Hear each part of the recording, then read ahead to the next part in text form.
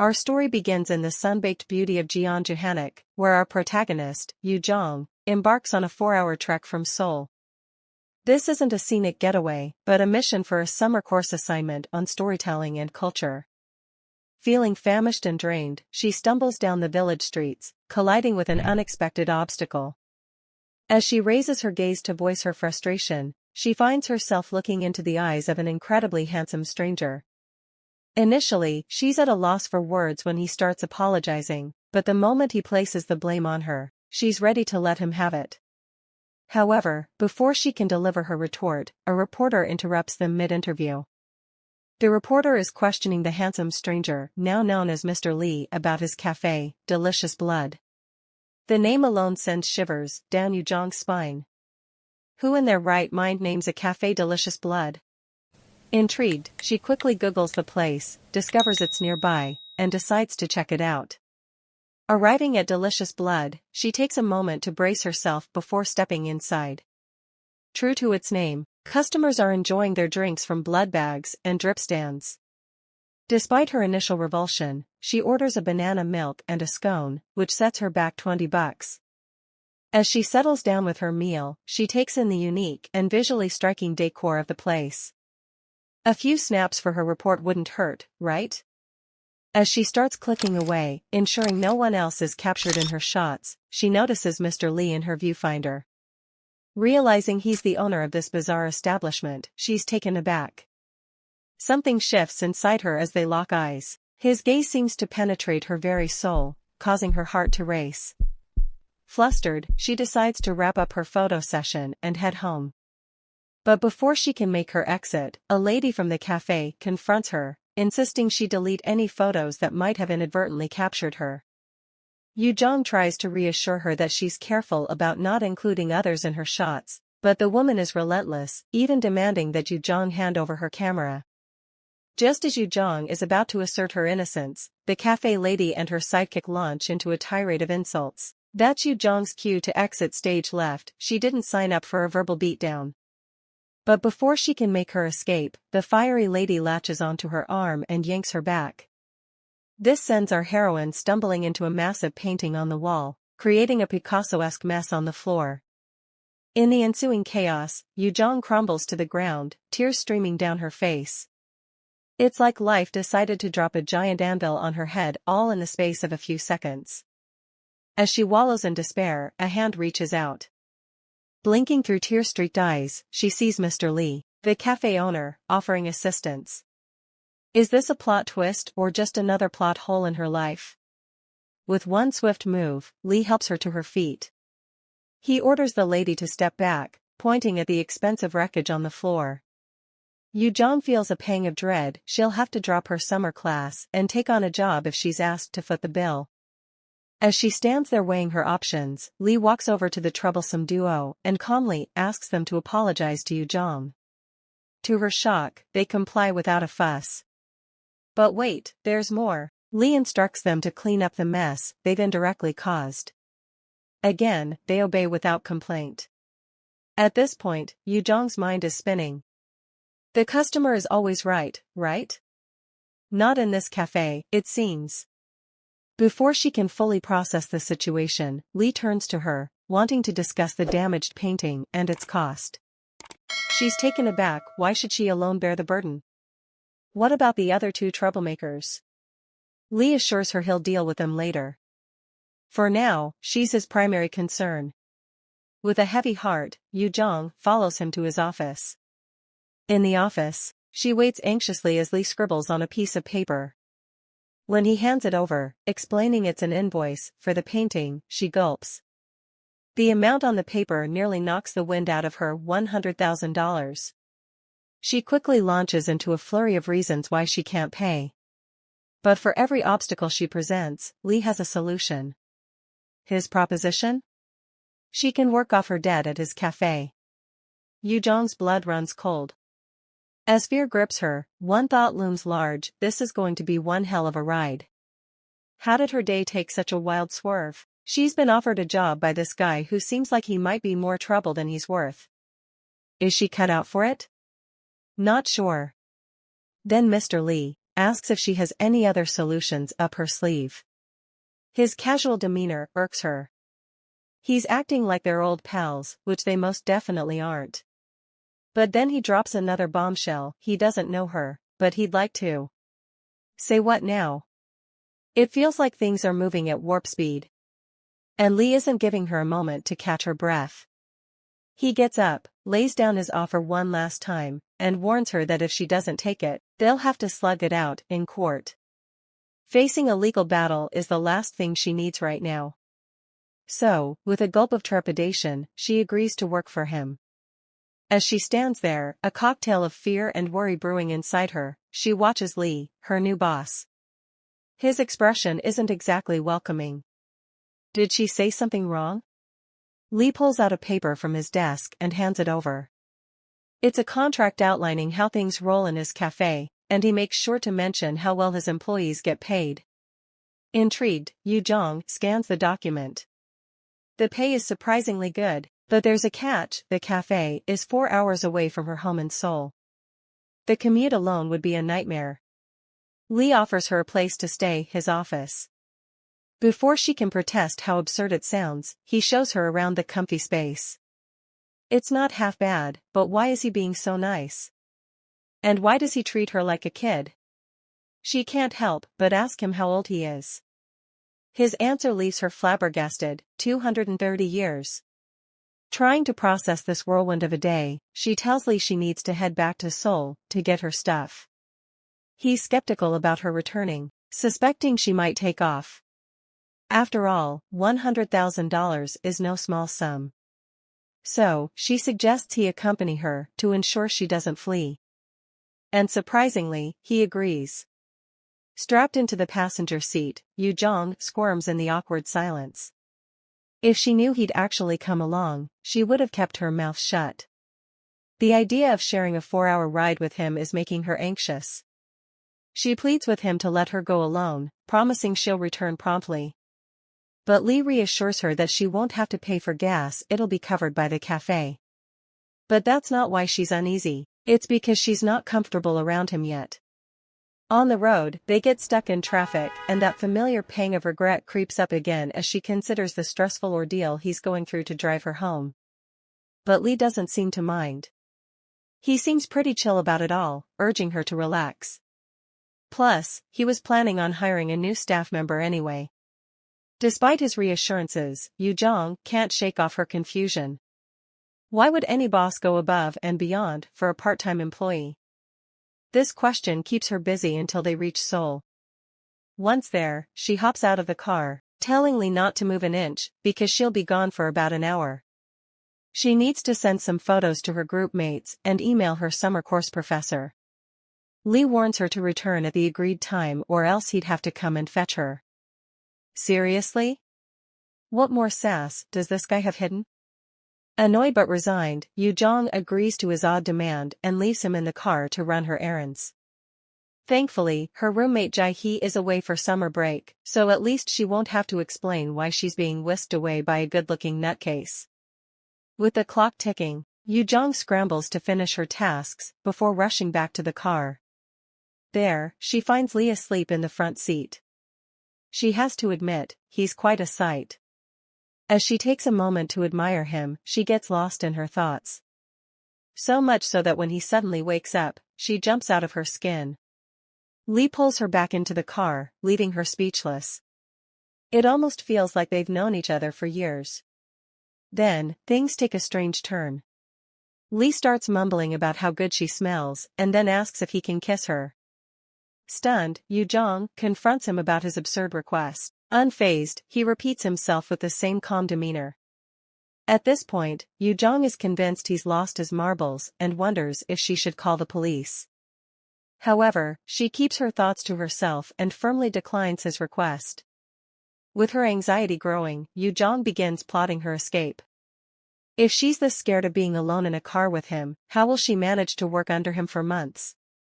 As she mulls over her options, Lee apologizes for his inappropriate behavior, blaming it on the way she was staring at him and her intoxicating scent.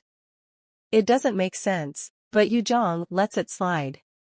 Later, they stop by a mini-mart to grab some food and snacks. While Yu-Jeong orders her meal, Lee excuses himself, claiming he's already eaten. Left alone, Yu-Jeong enjoys her meal and buys a can of soda for Lee as a small token of appreciation for paying for her food. But just as she's leaving, she's cornered by a group of intimidating men. And from the looks of it, things are about to get rough. Yu-Jeong tries to bluff her way out, telling the burly dude who seems to be running the show that she's not alone. But her warning has zero effect on him. He brushes off her bluff with a sinister grin, leaving Yu-Jeong feeling trapped. She knows Lee isn't rushing back to play her knight in shining armor. Just as she's bracing for a showdown, the leader of the pack makes a grab for her. But our girl's no damsel in distress, she bats his hand away, warning them she won't hesitate to call the cops if they lay another finger on her. Just when she thinks she's about to have a full-on panic attack, look who decides to show up, Lee. He strides in like he owns the place and orders the men to back off, claiming she's with him. With an arm around her, he commands the goons to apologize. But they just laugh it off, brushing him aside. Yu-Jeong pleads with Lee to drop it and leave, but he's having none of it. In a flash, he hoists the leader of the pack by his collar, tossing him into his buddies like a ragdoll. When Lee repeats his demand for an apology, the danger in his voice is clear as crystal, and this time, they don't dare argue. They start apologizing profusely, tripping over their words in their haste. Their leader rises, dusting himself off as if preparing for round 2, but at Lee's command, he drops to the ground, begging for mercy. It strikes Yu-Jeong as odd, it's like they're under some kind of spell. But she shrugs it off, happy to get out of the sticky situation. She grabs Lee's arm and they make their exit. Fast forward to that night, Yu-Jeong's anxiety returns in full force as they reach the café. She gazes up at her new home, a knot of unease in her stomach. Lee, ever the charmer, tries to lighten the mood, telling her she can use his shower anytime she wants. But before she can process that, he laughs it off, saying he was just messing with her. He then gives her a quick tour of the office, explaining her schedule for the next day, and hands her the keys to the office and the café. Once he's gone, Yu-Jeong collapses onto the couch, her mind racing with thoughts of what her life will be like for the next few weeks. Then, a horrifying realization hits her, she forgot to unpack her underwear. Talk about a wild first day. Yu-Jeong wakes up to her new reality, her heart sinking at the prospect. She rolls onto her couch, trying to find a comfortable spot when suddenly, a loud rant breaks the silence. Startled, she jumps up to find a stunning woman with shiny black hair and porcelain skin storming into the office. The woman introduces herself as Hyeji Han, the barista and manager of Delicious Blood Cafe. Without wasting time, she launches into a lecture about Yu-Jeong's tardiness and lack of competency. She's like a whirlwind, going over the rules and expectations of the cafe, while subtly threatening Yu-Jeong about the consequences of messing up. After unloading her barrage of information, Hyeji hands Yu-Jeong her work schedule, asking her how she plans to manage her time. The sheer amount of hours startles Yu-Jeong, but Hyeji explains that summer is their busiest season, with tourists flooding the cafe. Grudgingly, Yu-Jeong agrees to take Fridays off, trying to absorb the flood of instructions about running the cafe. Just as she's about to head downstairs to meet her coworkers, Hyeji halts, a look of realization crossing her face. She turns to Yu-Jeong, asking her about her trip with Mr. Lee yesterday. Caught off guard, Yu-Jeong hesitates before sharing the details of their journey.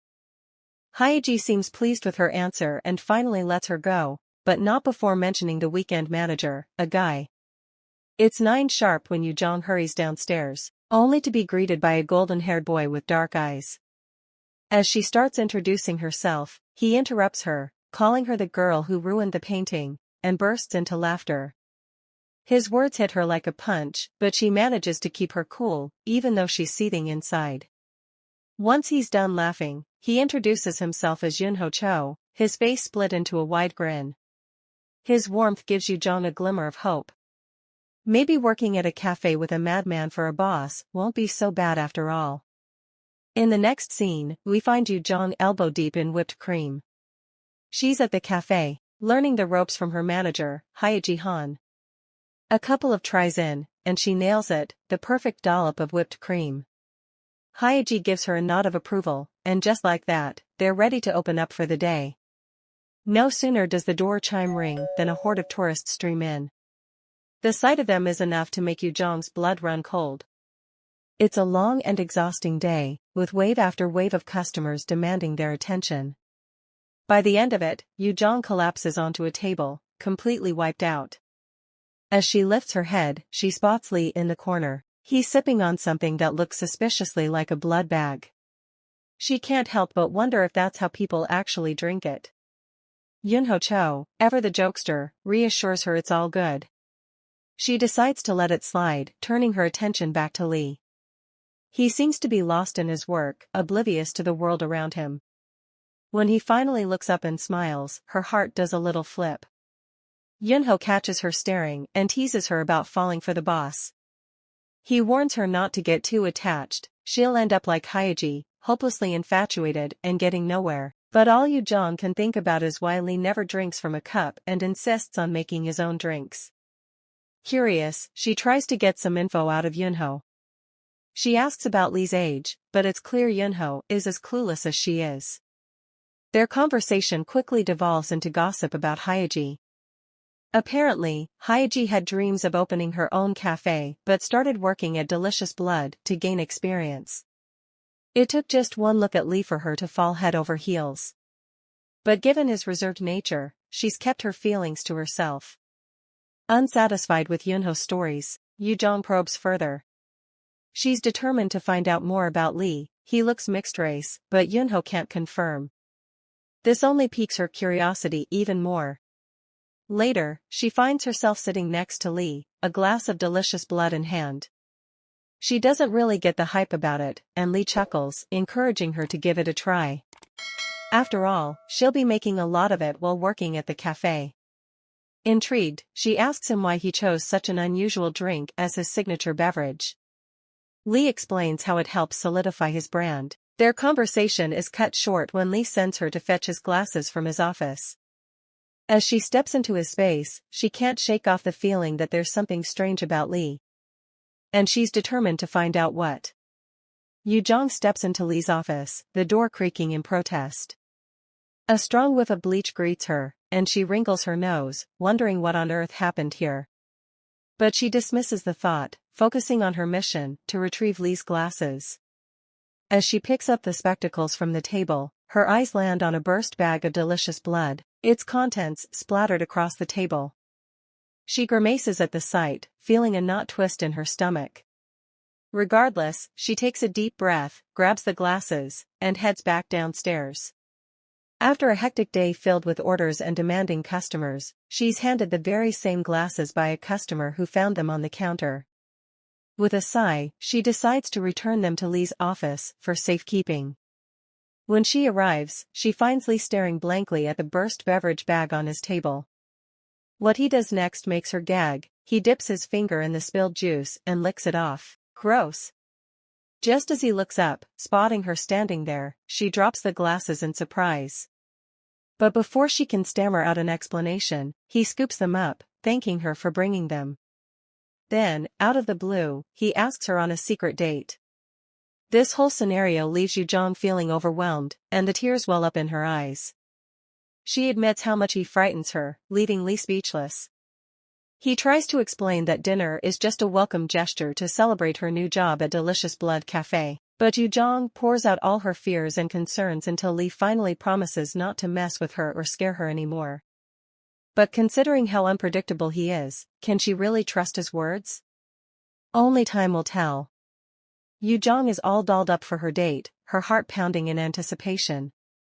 As she steps out of the cafe, she spots Lee waiting for her. She raises an eyebrow at his nonchalance. Wasn't this supposed to be a secret rendezvous? Shrugging it off, she walks over to him and they head out to what he vaguely described as some restaurant. On arriving, Yu-Jeong can't help but gasp at the opulence of the place. Some restaurant, indeed. When their food arrives, she's taken aback by Lee's rare steak, which looks like it's barely been cooked. He simply shrugs, saying he prefers it that way. It's been his go-to for years. As they eat, they dive into deep conversations about their personal lives. Lee opens up about his past experiences, and Yu-Jeong learns he's mixed race, just as she'd guessed. Post-dinner, Lee brings up Yu-Jeong's living habits, especially her bathing routine, given his obsession with cleanliness. He suggests that she could shower at his place tonight, leaving her torn between shock and offense. Once she gathers her thoughts, she firmly tells him she's not comfortable with his proposition. Lee backs off, but not without suggesting they share a bottle of fancy wine at his place. He doesn't have anyone else to enjoy it with, after all. Yu-Jeong hesitates, 2 adults alone with a bottle of wine? But Lee assures her it's nothing more than a friendly gesture, considering their significant age gap. When she still seems unsure, he playfully threatens to make her pay for dinner. Sighing, she surrenders to his impromptu plan. Next, we find Yu-Jeong awkwardly sitting in Lee's luxurious home, while he fetches a bottle of champagne. He excuses himself to chill the bottle, recommending she take a shower in the meantime. She follows his directions upstairs and into a lavish bathroom, where she changes into an upscale robe and flip-flops. The grandeur of the place hits her boss is seriously loaded. After enjoying what might be the most luxurious shower of her life, she heads downstairs to ask Lee for a hairdryer. The moment she steps in, Lee's gaze lingers on her, making her blush. He leads her to his room to fetch the hairdryer, but when he offers to help, she quickly grabs it, preferring to do it herself. His eyes remain on her, making her nervous. She briskly returns the hairdryer when she's done, eager to break the tension. With the awkwardness behind them, Yu-Jeong beams as Lee pours champagne into her glass. As they toast, she accidentally clinks her glass too hard, shattering it. She rushes to apologize for her clumsiness, but learning the cost of the broken glass only worsens her embarrassment. She tries to clean up, but ends up pricking her finger on a shard. Lee reaches out to help, and in a surprising move, he puts her bleeding finger in his mouth. Yu-Jeong is left speechless, wondering just how many more surprises the night holds. Our protagonist reels from the unexpected intimacy, her heart pounding in her chest. As Lee releases her finger from his lips, he mumbles an apology, claiming he was simply trying to stop the bleeding.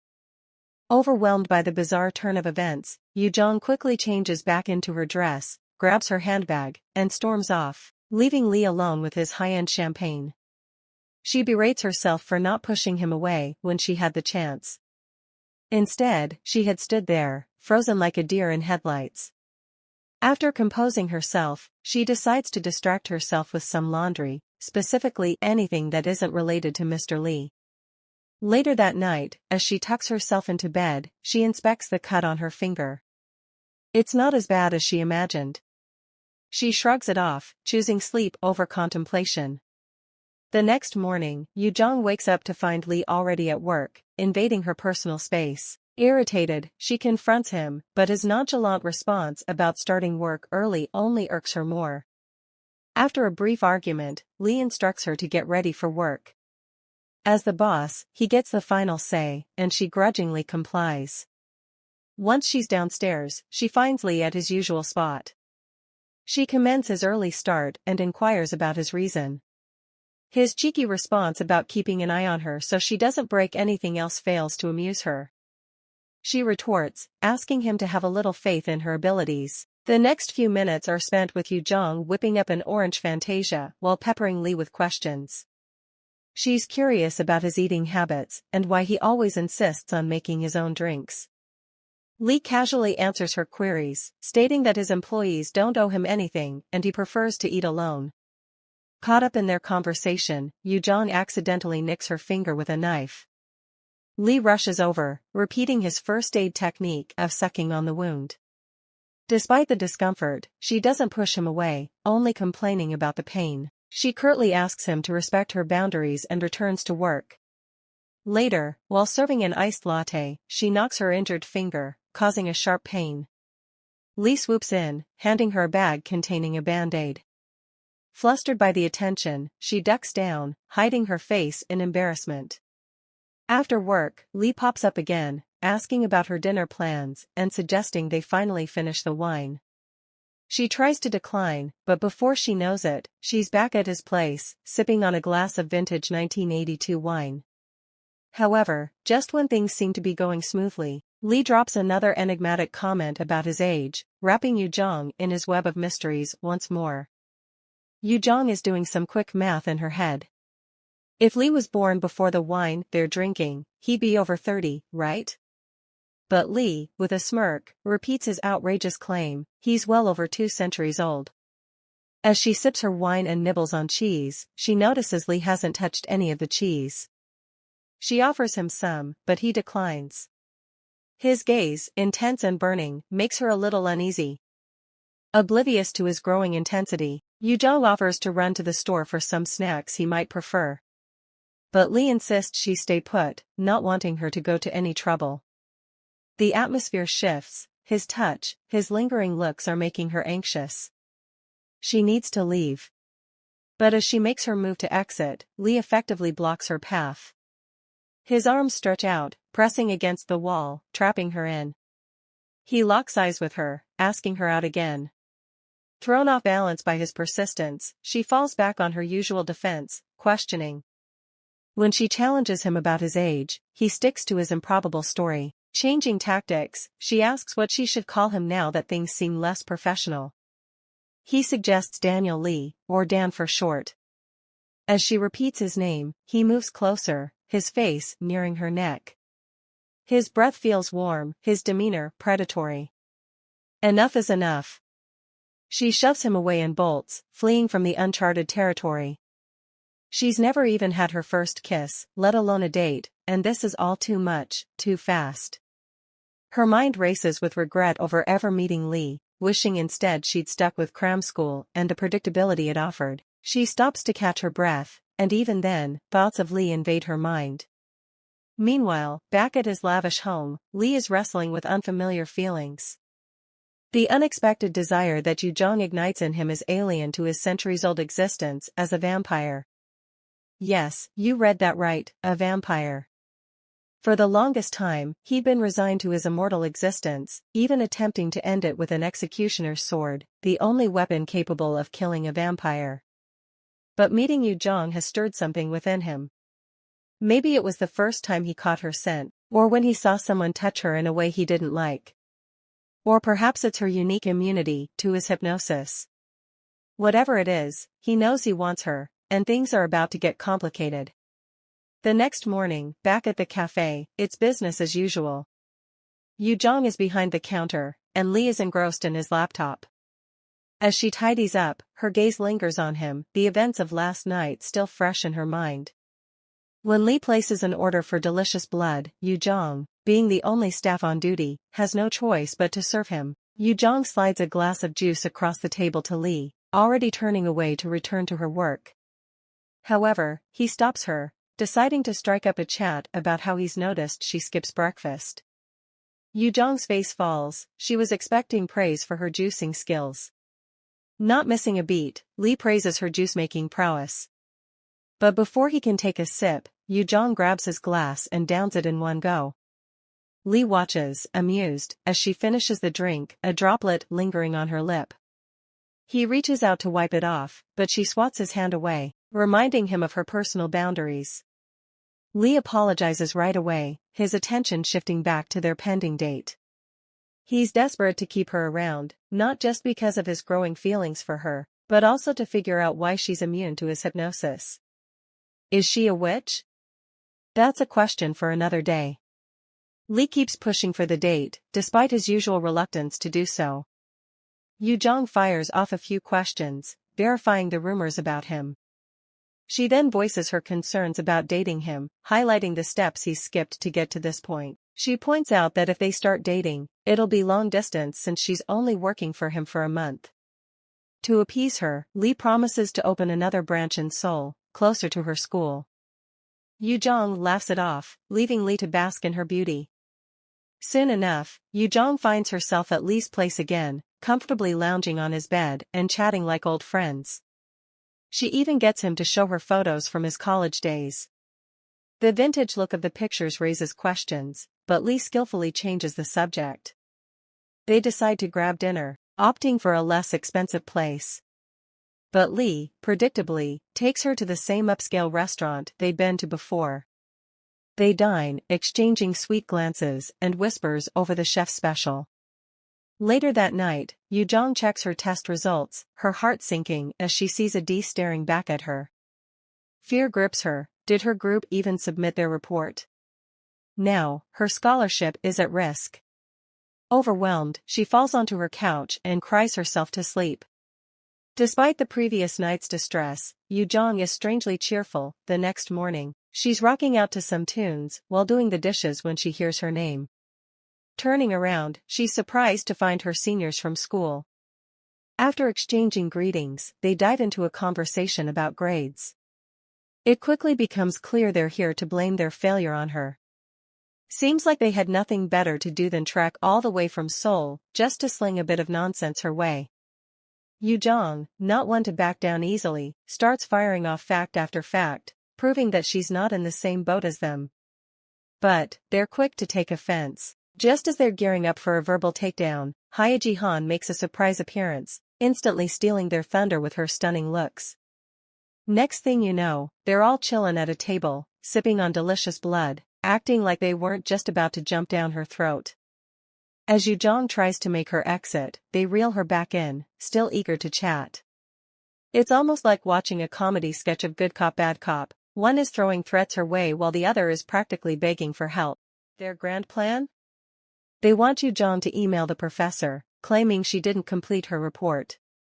But before they can even finish their sentence, Yu-Jeong cuts them off with a firm no. When she attempts to walk away, they play their trump card, blackmail. In the past, Yu-Jeong reported a guy named Taeho Park for stalking her, which led to him spending a day in jail. Now, they're threatening to spill the beans to the school major and twist the story to make her look bad unless she helps them out. Caught between a rock and a hard place, Yu-Jeong is left speechless. These guys came all the way from Seoul just to make a fool out of her, and worst of all, it's working. Just when things are looking bleak, the cafe door swings open and in walks Lee, ready to save the day. After rescuing Yu-Jeong from her predicament, Lee wants to know who those guys were. Yu-Jeong, trying to downplay the situation, tells him they were just some schoolmates asking a favor. But Lee isn't buying it, so he decides to dig deeper. Before he can get any answers, one of the guys lunges at Yu-Jeong, only to be stopped in his tracks by Lee's command. The second guy tries his luck, but is shut down just as quickly. Lee then hypnotizes them to never speak ill of Yu-Jeong or touch her when she goes back to school, and to pass the message on to their buddy Taeho Park. Yu-Jeong watches wide-eyed as the boys bow in submission. She's left wondering if Lee's actions are all for show or if they'll actually work. Later on, Lee pulls Yu-Jeong aside for a private chat. Meanwhile, Hye-ji-han watches from afar, green with envy. In his office, Lee maintains a distance from Yu-Jeong, giving her the impression he's mad at her. He beckons her over, places his hands on her cheeks, and starts complaining about how her formal address earlier made him feel. Yu-Jeong's cheeks turn a rosy hue at Lee's adorable antics. She explains that she was just trying to maintain a professional front, especially since their colleagues and the manager were within earshot. Lee, content with her explanation, shrugs it off and dives straight into the topic of Taeho Park. Yu-Jeong, however, is not too keen on digging up old memories. After a bit of nudging from Lee, she reluctantly begins to share her side of the story. Back when school was still in session, Taeho Park had confessed his feelings for her in the most romantic way possible.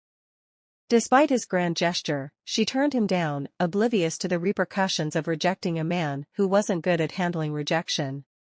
One night, she discovered he'd been stalking her, armed and dangerous. Luckily, she managed to alert the police in time before anything bad happened. Lee, trying to offer some comfort, wraps his arms around her and whispers soothing words. Yu-Jeong gets emotional, having not experienced such warmth and comfort in a long while. It's a welcome change, but she soon has to return to work. Back downstairs, the workload is piling up. Hye-ji-han tasks Yu-Jeong with whipping up a new batch of cream, and soon after, the manager asks her to place a supply order. As she's juggling all these tasks, Yoon Ho-cho walks in and inquires about her meeting with Lee. That's when it all clicks for Yu-Jeong. Yunho Cho reveals that Hye Ji-han had walked in on them in Lee's office when she went to look for him. From her tear-streaked face, it's evident something upset her. Yu-Jeong feigns ignorance, not willing to disclose any details about her private conversation with Lee. Hye Ji-han then makes a dramatic entrance, announcing that she's received a bonus from Lee. Yu-Jeong and Yunho Cho are left dumbfounded as Hye Ji-han struts away, leaving them in her wake. The next morning, Yu-Jeong is jolted awake by a notification on her phone. It's news about Taeho Park. He's had an accident and won't be able to attend classes for a semester due to his injuries. This means Yu-Jeong won't have to face him when she resumes school. Thrilled with the turn of events, she can't wait to share the good news with Lee. As if on cue, Lee walks into the shop, looking dapper in a white suit. Yu-Jeong rushes to greet him, complimenting his outfit and eagerly sharing the news about Taeho Park. But before she can even finish her sentence, Lee pulls her into a tight embrace. Startled and scared, Yu-Jeong tries to wriggle free, but Lee's grip is too strong. As she struggles, she notices something off about Lee. There's two of him. Yu-Jeong finds herself caught between two Lees, one she's been trying to avoid, and another who's just shown up. The Lee she knows swoops in to rescue her from the other Lee, ordering him to keep his hands to himself. As he does, she catches his name Alex. Alex greets Lee with a wide grin, while Lee doesn't seem too thrilled to see his twin brother. They start catching up, with Alex doing most of the talking and Lee looking uninterested. Alex seems genuinely happy to see his brother and is surprised too, as he thought Lee was on the verge of giving up on life. Yet here he is, in a swanky cafe with an attractive woman by his side.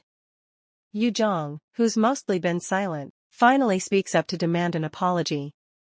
True to his cheeky personality, Alex immediately gets down on one knee and apologizes for his antics.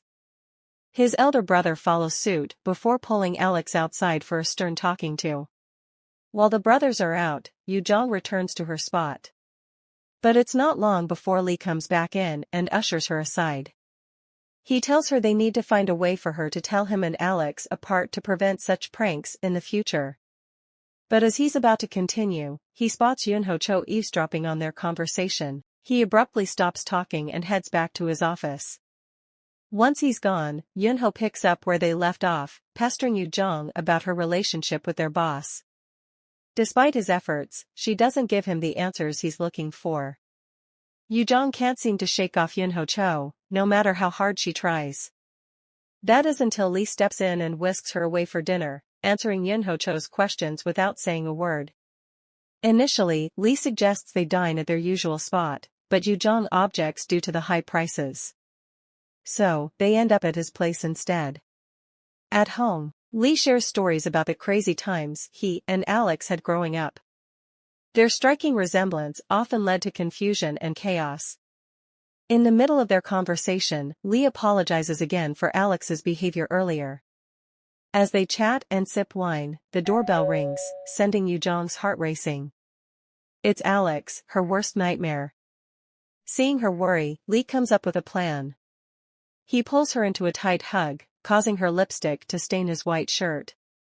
He then goes to open the door to Alex, who rushes in with a large bouquet. He presents the flowers to Yu-Jeong as an apology for his earlier actions, which seems unnecessary considering he could have apologized without the extravagant gesture. Still, Yu-Jeong accepts his apology and the flowers. Once that's settled, Alex pulls his brother aside for a serious chat over a bottle of champagne. As Yu-Jeong listens in on their conversation, she realizes the man standing in front of her is the infamous Alex Lee and she can't believe it. As he moves closer and starts flirting with her, Lee steps in to prevent things from escalating. Finding his brother's place a bit too crowded for his liking, Alex decides to make a swift exit. Once the door shuts behind him, Yu-Jeong turns to Lee, her curiosity piqued about his enigmatic twin. But her probing questions seem to stir a hint of jealousy in Lee. Not one to mask his feelings, he confesses that he's not entirely comfortable with her showing such interest in Alex. Yu-Jeong quickly reassures him that it's nothing more than innocent curiosity. She points out the obvious, they're brothers, after all. Why would she want anything more with Alex? Having cleared the air, she glances at the clock and realizes it's getting late. She makes a move to leave, but Lee stops her. He expresses concern over her spending the night alone at the café and proposes she stays over instead. Taken aback, Yu-Jeong initially declines, feeling things might be progressing too quickly. But after some gentle persuasion, she agrees, comforted by the promise of having an entire floor to herself. As they head upstairs, Yu-Jeong settles on the bed, her awkward posture revealing her discomfort. She mentally kicks herself for not bringing her pajamas, and frets over Lee potentially noticing the scar on her calf. Sensing her unease, Lee offers to fetch her a fresh set of PJs. Once he returns, Yu-Jeong invites him to sit and chat before they call it a night. She's curious about what prompted him to ask her out. His response leaves her blushing. He confesses he was drawn to her unique scent and her knack for finding trouble. And the final reason? He wants to kiss her. With her consent, he leans in and plants a soft kiss on her lips, creating a moment she'll remember forever. A fleeting thought of Alex's attempted kiss earlier intrudes her mind, but she quickly shakes it off, not wanting to taint the memory of her first kiss with Lee. The following morning, Yu-Jeong wakes up well-rested and takes a moment to enjoy the delicious smell wafting up from the kitchen. The scent immediately brings back memories of last night, causing her to jump out of bed and head downstairs. She's greeted by the tantalizing aroma of breakfast and the sight of Lee's beaming smile. He treats her like a guest at a five-star restaurant, setting the table for her and presenting a nutritious breakfast he's prepared just for her. As she digs in, Lee simply watches her eat, his eyes filled with contentment. Yu-Jeong strides into work, her attire reflecting her vibrant mood. She's greeted by Hye-ji-han and Yun-ho-cho, who are already at their stations. When they question her about her whereabouts, she brushes it off with a playful fib about a bathroom break. Without warning, Alex bursts into the shop in his typical dramatic fashion. He breezes up to the counter, asking for his brother, much to everyone's surprise. Hye-ji-han, who has a soft spot for Lee, is taken aback and intrigued by this doppelganger. Using his charm, Alex convinces her to show him to Lee's office, for some privacy. Anticipating trouble, Yu-Jeong dials Lee's number, quickly briefing him on the situation. Upon his arrival, she points him to the potential disaster brewing in his office. Moments later, both Alex and Lee emerge from the office, with a somewhat pale Hye-ji-han in tow. Lee, concerned, advises her to take the rest of the day off. As Yu-Jeong observes the unfolding scene, she notices a familiar purple scarf tied around Hye-ji-han's neck, the very one Lee had used on her earlier that morning. Before she can question Lee about it, he's already out the door with his brother. Putting her curiosity aside, Yu-Jeong shifts her focus to helping Hye-ji-han get home safely. As they leave the cafe, she points out the scarf and asks Hye-ji-han about its origin. To her surprise, Hye-ji-han is oblivious to the scarf and its presence. When she removes it, a lipstick mark is revealed. Despite the evidence, Hye-ji-han is clueless about what transpired in the office, let alone how the scarf wound up around her neck. Meanwhile, Yu-Jeong is battling a whirlwind of emotions but maintains her composure. The disappointment of opening up to someone only to be met with deceit stings. Once Hye-ji-han departs, Yu-Jeong informs Yun-ho-cho she needs some fresh air. Stepping outside, Yu-Jeong decides to wander through a nearby park until dusk begins to settle. Contemplating whether to return to the cafe or not, she's interrupted by Yun-ho-cho, huffing and puffing as he calls out her name. He tells her everyone has been worried sick and that Lee even closed the shop early to look for her. While this piques her interest, what really catches her attention is when Yun-ho-cho mentions the scarf. She blushes, realizing her secret is out. Yun-ho-cho tries to comfort her, assuring her that she holds a special place in Lee's heart. His treatment of her is unlike anyone else's. Yu-Jeong dismisses his words due to his typically laid-back demeanor.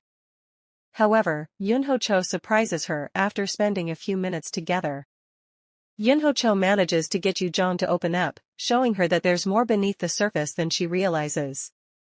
As they chat about Lee and their past, he gently nudges her to reconsider her stance on their relationship and work through their misunderstandings. The conversation turns into a therapy session for Yu-Jeong. She finds herself pouring out her heart about her journey with Lee, from the origin of their relationship to the current turbulence. She even mentions Lee's peculiar comment about her scent and, in an attempt to prove how odd it is, asks Yunho-cho if he can smell anything. After a moment's hesitation, he confirms that he doesn't detect any particular scent. Yu-Jeong, who rarely wears makeup or perfume, is left perplexed by Lee's mysterious scent claim. But the oddities don't stop there. She shares with Yunho-cho the incident where Lee attempted to bite her neck. Every time she brings up Lee's strange behavior, Yunho-cho downplays it with a lighthearted excuse. This time, he suggests Lee might be struggling to express his feelings, hence the awkward attempts at affection. His explanation seems reasonable, prompting Yu-Jeong to return to the café with him. As she accepts Yunho-cho's outstretched hand, preparing to leave, Lee suddenly appears, looking relieved but visibly exhausted. Yunho-cho takes the hint and departs swiftly, leaving the pair alone. Once Yunho-cho is out of sight, Lee showers Yu-Jeong with concern, making her feel like a lost child found safe and sound. In her emotional state, she spills everything, waiting eagerly for his response. Before explaining, Lee pulls her into a comforting hug.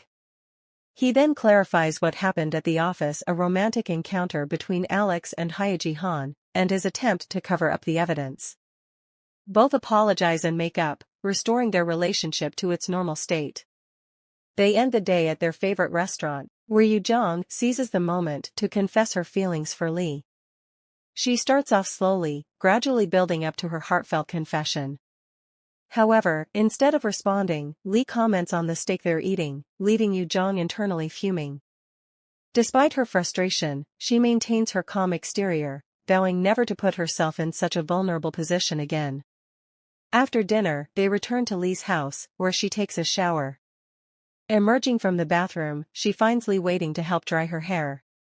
Not wanting to fall for his sweet gesture after his dismissal at dinner, she insists on drying her hair herself. Suddenly, she gets a craving for ice cream. Even though she's upset with him, she asks if they can go get some. At this point, it's hard to tell who's sending more mixed signals. Lee's eyes are glued to Yu-Jeong, he can't seem to look away. Then, in his typical manner of sidestepping issues, he proposes they experiment with pet names to strengthen their bond. Yu-Jeong initially wants to protest, but Lee entices her with a promise: if she calls him by a pet name, he'll buy her any ice cream she wants. Before long, she's shouting "babe" at the top of her lungs with such adorable fervor that Lee can't resist.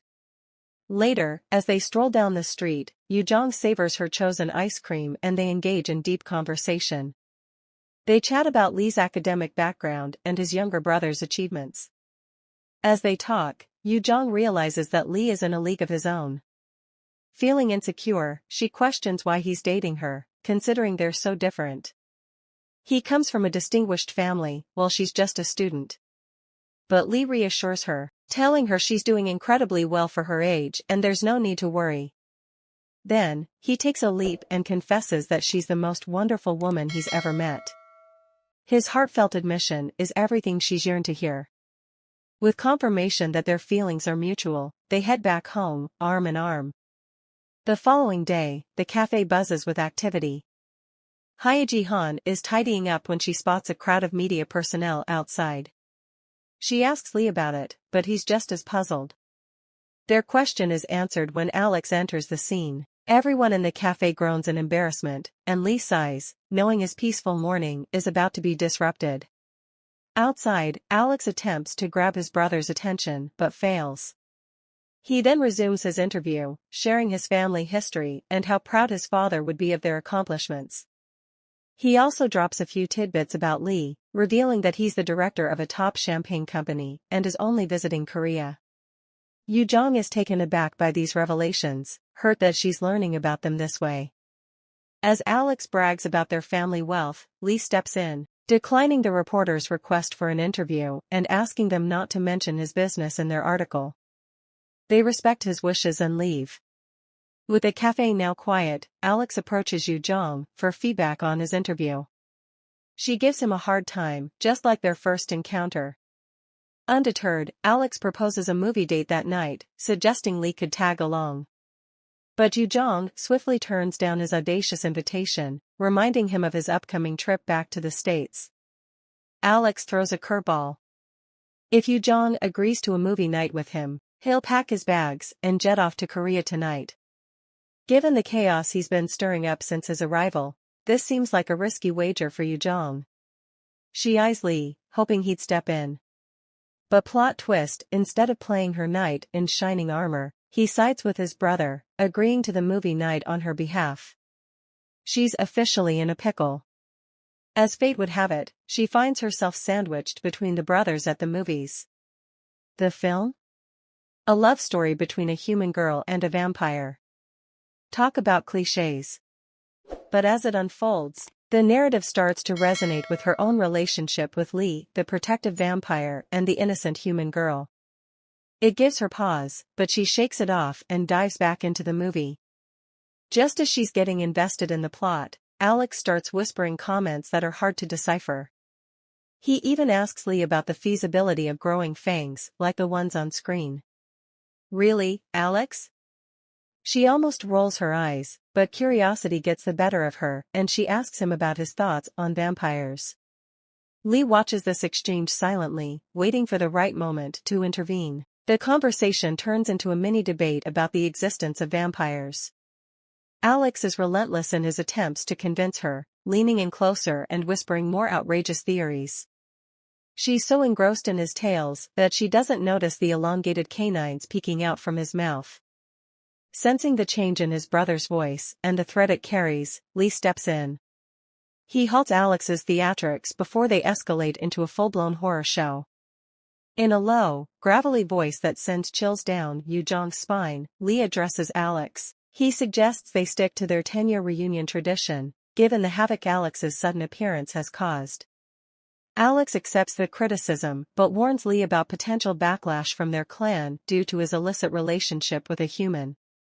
With a final farewell to a baffled Yu-Jeong, he leaves. Now that they're alone, Lee lightens the mood with chilled champagne and apologizes for Alex's peculiar behavior. But Yu-Jeong's mind is elsewhere. She's more concerned about the duration of Lee's stay in Korea, and how long he plans on being in her life. Lee assures her he's not going anywhere anytime soon, easing her worries. As the day fades into night, they retire upstairs. With Alex out of the picture, life resumes as usual. One afternoon, Yu-Jeong stumbles upon a collection of Lee's accolades while exploring his home. Among the memorabilia, she finds an old diploma dated back to 1926. Confused, she asks him about it. Lee explains that the certificate belonged to his great-grandfather, who was a doctor in Heidelberg. Yu-Jeong's eyes widen at the revelation. His family tree wasn't just a shrub, it was a veritable forest. But she still felt like she was missing pieces of the puzzle. She nudges him to dish out more about his day-to-day life. Lee confesses how work engulfs his time, leaving little room for simple pleasures like catching a movie. Suddenly, Yu-Jeong understands his early bedtimes and chuckles at the thought of him playing the overprotective parent. Seizing the moment, Lee proposes they shake things up that night and asks for her input on fun nighttime activities. Yu-Jeong racks her brain but draws a blank. Lee, sensing her struggle, suggests a game of rummikub. The idea of matching numbered tiles piques her interest, and the deal is sealed with a playful wager: the loser has to fulfill 2 wishes of the winner. As they dive into the game, Yu-Jeong soon finds herself celebrating her victory, not once, but twice. Unbeknownst to her, Lee had let her win both rounds, ready to fulfill her whims. Her first wish? If Lee was serious about opening a delicious blood branch in Seoul, she wanted it in Sinchon. Lee nods in agreement, making her cheer with delight. 1 down, 1 more to go. Her second wish, however, catches him off guard. She wants him to kiss her. The request sends a wave of excitement and apprehension through him. Trying to keep his composure, he pulls her close and plants a gentle kiss on her lips, fighting the urge to let his fangs out, but the tension within him proves too strong. Yu-Jeong flinches from the kiss, pulling away in pain. Her lips are bruised, and a trickle of blood seeps out. She's shocked. Kisses shouldn't hurt like this. She chides Lee for being so rough, waiting for an apology. But what he says next leaves her stunned. I can't control myself, he confesses, I want you so badly, but I'm dangerous. You shouldn't trust me. The words hit her like a ton of bricks. She's never seen this side of him before. Lee, on the other hand, feels like he's staring at a ticking time bomb. He knows he's bound to hurt her with his uncontrollable desire for her. If only the hypnosis worked on her, he would have cleared her memory of this hurt and left everything as they were. Now, he has to face the reality and let her go. Lee musters up the courage and tells her the grim truth: it's over. Yu-Jeong, already bruised from his previous confession, now feels like she's been shattered into a million pieces. Despite her heartbroken state, Lee pushes on, explaining that he must keep his distance. He fears what he might do if he stays around her any longer. He even suggests she should feel the same animosity towards him as she does towards Alex. But Yu-Jeong's not ready to throw in the towel just yet. She argues back, insisting she can never despise him like she does his brother. But Lee's unyielding, he wants her to leave and never come back. Yu-Jeong, however, is desperate for something more concrete, a reason that would give her closure. And Lee delivers. He reveals his fangs to her, showing her his true identity. Yu-Jeong reels back in shock, stumbles onto the bed, trying to process the horrifying revelation, but Lee doesn't give her a moment to recover. He urges her to get out, and this time, she complies. She bolts out of his house, the door slamming shut behind her. In a daze, she finds herself back at the café, specifically in Lee's office. She remembers he stashes his delicious blood bags there. She opens the fridge, and there they are. She punctures one and tastes the liquid. It's not juice, it's blood. In that instant, everything comes crashing down. She collapses on the floor, gasping for breath. Gathering her remaining strength, she leaves the cafe and hails a cab to the train station. Back in Seoul, Yu-Jeong's life feels like a never-ending nightmare. She longs for the days of bliss she once shared with Lee. But those days are gone. Now, her life is consumed by research on vampires, trying to make sense of her whirlwind romance with Lee. Her daily routine consists of studying, weeping, and then some more studying. She obsessively follows Lee's life, his cafe, their shared memories, his real identity. Even when she tries to escape into the world of romance novels, she can't shake off the memories of him. Their last encounter was terrifying, yet she can't help but miss him. It's a cruel paradox she can't seem to escape. Over in another corner of Korea, Lee's caught up in a whirlwind of emotions.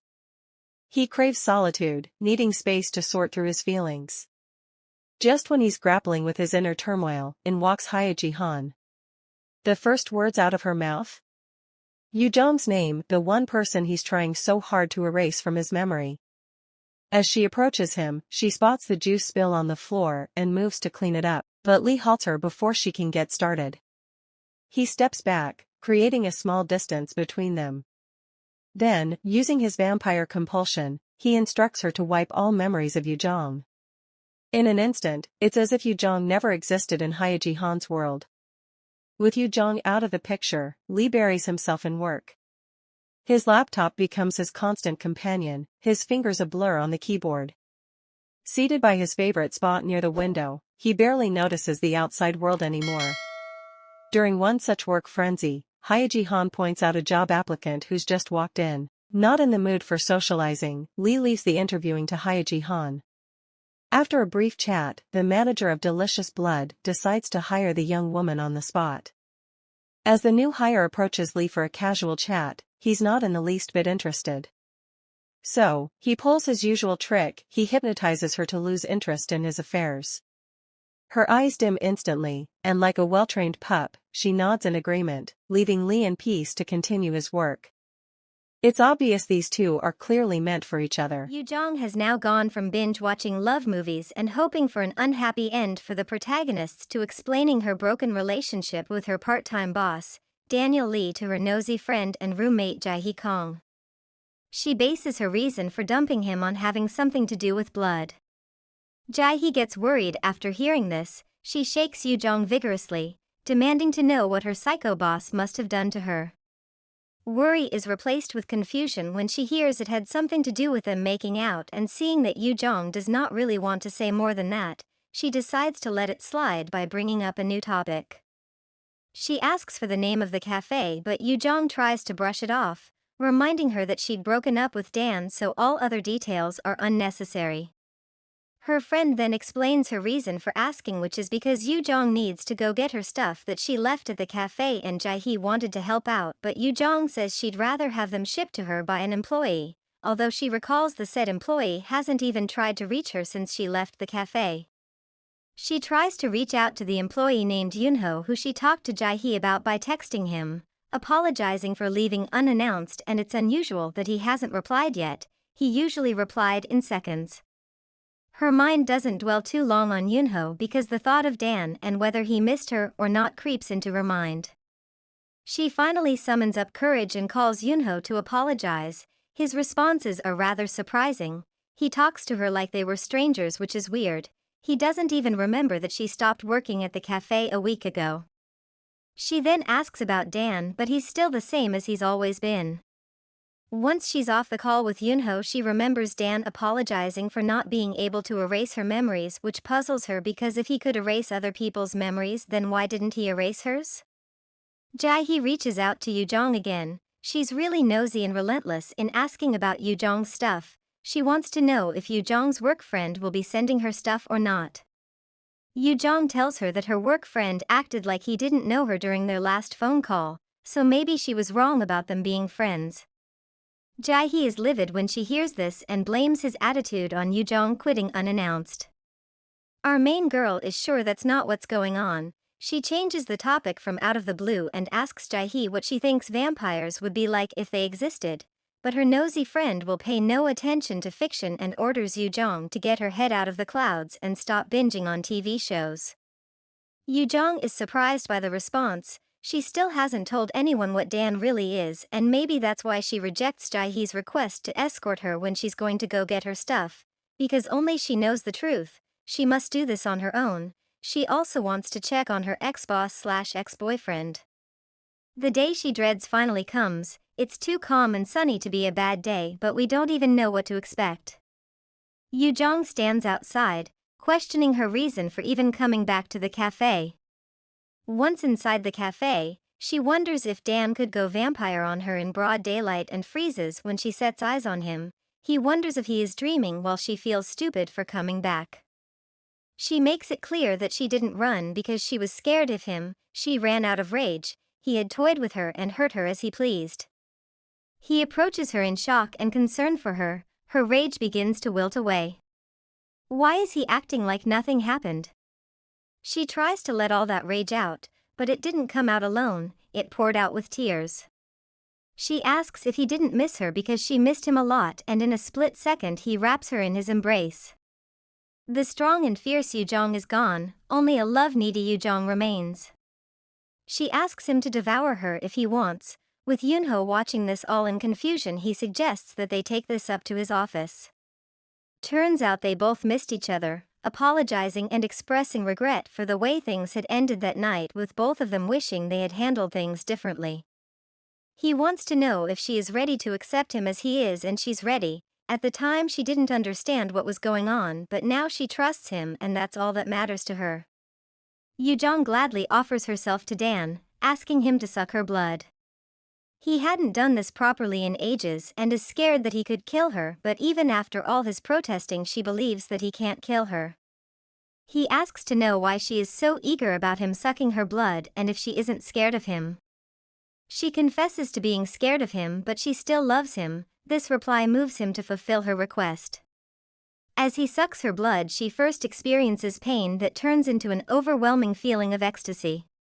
He almost loses control but is able to stop himself before causing any serious damage. She compliments him for becoming even more handsome, and he gives all the credit to her delicious blood. The couple is finally back and stronger than ever.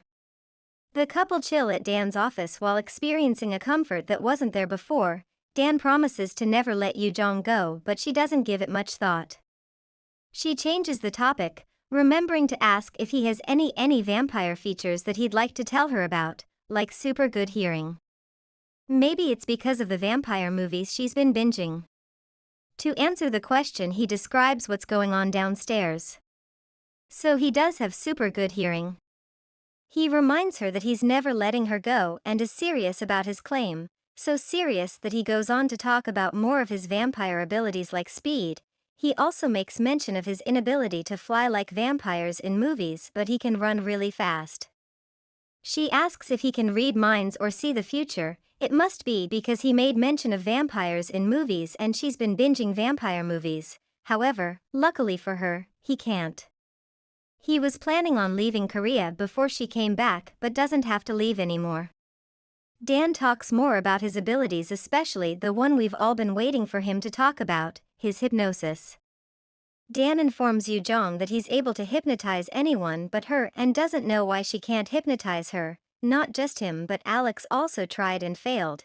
If Alex had succeeded, he would have sucked her dry and Dan would have been unable to do anything about it because that was the first time the twins had crossed paths in a decade.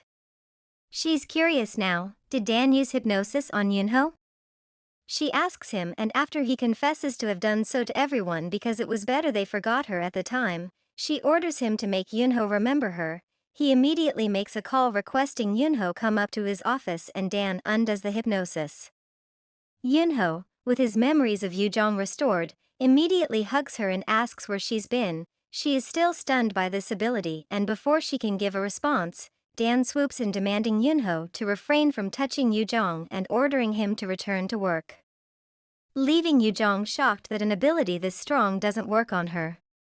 Yu-Jeong is still in doubt. To prove his hypnosis doesn't work on her, he asks her to stay with him and not return to school, but she immediately objects, reminding him of her scholarship for next semester, proving that his hypnosis does not work on her, making her question whether she is ordinary or not.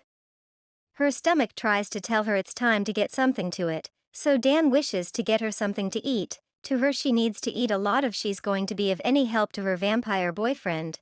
Leading the couple discuss terms and conditions concerning Dan drinking his girlfriend's blood. He's okay with settling for once a month though. After she agrees, he promises to make sure that sucking her blood doesn't cause her any health issues and prescribes vitamins for her, which she agrees to get. Later in the day, the couple end up at a restaurant for barbecue where the topic on his cooking experience arises. From cooking to modeling to his age, all these makes Dan being a vampire begin to settle in Yu-Jeong's mind. She brings up their agreement and having to work before heading back to Seoul for the new semester. Nothing would make her stay back, even the expensive gifts her vampire boyfriend promises to shower her with. He then suggests that he'd drive her back to Seoul when the time came for her to head back. It's funny how their mornings since they got to know each other better begins at the restaurant and ends at his lavish home. Each night had some new vibe, and tonight Yu-Jeong requests to see her boyfriend's photo album. The super hot vampire is not fond of pictures because he does not age, so he looks the same in all of them, but Yu-Jeong insists on seeing the album. She stumbles upon a picture of the twins, Dan and Alex, and is unable to tell who is who, so Dan comes up with the idea of them getting a code to help her tell the difference between the twins. Dan can't choose the code because if he does, then it might be something that Alex can also probably guess. She suggests they use her closest friend's name, Jae-hee Kong, but Dan tells her that anyone can figure that out with a little search. She remembers she hasn't given Jae-hee a call but has to select a code for identification before she does so. They finally agree on her grandma's nickname, Jenny. Once this is done, he hurries off to go get something. He returns with a box containing a woman's hanbok, and because he's a vampire, so many questions fly into her head. He assures her that he had intended to give it to a student as a wedding gift but was unable to give the gift and they had passed away, so there was no way he could get it to them. Yu-Jeong asks Dan if he's been living in Korea from a while back, leading to him to give her a little lecture on his time in Korea. He had the habit of giving gifts to those he was comfortable with, and the lady the hanbok gift was for was one of those persons. He never saw her again because he had decades worth of business abroad to attend to. For some reason this makes Yu-Jeong sad. Would he do same to her? But she's in the past, Yu-Jeong is his future. Things get weird when Dan lets her know he doesn't sleep. He advises her to sleep with the doors locked. Now that she knows his secret, it would be harder for him to control himself, and then he leaves her for the night. Yeah, she forgot to fill Jae-hee in on what's been going on. The morning comes with that reminder when messages from her angry BFF serve as her alarm clock. Jae-hee demands that Yu-Jeong calls her, and she makes the call immediately, but they didn't talk for long. After her call with Jae-hee, she goes downstairs to find her vampire boyfriend making her breakfast. Finally, a break of day that doesn't begin at the cafe. She has to have a lot of vitamins and eat well so that his blood sucking does not cause much strain to her body. He decides they go shopping after breakfast to get her vitamins because he cares about his employees. What a happy morning to start her day. If your amazingly hot boyfriend owns a cafe, I'm pretty sure you would not be working there, but Yu-Jeong still insists on going back to work the following day. Even after Dan tries to convince her not to, she brings up the painting she has to pay for. The couple go shopping. They start by getting vitamin B12 for Yu-Jeong and face a cashier who definitely has a crush on Dan. Afterwards they journey to a boutique. Gowns are selected for her to choose from, but she does not look too happy, forcing Dan to worry. Yu-Jeong makes a pick to reduce the worry on her boyfriend. Later on she explains to Dan that she has a scar on her leg that she doesn't like people seeing, so gowns are a big no because they would expose that scar. Yeah, we've never seen our lead lady in a dress. Dan gets her pants and then a fitting shoe, and one more stop before their journey to the shopping mall comes to an end. It looks like Dan had more fun than she did though. He's interested in seeing his lady on skirts but is forced to wait till winter because of her scar. The car trunk is loaded, but Dan feels he has not done enough shopping. He'd like to try Seoul on a later date or even Hong Kong. She objects because she doesn't even have a passport and owes him a lot of money already. Although she's grateful for all he's gotten her, she just isn't comfortable with him spoiling her no matter how rich he is. The man requested a whole row of clothing at their last stop like it was nothing. He shushes her. In his view, the gift she has given him is way more than all he had purchased that day. He can't buy her heart with petty cash, and he is ready to give her anything she asks for. Surprisingly, she already has a request. A kiss. He gives her a warm one and brings up her need to get a passport. Handsome vampire boyfriend was serious about the trip to Hong Kong. Wow. They are interrupted by a call Yu-Jeong has to take. Jae-hee had refused a lengthy conversation at dawn but is now fully rested and ready to talk things out. She decodes what Yu-Jeong meant by she'd continue working at the cafe as her indirectly saying she had settled things with her boyfriend and she was on a 2-hour bus to Jeonju, so she'd see this boyfriend that Yu-Jeong is so head over heels in love with. Jae-hee believes that if Yu-Jeong is unable to introduce him to her, then she should break up with him. She needs to see this boyfriend before she can trust Yu-Jeong's taste in men. The conversation between the friends is very audible. Aside Dan's super hearing, it was majorly Jae-hee yelling at Yu-Jeong. Just after Jae-hee hangs up, Yu-Jeong asks Dan for a favor. He assumes she wants him to wipe Jae-hee's memory, but that's not the case or even an option. She even questions his sanity for asking that. Instead, she wants him to act ordinary and not flaunt his wealth in Jae-hee's face. Jae-hee is strict, so she doesn't want her to not like Dan, and for that to happen, he has to behave. The stress makes her asking for a favor sounds more like an order, so Dan corrects her. Even if he's willing to do anything for her, she'd have to ask nicely. She also wants him to be polite, to be nice to Jae-hee. He agrees to do so before deciding it was best they go and get Jae-hee from the bus station. Jae-hee's first impression of Dan is proper, so proper even Yu-Jeong is impressed. He thanks her for traveling so far to come see Yu-Jeong and even invites her to stay a couple of days to hang out with Yu-Jeong.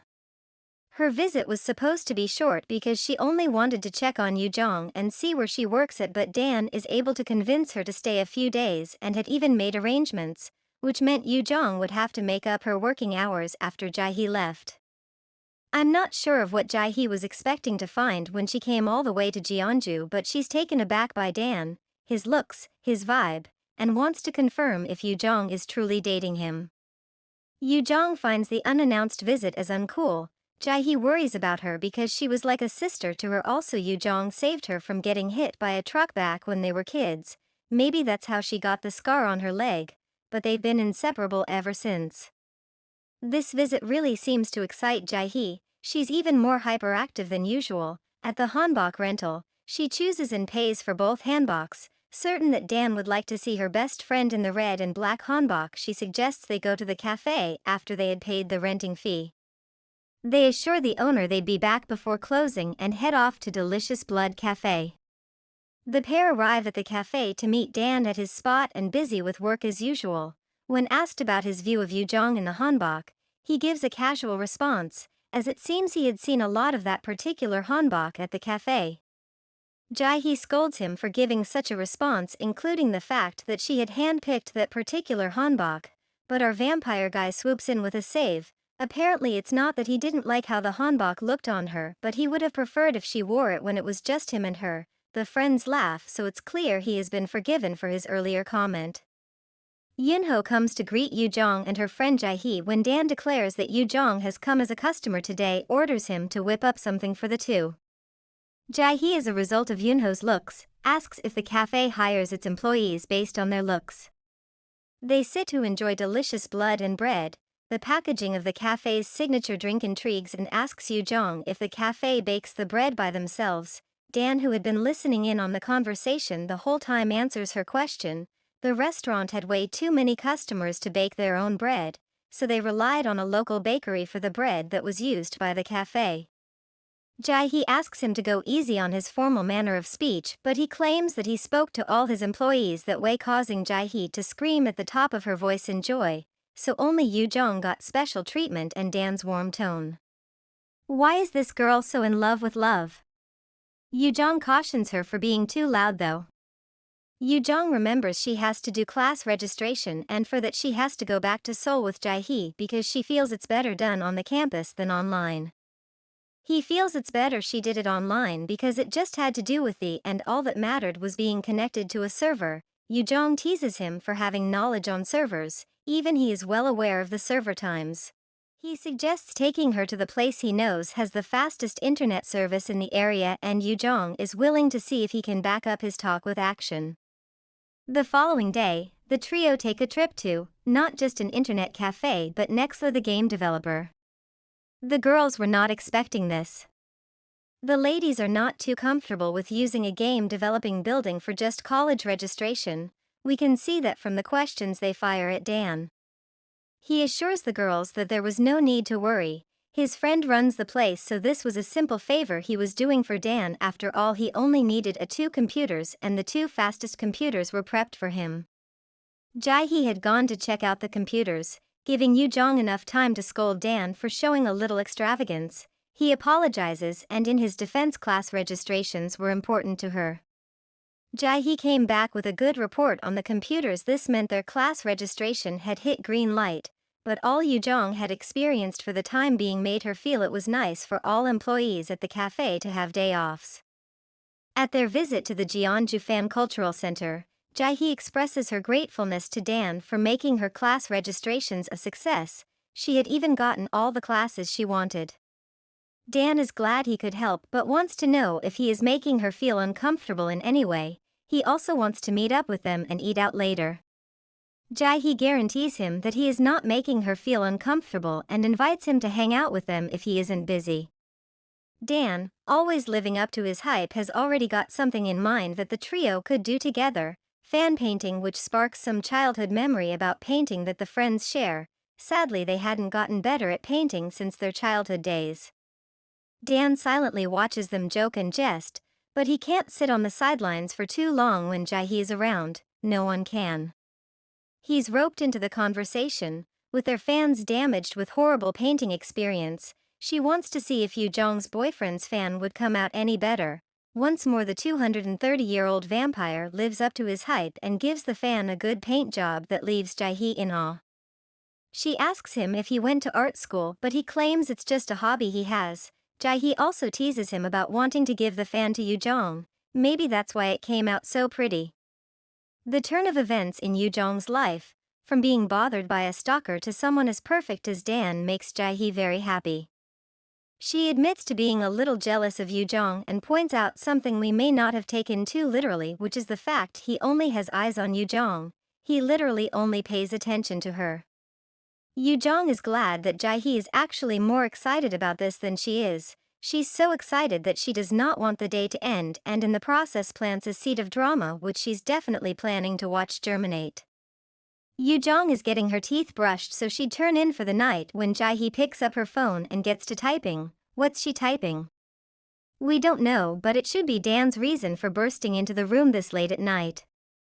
She had left for Seoul and didn't want Yu-Jeong to be alone, so she texted Dan that Yu-Jeong was sick. Their friendship is so beautiful that my eyes began to water. She charged Yu-Jeong to have enough fun for both of them in the remaining 3 weeks they had before the next semester resumed. Yu-Jeong is able to calculate Jae-hee's final act that day as fixing up a date night for her and Dan at a guest house because Jae-hee wasn't aware that she's staying at Dan's house. Now Dan wishes he came better dressed for this gift from Jae-hee. Things get very heated between the couple and even lead to a kiss that leaves Yu-Jeong almost breathless and leaves Dan at the verge of going all vampire. He stops in his tracks, discusses his love for hanboks and how he'd love his girlfriend to wear it when she's with him. He also has to go for the night. Before things get out of hand, he is going to come get her in the morning. Yep, he left for the night, leaving her bewildered. He's back early and tries to plead for another day off so they'd get a passport for Yu-Jeong. She asks if he was also going to get one for himself, but he already has. Dan then tells Yu-Jeong about the council. They were in charge of making the lives vampires living among humans less of a hassle and they had their rules. She's curious but can't ask questions because it's against their laws to divulge secrets of their kind to humans. Vampires have only been successful in living among humans because of hypnosis, keeping their ways and existence in the shadows, but hypnosis does not work on Yu-Jeong and this causes her to panic. Dan is certain it won't be easy for his relationship with Yu-Jeong to be found out, although it would be trouble if they found out. What happens if they did find out? He manages to ease her nerves by reassuring her that she's safe with him. If things went bad, it was he that would face the punishment. As far as he's concerned, if he couldn't protect her, he wouldn't have tried this in the first place. Once Dan has taken a photo of Yu-Jeong, all they had to wait for now was for the photo to be printed for her to apply for a passport. Unfortunately, all the talk about passports reminds Yu-Jeong of her mom who left her and her dad when she was much younger, remarried an American and relocated to the States. Once her mood changes, Dan senses it almost immediately. He asks to know what's wrong and she opens up. He asks her how her dad is doing. Turns out he never recovered from the pain of his wife leaving him. He is currently unwell, the result of searching for relief from the pain in bottles of alcohol. Although she had terrible luck with parents, Dan sees himself as her consolation and promises it'll be all right and he'd always be by her side. To cheer her up even more, he reminds her that he is willing to make sure she does anything she wants. She requests to resume work because she has 3 more weeks left of summer break.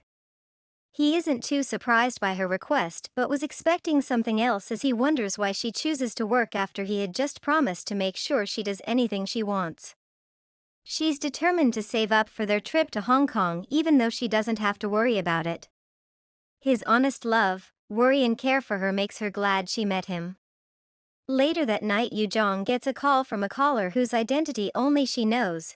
They discuss school and the scholarships she has gotten for the forthcoming semester, so she would use the tuition the caller sent to her in the semester after this one.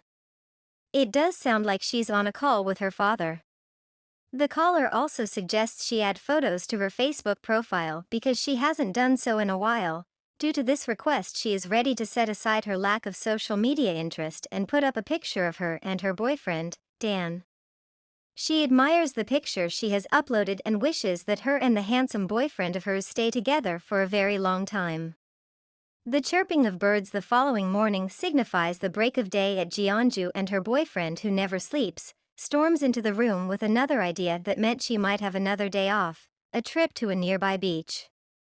Yu-Jeong welcomes the idea with a smile on her face. It was not only her chance to relax a little more but also an opportunity for her to use the clothes Dan got for her. After few minutes of rummaging through the clothes, she ends up picking a blouse and a really long skirt that she hopes is long enough to hide the scar she has. While checking out the skirt, she notices the pendant her mom told her to never take off. loose or show to anyone that was made from a necklace owned by her grandmother and actually feels it's too precious to have it swept away by a wave and drops it on the table before she goes to meet up with Dan at the living room. He acknowledges her beauty just before the couple head out for a 1-hour drive to the beach. The drive to the beach is very eventful. The sun and weather support the outing. Dan asks Yu-Jeong if she'd like to have sushi. The question gladdens her because she immediately assumes Dan can eat sushi. It's disappointing to find out that he can't eat sushi but is thrilled to watch her as she eats.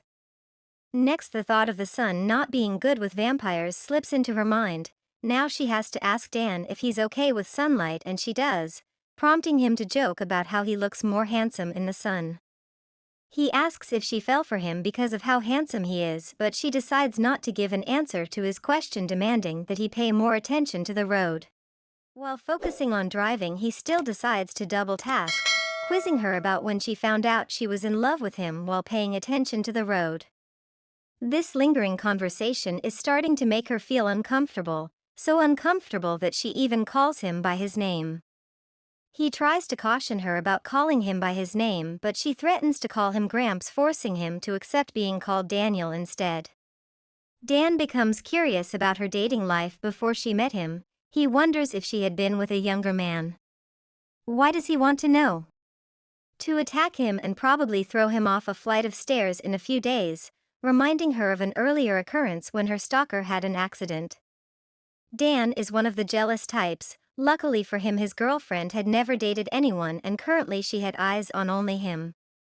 The conversation takes one final adorable turn. Dan knows the meaning of his babe's name, making her wonder what he doesn't know when he tells her she lives up to her name. Although she's glad he got the interpretation wrong, she corrects him. It's not light, but where there is a will there is a way. As usual, our 230-year-old vampire would not miss a chance at romance. He pulls the car to a halt, leans in before romantically telling her that he wants to know her, remember her and love her more. It all leads to a kiss, declaration of love, and then they finally decide to continue their journey to the beach.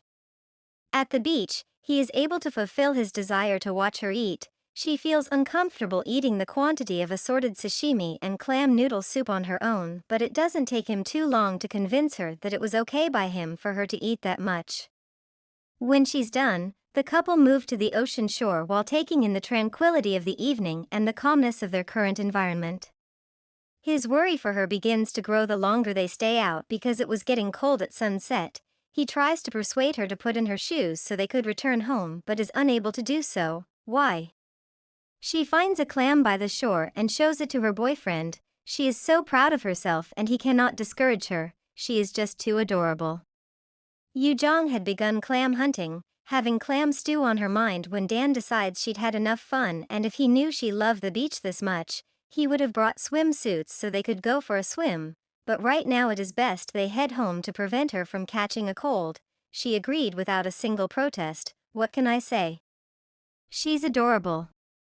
On their way back, Yu-Jeong has already switched her long red skirt with a jean trouser, still bringing up the issue of her wearing skirts due to the scar she has on her legs. She does not like it when strangers see it and just stare, so until she got more treatment she was subjected to a life of just trousers. Well, treatment is something her wealthy vampire boyfriend can afford. He reminds her that all she has to do is ask and he would make sure she got treatment.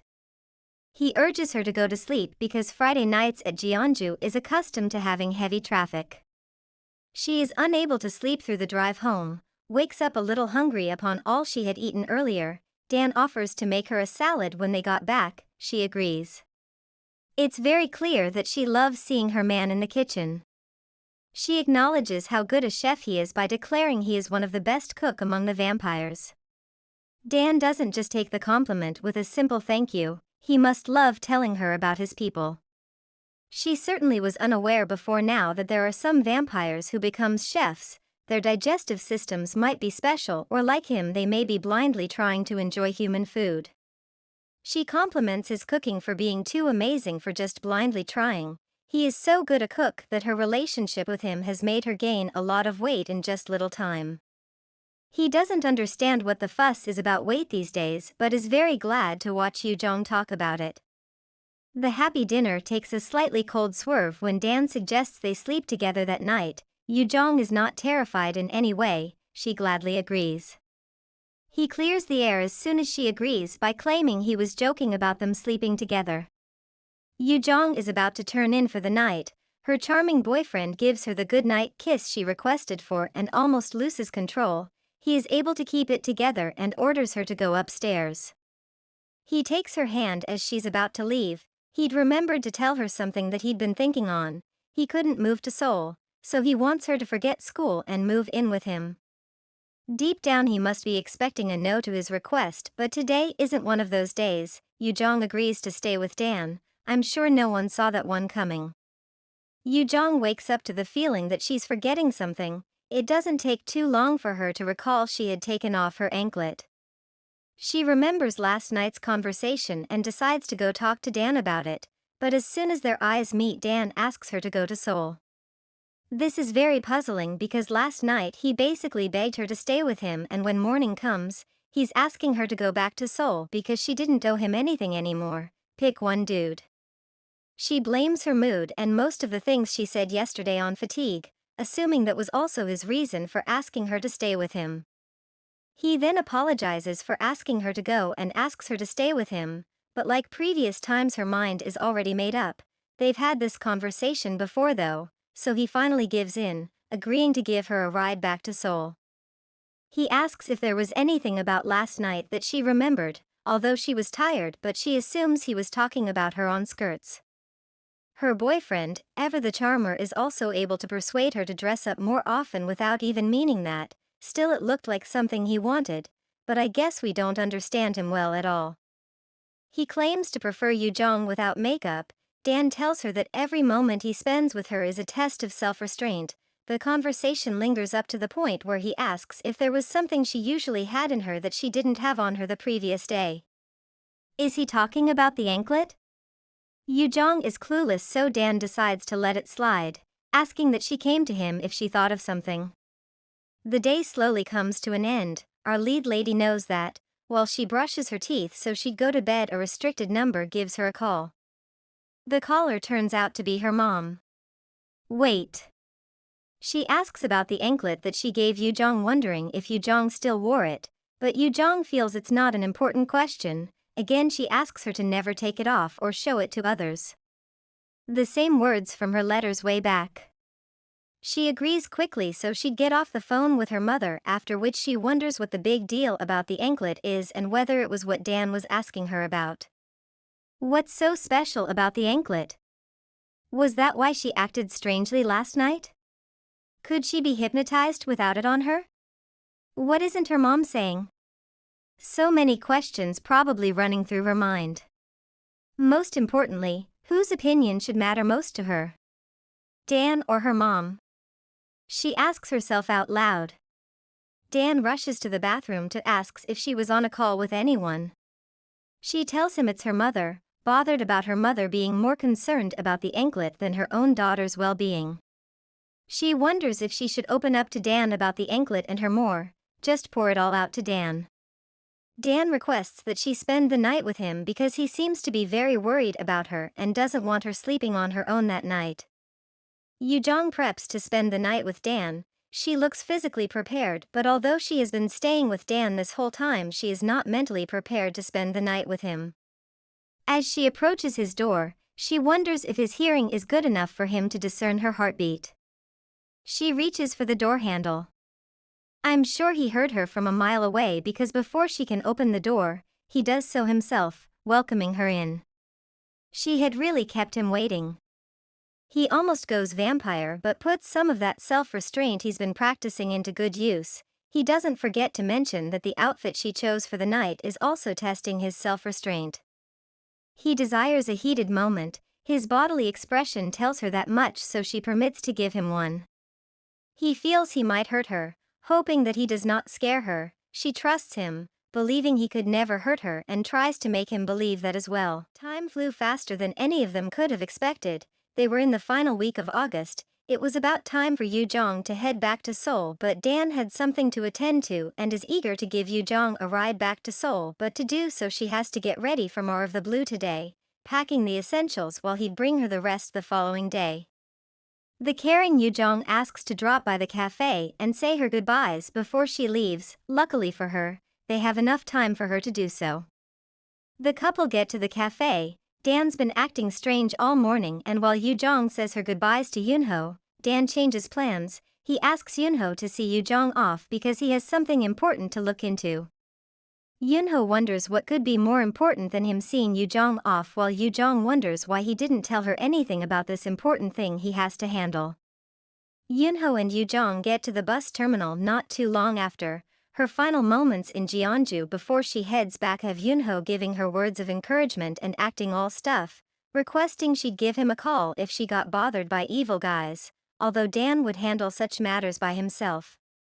She's about to leave before she remembers she forgot her phone on the counter and has to go get it. They hurry back to the cafe to meet a large crowd, so large they've blocked the entrance to the cafe. What's going on? Everyone calm down now. I know my heart skipped a beat. It's just Dan talking to some famous lady.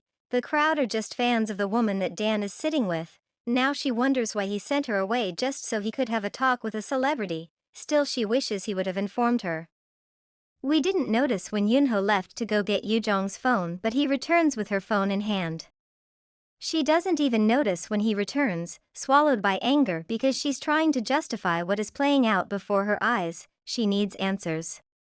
Yu-Jeong walks into the cafe to confront the woman who her boyfriend was having a chat with, just as we had expected. The lady, whose name we get from one of her fans to be Hena Park, sees it as rude for Yu-Jeong to walk into her conversation with Dan. Suspecting she's a fan, she cautions her attitude. Dan tells Hena that Yu-Jeong is one of his employees. When she's about to create a scene, he explains that it was her last day at the cafe and she must have something important to tell him. She still won't let this slide. She's a little slower than expected in catching on to Dan's signal for her to go wait in his office. Another look into Hena's eyes and she finally gets the message and goes to wait for him in his office. Behind Dan's office doors, Yu-Jeong asks herself if Hena is also a vampire, wondering why she was at the cafe and why Dan is trying so hard to hide her from Hena. Just sitting still, waiting to receive word from Dan is a very hard task for Yu-Jeong, but she is able to do so successfully. Finally, his office door swings open and Dan rushes to Yu-Jeong, wrapping her in his warm embrace. He can tell she's terrified. He is glad she had played along with him to avoid suspicion, and yes, she's a vampire. He reminds a scared Yu-Jeong about the union before revealing that Hena is the director of the HR union in Korea.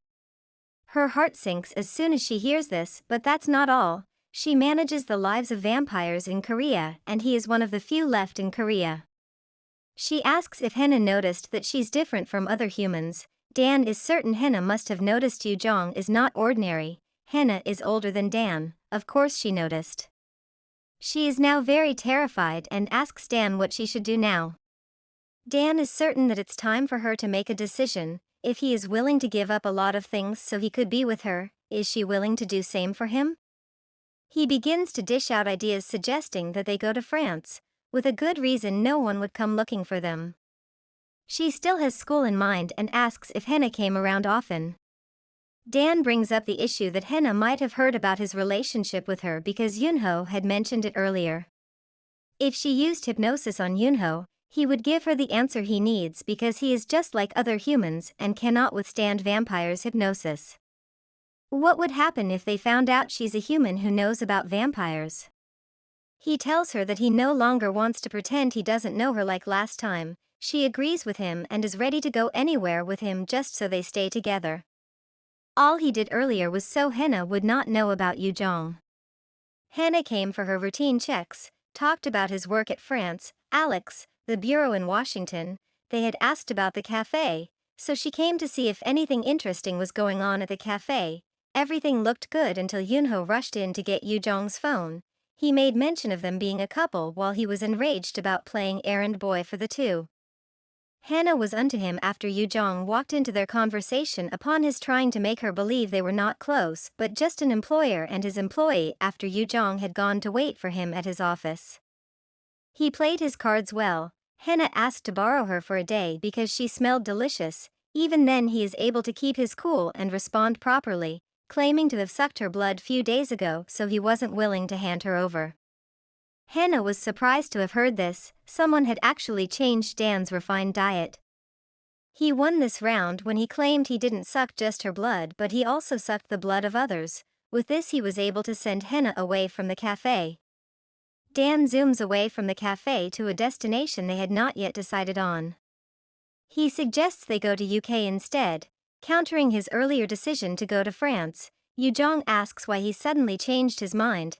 He talks about her schooling and asks if she was planning to give up school. With what is at stake, it's funny how Yu-Jeong only intended to take the semester off. She's ready to adjust though, since she had always envied people who studied abroad. Now she has the chance. She wants to know what happens now that they were on the move. She'd age more than him in appearance even if he's older than her in age. This matter he wishes they'd discuss on a later date. After all, he's certain she'd be as cute as ever as an old lady. Looks and age aside, does he know his way around UK? His response is affirmative. He had lived in UK at one point in time. He makes it clear that they didn't have to go to UK if she isn't down with the idea. She could literally pick anywhere she wanted then to go and they would go there. It's cute watching her get all confused due to the weight of having to choose where she'd like to go. She throws this responsibility back to him because she knew nothing about the world outside Korea. Dan believes a quiet spot in Birmingham or Nottingham would do them good, plus their schools were nice and she could decide whether she'd like to school there or not. His relying on her to make a lot of the decisions at where they were headed makes her even imagine them getting married, a dream she wants to come true. Their first stop is Seoul, for Yu-Jeong to pack her stuff. Outside her apartment complex, Dan promises her that there are better scholarships abroad to stop her from mourning the one she was about to give up. She immediately becomes excited, only for him to squash that excitement. It's clearly a joke, and with him around, even if she got a C in class she didn't have to worry, he claims. After a good laugh, he assures her that having a C was not too acceptable though. Yu-Jeong feels she'd have a hard time adjusting to the standards of the foreign academic scene, excluding the part where because her boyfriend studied abroad he could always help her out where she's lacking. Trust Dan to remind her that. Unfortunately, by the time they get to her apartment, Jae-hee isn't around. After all she did so they could do the semester together, she'd feel very offended to hear that Yu-Jeong plans to take the semester off. It was bad to leave in this manner, yet she didn't have much of a choice. Soon as they were done with Yu-Jeong's apartment, they moved to a hotel where they would stay a few days. Everything goes as planned. The couple have checked into a hotel. Yu-Jeong is okay with the selected hotel. We can tell that much from her view of the place. They get this moment of peace which Dan uses to apologize to her for all the unintended events that were playing out.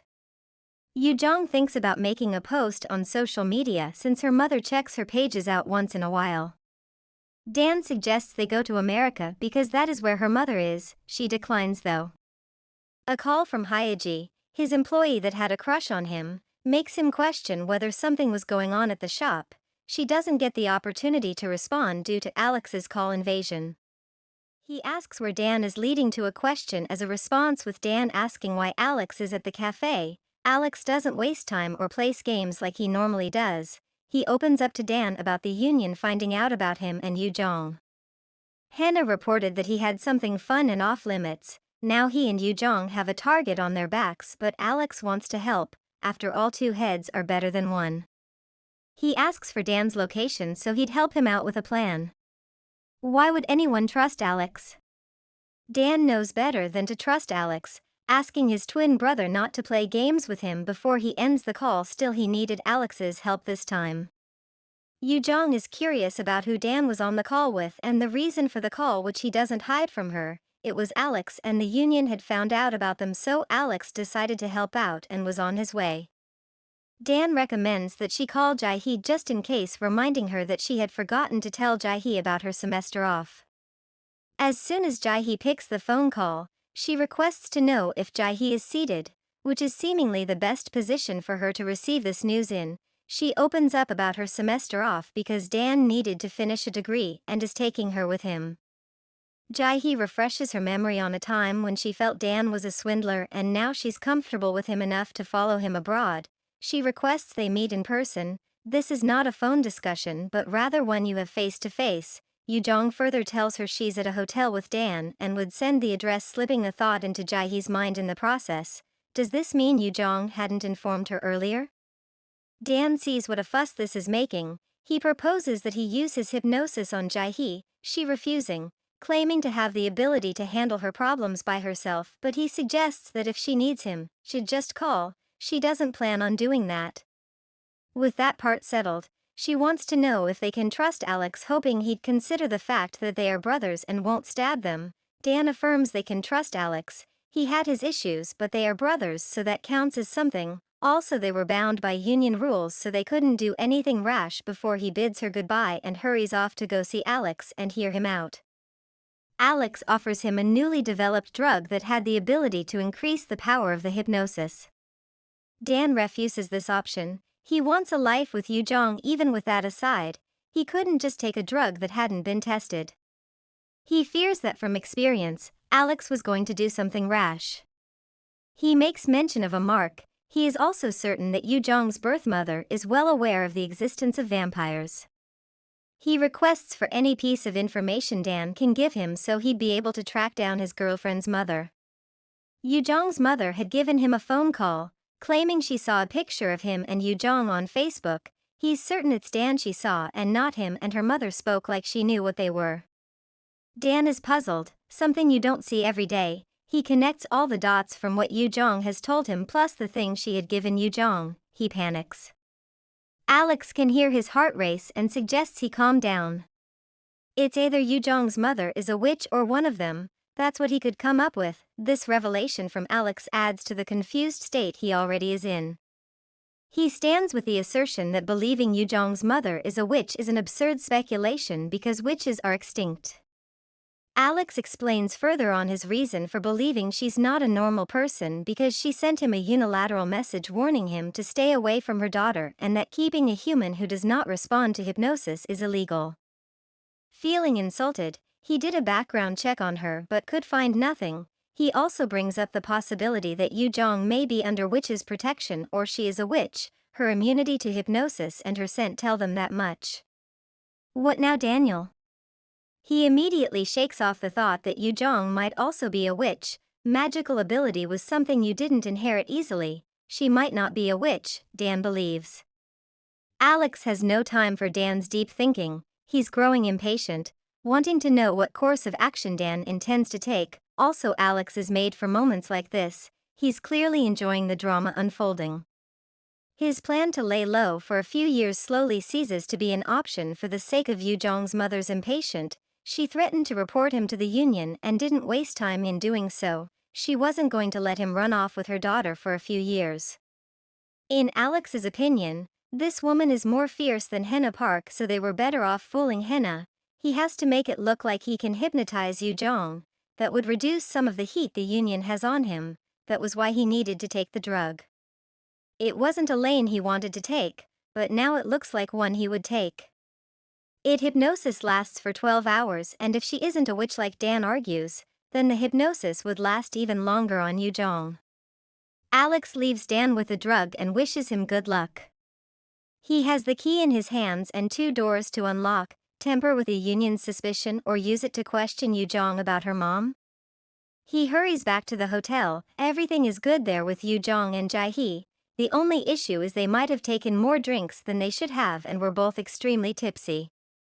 Motivated by the state she is in, Jae-hee accuses Dan of wanting to take Yu-Jeong away from her and her life in Korea by keeping her abroad.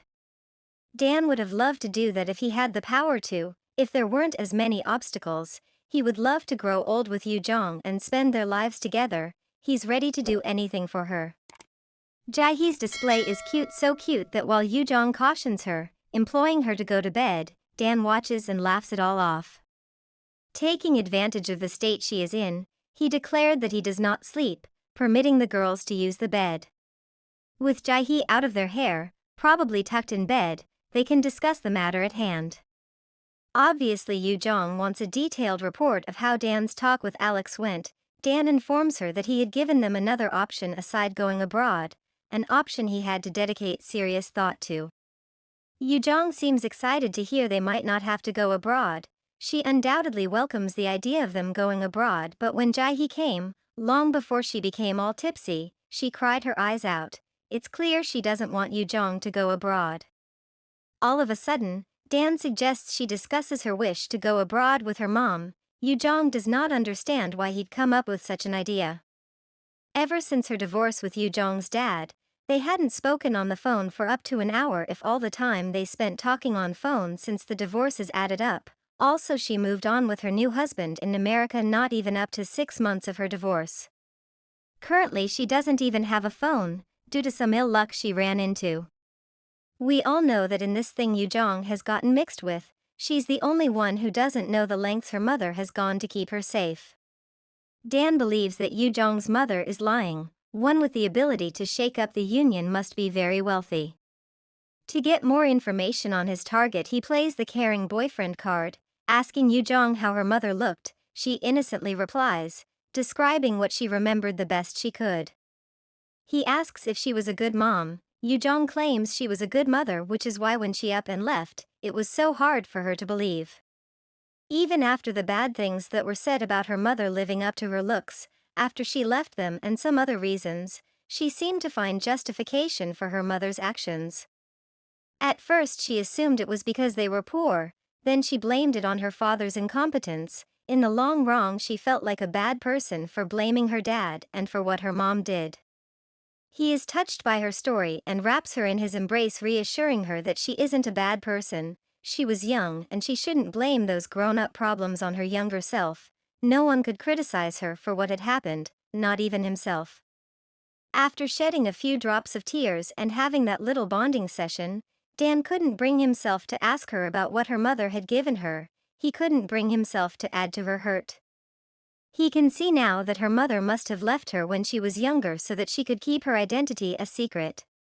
While she lay her head on his lap and slept softly, he could now see that her life had changed so much because of his involvement in it, and sadly, they might not be together at the end of their lives. Although she has become his natural enemy, Dan is certain for Yu-Jeong's sake, mixed with her living such a lonely life, that it's best to find her mother for her. At the break of day, he had left the hotel with Yu-Jeong still fast asleep on the couch. He texted Yu-Jeong that he'd be stepping out for a bit, and in the text he asks her to text him when she's sent Jae-hee home. He gets a text immediately, believing it's Yu-Jeong. He gets an unexpected surprise, a message from Hena. She didn't check Yu-Jeong for bite marks after Dan had claimed to have sucked her blood, so she felt uneasy and wants to see her the following day. She requests that he make it short because the girl had classes next week and the confirmation won't take up to 20 minutes. It's so annoying how using the drug and running away had their own fair share of problems attached to them. If there was a way to get Yu-Jeong out of this mess, he'd take that option immediately, but there wasn't. He is still deep in thought and rage when he gets a call from Yu-Jeong informing him that she was taking Jae-hee out for ramen. Once again, back at the hotel, everything is good. Yu-Jeong was back from her visit to the ramen store safely. He informs her of some business he has to handle at Jeonju. He asks if she wishes to tag along. It's a request that confuses her. They had just left there the previous day. Why did he want to go back? What business did he have to handle? He informs her of the arranged meeting with Hena at the café. He isn't okay with leaving her at the hotel since he fears for her safety. She wants to know if it would be safe to meet with Hena or if Alex would be at the meeting. He is certain the meeting would be short and Alex was unaware of his whereabouts, so they were good. Yu-Jeong asks if she can talk with Yunho, making no to him crush Jae-hee has on his employee. He permits her to talk with Yunho but not let him touch her. She knows he has nothing to worry when it comes to Yunho because he listens to him. Dan's nervous slow driving becomes a problem, not only to the other drivers who simply drive past him but also to his passenger, Yu-Jeong. He claims to be admiring the sky while his mind is fixed on trying to maintain self-control due to him not drinking any blood for the past 3 weeks. At his home that night, he requests permission from Yu-Jeong to suck her blood owing to his current thirst. She understands what he's going through, so she lets him have a taste of her. Their relationship is at stake. There are so many who have eyes on the humble vampire and human couple. What comes next for them in this story of theirs? Dan commends Yu-Jeong for the sweet taste of her blood after he takes one quick bite. He also gives her a mark for in case they ran into Hina. His story about sucking Yu-Jeong's blood the other day would add up, but Yu-Jeong is unaware of this. Leaving a mark hurts Yu-Jeong more than he expects it to, leading her to scold him a little because he unintentionally hurt her, and the couple enjoy the rest of the night in each other's company. Dan has kept the true reason for his meeting with Hina and the reason for their return to Jeonju a secret. He feels guilty for not telling her, but he just can't. For this meeting to be a success, he also has to drug Yu-Jeong. Any good boyfriend would feel sorry for having that in mind. Imagine how hard it would be for him to go through with this. Dan never sleeps. That's enough an explanation for why he's up first with a glass of delicious blood and the drug Alex gave him last night. His options are few, so he must take this route. He quickly hands the glass of delicious blood over to Yu-Jeong when she gets up from bed. She isn't fully awake. Her rubbing against her eyes with the back of her palm say that much, yet she gladly gulps down the glass of delicious blood her boyfriend offers her. She notes the difference in taste, but it doesn't give her any cause for concern. It's now time to see if this drug works. He asks her to close her eyes before he gives her instructions and sucks a little more of her blood. It looks like the drug works, but how well it works would be seen from the way the meeting with Hina in a few hours' time would go. Dan puts up his usual ancient vampire vibe to aid his interrogation in going well. He walks into his cafe with a hypnotized Yu-Jeong to find out that Hina has been waiting at the cafe for his arrival.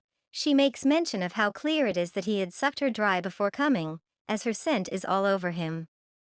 Once again Hina makes mention of how the previous day left her with some doubts in what he had told her about his relationship with Yu-Jeong. He blames Yu-Jeong's actions the day before on his reluctance to use hypnosis frequently like her and the other vampires. Dan also makes mention of the new guard Hina had gotten by using hypnosis just so he could establish his point, even though her excuse for switching guards is that the old one lacked competence. Hina suggests they go on with the interview and proceeds to question Yu-Jeong. The interview goes swell because Alex's drug seems to be working perfectly, too perfectly. Yu-Jeong spills about her love for Dan and the love he has for her in return. Their interviewer is still trying to process this when Alex waltzes into the cafe uninvited. Dan is enraged by the reaction of his customers when Alex arrives, but as usual he maintains his cool. Alex actually saves the situation. He offers to give Hina a ride, giving Dan the opportunity to ask them to leave if they wish to discuss their business at his cafe. Before she leaves, Hina asks him if she can come see him next month and he refuses, wondering if she had so little to do or wanted to cause the spread of a torrid rumor, so they leave the meetings at once a year. She also jokes about her wish to start rumors, wondering if he'd be a party to that, but he makes it clear that he would be no party to it, even threatening to sue for slander. This is her cue to leave at once. Alex comments on the effectiveness of the drug, but Dan seems worried that it worked too well. Alex assures him it would wear off soon and requests for a pack of blood to quench his thirst. Our boy should never have trusted Alex though. I didn't. Dan comes back with the pack and a wish to kick Alex out of his cafe, only to not find Alex or Yu-Jeong at the cafe. Dan beats himself up for leaving Yu-Jeong alone with Alex. This much drama from out of the blue was not expected. Alex hypnotized everyone at the cafe before leaving to cover his tracks. With all that had been going on around him, the many enemies to his happy life with Yu-Jeong popping up here and there, Dan had forgotten all about Alex, and Alex used this as an opportunity to strike. I don't think Dan likes being toyed with. Alex just toyed with Dan and his newfound love, so Daniel is about to go all-out Dracula on him. Dan's mind is now on finding Yu-Jeong. In addition to killing Alex, he has 10 hours before the hypnosis wore off and has to find her before then. He runs to the local police for some added assistance, which he gets by hypnotizing one of the officers, who he gives a long line-up of instructions with the hope of finding Yu-Jeong before Alex causes her any harm. It's funny how while Yu-Jeong was hypnotized she could tell out the difference between Dan and his twin brother Alex, but when she woke up to meet one of the twins serving her a meal she isn't too sure who it is. Luckily for her, she remembers the code the couple came up with earlier, and this gives her the upper hand here because when she asks Alex what the code is and he is unable to tell her. After being able to identify Alex, she reminds him that his twin brother would not tolerate anyone who would bring harm to her, and he makes it very clear that he knows this. So what is his reason for all this? He lets Yu-Jeong in on the little secret of Dan drugging her, but she isn't buying it. Why would Daniel drug her? Alex claims to have exposed this to her because he didn't want her to be the only one who didn't know what Dan did. He even tells her to ask Dan when she sees him, right before he reveals his true intention for kidnapping her. He asks Yu-Jeong if her mother is a witch. She's confused by this question in addition with a little feeling of rage. At the moment, Alex is trying his best to hold himself back because she smells sweet and all he wants is to know what her mother is. Yu-Jeong believes her mother is not a witch, she doesn't even believe in their existence. Alex then asks if Yu-Jeong's mother is a vampire. Yu-Jeong is furious about his reason for kidnapping her and tells him her mother is human. He then spills too much of his knowledge about her mother to her, which confuses her even more. It's now clear to him that Dan hasn't told Yu-Jeong anything about her mother. He doesn't know what Dan's plan is but tells Yu-Jeong that her mother, Catherine, is either a witch or vampire and that Yu-Jeong could even be a member of the Union. He begins to wonder what Yu-Jeong is in Dan's eyes, a blood bag? Or someone he loves?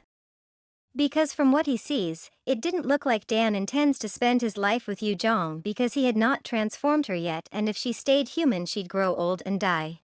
She demands that Alex take her home, but he would not do that so easily. He brought her to one of his favorite spots for blood tasting, and because of Yu-Jeong's unique scent he drops an offer for her to be his partner and he'd transform her because from his view, Dan didn't want to have a future with her. Well, she's had enough for him talking rubbish and gives him a hard kick, revealing her anklet accidentally as she does so.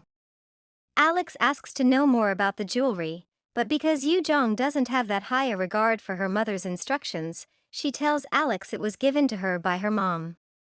He takes the anklet joyfully with the hopes of testing it to find out whether Catherine is human or not, although Yu-Jeong wonders why he keeps calling her mom Catherine.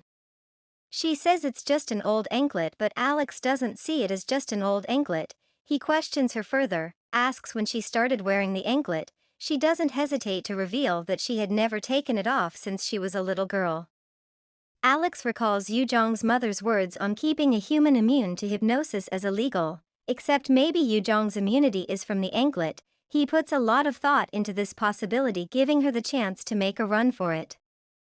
Her hunger to escape and strategically planning her escape made her not to pay attention to where she's going, causing her to bump hard into Daniel, and the force of the collision makes her pass out in his arms. The commotion caused from Yu-Jeong passing out gives Alex enough time to make an escape. Yu-Jeong is rushed to the hospital where she wakes up to find her boyfriend by her side. Luckily for the couple, she's okay, but he couldn't catch Alex and apologizes for not being able to catch him. Throughout the few minutes they spend together as she gains consciousness, he is unable to make eye contact with her and she notices this. She asks why he won't look at her. His reason is that he drugged her because it was the best option for the couple to use and evade the Union as well as stay in Korea. The feeling of guilt is written all over his bodily expressions, with the truth she did not want to believe was staring her right in the eyes. He not only drugged her, but also kept his knowledge about her mother from her. How was she supposed to let this slide? She asks him to make her forget all that went down yesterday if the drug is still in effect, just so she could run away from all these truths. She didn't want to just hate him for what he did. He refuses to do so, claiming she's not just some toy he can play with, but she won't take him trying to act dignified now, and reminds him that if he had drugged her and hypnotized her without her knowing, what was so wrong about him drugging her and hypnotizing her now? And if he didn't see her as a toy, then why did he drug her in the first place? She seems to cool off when she discovers her anklet is missing. Dan searches around for it while she decides it is the right time for her to reveal what she knew about the anklet to him. She reminds him of the time he asked if her gave her anything and informs Dan about the anklet her mother gave her, how she didn't have it on the day he asked her, and how her mother requested that she didn't tell anyone about it or let anyone see it. She now wonders how important it truly was. She is certain Alex is with the anklet and was surprised when she found out that he knew her mother's English name, something even she did not know. Yu-Jeong keeps going, asking him if he's interested in knowing what her mother is and finding out if his girlfriend is human or not. She doesn't even remember her mom. Her speech starts to look like a cry for help the moment she reminds Dan that he said he'd protect her. He tries to give a response, but she's not done talking. Everything that's going on is really getting to her. He should have talked to her about it, but he didn't, making her feel just like how she felt when her mom betrayed her. She needs comforting, yet who better to comfort her than her boyfriend who drugged her and hid the truth from her? We've seen this before, right? Dan wrapping Yu-Jeong in his arms and apologizing to her because he had messed up. He does it again. She forgives him like last time, but she's fed up with everything. A week after this incident, a well-rested Yu-Jeong, after making up her mind, informs her boyfriend that she is ready to leave the hospital and wants to go back to school, because she felt the union no longer suspects them, which means she had no reason to stay away from school. Dan tries to convince her not to go back so early by suggesting she take some more time to rest, but she objects, reminding him that she was discharged by her doctor. Next up, he tries to use not knowing Alex's whereabouts as the reason for his worry. Yu-Jeong, as always, wastes no time to respond. If they don't know where Alex is, where was she supposed to go that he wouldn't find her? How sure was Dan that Alex wouldn't find her? Throughout her brief interrogation, she notices that Dan refuses to maintain eye contact with her because she does not have her anklet on, and he feels he might hypnotize her. What started as a discussion on her going to school leads her to reveal more about her night as Alex's prisoner. She tells Dan about Alex's wish to transform her and make her his partner, and how all she could think about at that time was how she wished Dan felt the same way. But how foolish is she to think that far? Dan is not okay with her spending the rest of what he sees as a cursed life with him. He attempts consoling her because she's still hurting when Jae-hee comes out of nowhere, killing the mood in an instant. As soon as she notices that she has come at the wrong time, she asks if she should come back later, but Yu-Jeong refuses, instantly postponing her chat with Daniel. Jae-hee came to help Yu-Jeong move back to Seoul. Dan begs Jae-hee to convince Yu-Jeong to take what's left of her prescription, yet Jae-hee refuses. Moreover, she is sure Yu-Jeong will listen to Dan and not her. A phone call from an unknown caller pulls his attention away from his conversation with Jae-hee, and he dashes off to take the call, leaving Jae-hee to wonder why he's always so busy. The call has a certain vibe to it, so we know who the caller might be. Right after confirming the identity of who she's speaking to, the caller introduces herself as Catherine Barnett.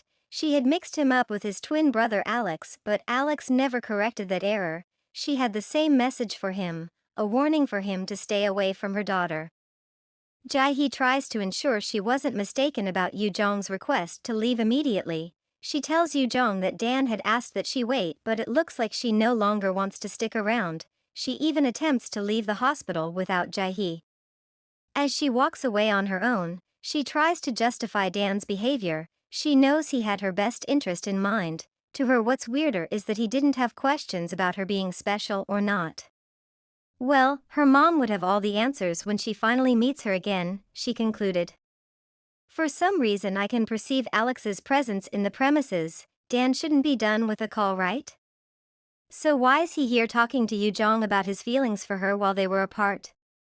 Something is off here. She doesn't fall for this twice and immediately identifies Alex, who apologizes for opening up to her at the wrong time and place, but he still stands with the assertion that what he said back at the hotel was true. He can give her just as much as Daniel can and wants her to be by his side, promising to return the anklet if she became his partner. Is he trying to use hypnosis on her? It seems to be working. She tries to keep her mind in one piece. She's almost out, yet she's thinking about how to alert Daniel on Alex's presence. Jae-hee watched as all this unfold before her eyes. She didn't really get it, but she could tell the one who is talking with Yu-Jeong is just a Daniel look-alike. She throws herself into their little chat by confronting Alex, letting him know she knows he isn't Dan. Her act of heroism does not live long because Alex hypnotizes her and uses her to pass his message to Dan. Tell Daniel this. I'm going to transform her. Is the message, and she is going to pass it because Alex is in control of her mind now.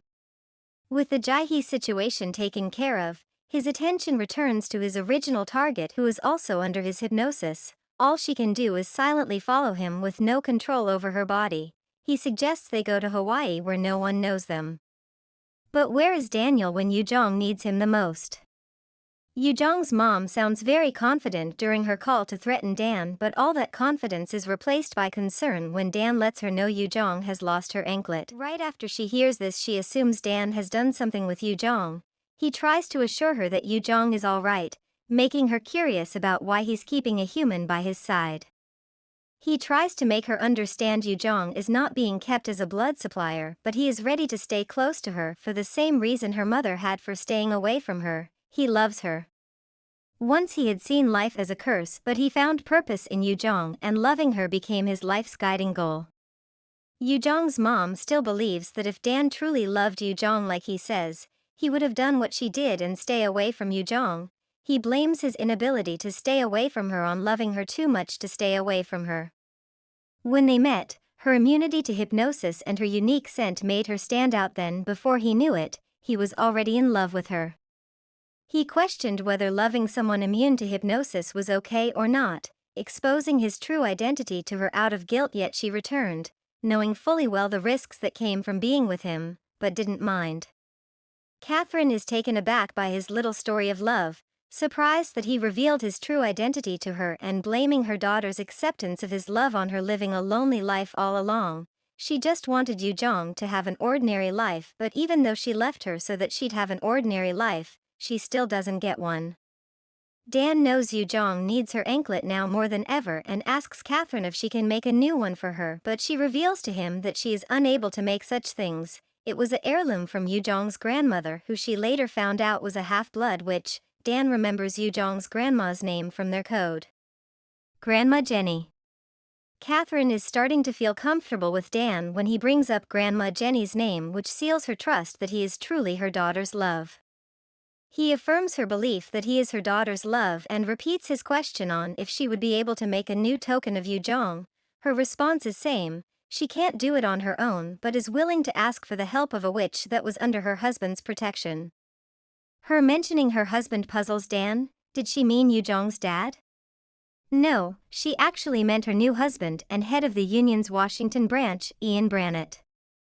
He's a bit shocked because Ian is a full vampire and Catherine is a half-blood witch, so she clarifies, Ian knew what she was when she fell ill, transformed her, giving her a chance to live and making her one of his. After what had happened, she couldn't go back to Yu-Jeong because she was no longer ordinary. From Dan's calculations, Catherine left Yu-Jeong when she fell sick. Her reason for leaving Yu-Jeong was so that Yu-Jeong didn't get to see her die. She keeps spilling out her heart to Dan and makes it known to him that she was planning on faking her death so Yu-Jeong could inherit all her wealth. Maybe that was her way of apologizing for leaving poor Yu-Jeong literally on her own. Dan encourages her to show herself to Yu-Jeong because Yu-Jeong still misses her. She refuses. After all this time she couldn't just shamelessly return to Yu-Jeong. She wanted Yu-Jeong to forget her and live a normal life. Now that plan is nearly impossible. He offers to transform Yu-Jeong, but Catherine will not have that for her daughter. She would not let her take that road, a road even she would not have taken if she had better options. He tries to speak on Yu-Jeong's behalf when her mother charges him to protect Yu-Jeong till she got a new symbol of immunity for her. Catherine has said what she had to say. She hangs up, leaving Dan with his thoughts. Finding out her mother is a vampire fueled his selfish request for permission to transform Yu-Jeong. Even though he loves her, he couldn't suggest she live this life with him. He returns to check on Yu-Jeong with the hopes that she's done packing, only to find Jae-hee all on her own. He asks for Yu-Jeong's whereabouts. He is hit with a shocking surprise when a hypnotized Jae-hee relays Alex's message to him. He is enraged when Jae-hee tells him that Alex said he's going to transform Yu-Jeong. He tries to get information out of the poor girl but is unable to. After passing her message, Jae-hee goes back to normal. She's shocked to find out Yu-Jeong, who was there just a second ago, is nowhere to be found. Dan's ever-busy mind gets to thinking. Alex had abducted Yu-Jeong again during his 30-minute call, and so he's way behind. Without her anklet, Alex would hypnotize her, making it hard for him to find them. He might lose her this time. Jae-hee asks if everything is okay with Yu-Jeong, but Dan eases her worries by assuring her he'd find Yu-Jeong. To find her, he calls up an old friend named Philip to help him out. Philip does sound like a tough guy name though, so I'm curious to see what he would do. Yu-Jeong finally wakes up in an unknown location, having only foggy memories of her time under Alex's hypnosis to help her piece together where she might be. Alex's returns. Elated to find her awake, he asks her what's on her mind. He assures her that everything would be okay and even wants to take her shopping. Yu-Jeong tries to maintain consciousness because she knows she has to escape from Alex's side. Alex abducting Yu-Jeong again and threatening to transform her is a matter that requires haste to handle but also delicate planning. Dan knows this. He sits at his office to put together all the efforts he has taken so far to find Alex and Yu-Jeong. He's called the HQ in France, reached out to his one-time right-hand man, Philip. He's reached out to Catherine's husband, Ian Barnett, who helped him get a former cop, an active profiler, a CSI agent and an exiled CIA agent to help him with finding out where Alex is hiding with Yu-Jeong his captive. He summoned all of them and wants to find his girlfriend as quickly as possible, maybe before Catherine finds him. Nope, she's already found Dan. She is furious at Dan because she had held him to his words. She believed him, reminding him that he said he was ready to put everything on the line for her daughter, so how could he let her get kidnapped? She is hurting, but he has no right to console her. Though he felt for her, all he has to do is find her daughter as quickly as possible. They searched for days and all their searches came up empty, having a touch of Alex in them through manipulated CCTV footages and workers who couldn't remember anything from the past few days. Although at the moment it's meaningless to ask if Alex is trying to transform Yu-Jeong, Catherine still goes ahead to ask. Dan assumes Catherine has a point. He also believes Alex wants to make Yu-Jeong his subordinate. If he did that, then he and Yu-Jeong would be together forever. Catherine trembles as recalls her own transformation experience. She was too ill to ask Ian more about what the transformation would do to her. All she was told was that it would be a difficult and risky process. One thing Dan can hold on to now is Alex's carefulness in getting what he wants. He'd consider that transforming someone into a vampire without that person's consent is a felony. He'd also put in mind Yu-Jeong's state, so Alex isn't going to rush the transformation, giving them little time to do something about it, and Dan is ready to do anything to stop him. Even killing Alex is now an option for him. He had his mind made up this time because Alex crossed the line. He touched someone he knows is special him and even wants to put her into subordination similar to what the brothers were subjected to for 100 years. This really pisses Dan off. Her distressed mother, who is silent throughout Dan's declaration of vengeance, finally speaks. She asks to see Yu-Jeong's stuff, so Dan hurriedly does as she requests. He searches Yu-Jeong's bag, pulls out her pajamas and hands it over to her mother, who takes a few sniffs to discover what her daughter smells like. This discovery leads her into tears. Dan watches his girlfriend's mom cry, silently blaming himself for what has happened. He feels if he was more careful, Yu-Jeong would have been talking with her mother right now. His wallowing in self-blame is interrupted by a call from overseas. 3 days earlier, Yu-Jeong looked rather comfortable and well treated by her captor. She is shocked that Alex hasn't noticed she is no longer under his hypnosis. She pinched herself every time he tried to use his hypnosis on her, so that helped in keeping her conscious and in control, but she couldn't do anything about her current situation because Alex took her phone and every other means of communication she could have relied on. When he walked into the room, he saw her staring out the window and asked to know what was in her mind. He wanted to know if it was the transformation she was worried about and told her not to be scared. He wasn't in a hurry, also it would take a lot out of him. She reminded him of one of the criteria for the transformation, which is that one has to be at their peak for it to happen, playing along with him. He seemed very pleased, oblivious to the fact that she was no longer under his hypnosis. He talked about his years of torture in the form of boredom and not having anyone as fun as him in his life. He was certain she would be that cheerful person in his life when they become partners. She acted so well around Alex while searching out a plan to escape. He even opened up about how he had kept himself from biting her like he normally did to human girls. She asked him what would happen if the transformation went sideways. His reply was that he'd rather not say it because he didn't want to cause her shock. All she knew was that something bad would happen to her if the transformation went badly. She offers him as much blood he wants without transforming her. All this makes him happier and kept him talking. He opened up to her that she held a special place in his heart. The way he felt about her can be compared to the way he felt about his creator. To crown it all, in his lifetime as a vampire there were girls he wanted to keep, but they aged so quickly, making her wonder if that's why he wants to transform her, giving her eternal youth in the process. She asked if he tried transforming any of the girls he spoke about. He brings up the argument that there were rules in place that prevented him from doing so, but she was different. Was the difference he was talking about because of her mom? She had heard what she wanted to hear and ended the conversation, guaranteeing him it would all turn out fine. She was playing along with the hopes that he would give her some room which would allow her the opportunity to contact Dan. The opportunity finally came when Alex suggests they go shopping because she looked bored. They were through with shopping, taking a break at a café by the shopping complex. Sadly, she had no chance to contact Dan since Alex would not leave her side. When he suggested that they head back, it began to dawn on her that time was almost up, but she was able to stall, giving her a little more time to devise a means to reach Dan. She spotted a waitress that might be able to help her with her escape plan, so she knocked over her cocktail, causing it to spill on Alex's designer shoes and pants. Yu-Jeong apologized for her act of clumsiness, but Alex had to hurry to the counter to get some wipes. Yu-Jeong did not waste this opportunity. She pulled out a napkin and scribbled some stuff down. Alex returned, happy that the stain wiped off, but he queried Yu-Jeong a little and implored her to be more careful. She apologized once more and offered to return the tray at the counter. Alex let her do so because he was unaware of the note she had under the tray. She successfully got the tray to the counter and hoped the waitress would see the message and help her out of the Alex situation she was in. Present-day Yu-Jeong is at the beach with Alex, pondering on what happened to the note she left under the tray. Was no one coming to save her?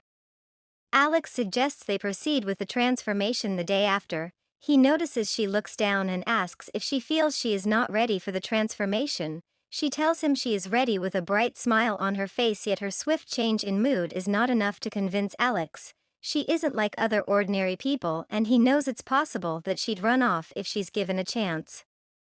He begins to suspect her, so she tries to be more convincing. She drags her alcoholic dad into the conversation. Yu-Jeong claims that this way she would be able to forget him and her poor life.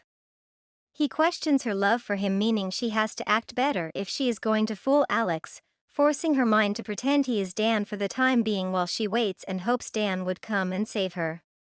What happened to Yu-Jeong's note anyways? At the cafe where she dropped the note, it is disposed by one waitress and the second almost misses it. The trash can gets full, and as the waitress is about to dispose it when she notices a note from a Yu-Jeong pleading that someone call the number on the napkin and does as the writer asks. Now it's starting to get really spicy. Present-day Dan gets the phone call from the waitress who tells him about the note. She feels it might be a prank but still makes the call to be sure.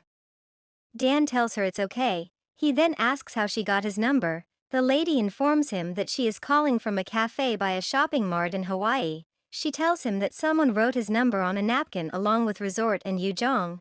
His heart sinks, but he is able to coordinate himself. He orders Philip to get him a list of all resorts close to the AB shopping center in Hawaii. Dan returns to the call. He brings to the knowledge of the waitress who's on the call that he is looking for the girl who left the note before he proceeds to ask who she was seen with. Catherine tries to stay calm while Dan takes the call. She knows it's about her daughter and it's hard for her, but she doesn't interrupt their conversation on Yu-Jeong's whereabouts. The caller gives the phone to the girl who was on duty the day the note was sent. Apparently she threw the note away 3 days ago because she felt it was a random doodle. Her response to his earlier question on who Yu-Jeong was with the day she sent the note makes it certain it's Alex. Dan politely asks for a picture of the napkin and the note. The same moment Philip returned with word that there are 3 resorts in that vicinity. From the picture Dan is sure that it's Yu-Jeong's handwriting and that Alex does not know she isn't under his hypnosis. He hurries out with Catherine, who'd been listening in on the call, following after him. She seeks from Dan to confirm if her daughter is in Hawaii as the caller had said. Dan affirms. They had no choice but to do something about the best lead they got, plus all the pieces they had gathered show that she's in Hawaii. Dan orders they take the plane and split into 3 teams to cover the 3 resorts in the area. Even Catherine has a role to play here. He assigns her to be their medical backup just in case the transformation would have begun. She is also to use her relationship with her husband Ian to ensure the union does not follow after them.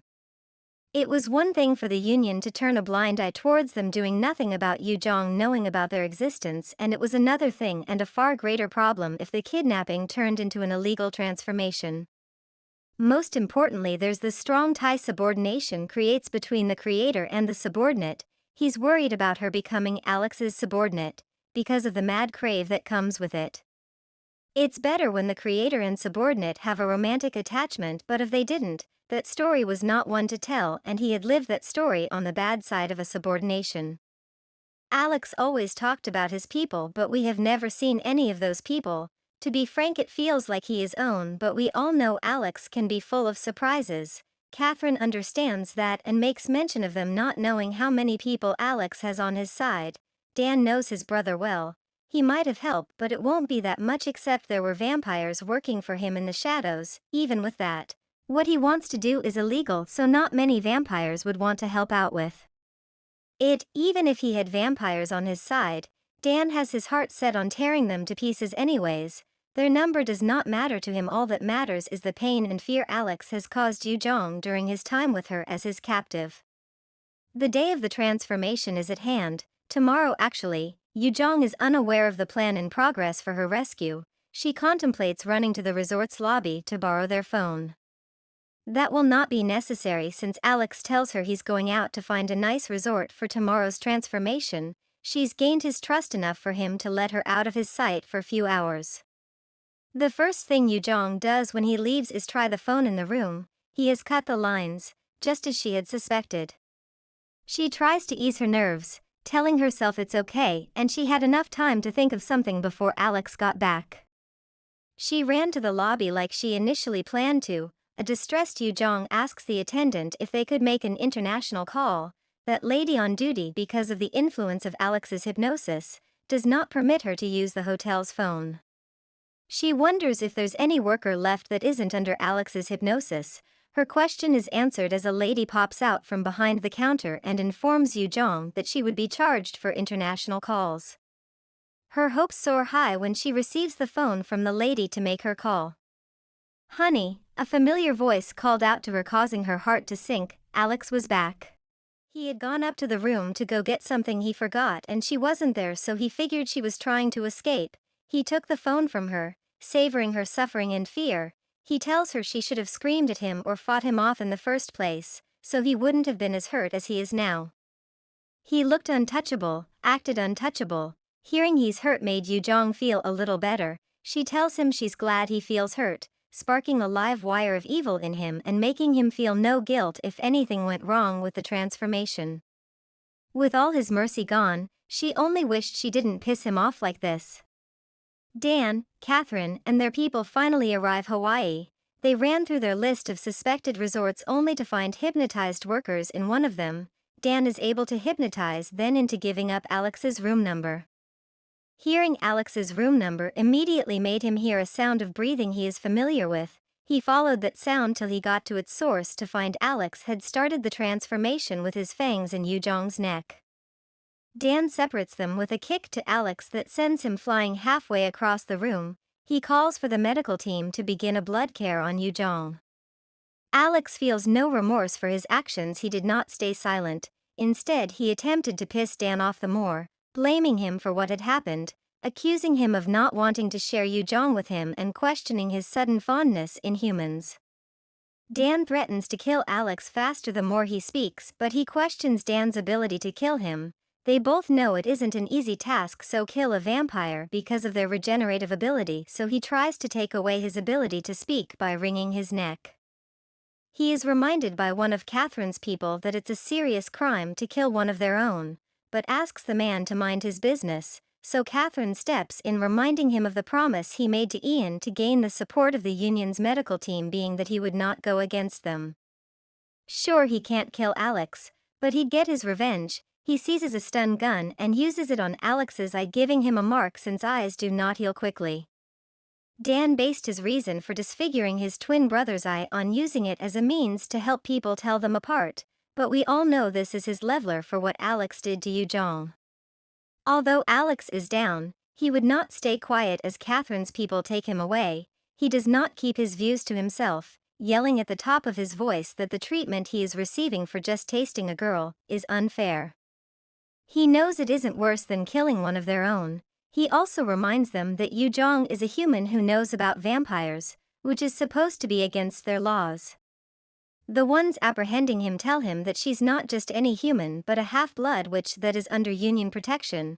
They are sure he is aware of this fact, but he claims ignorance.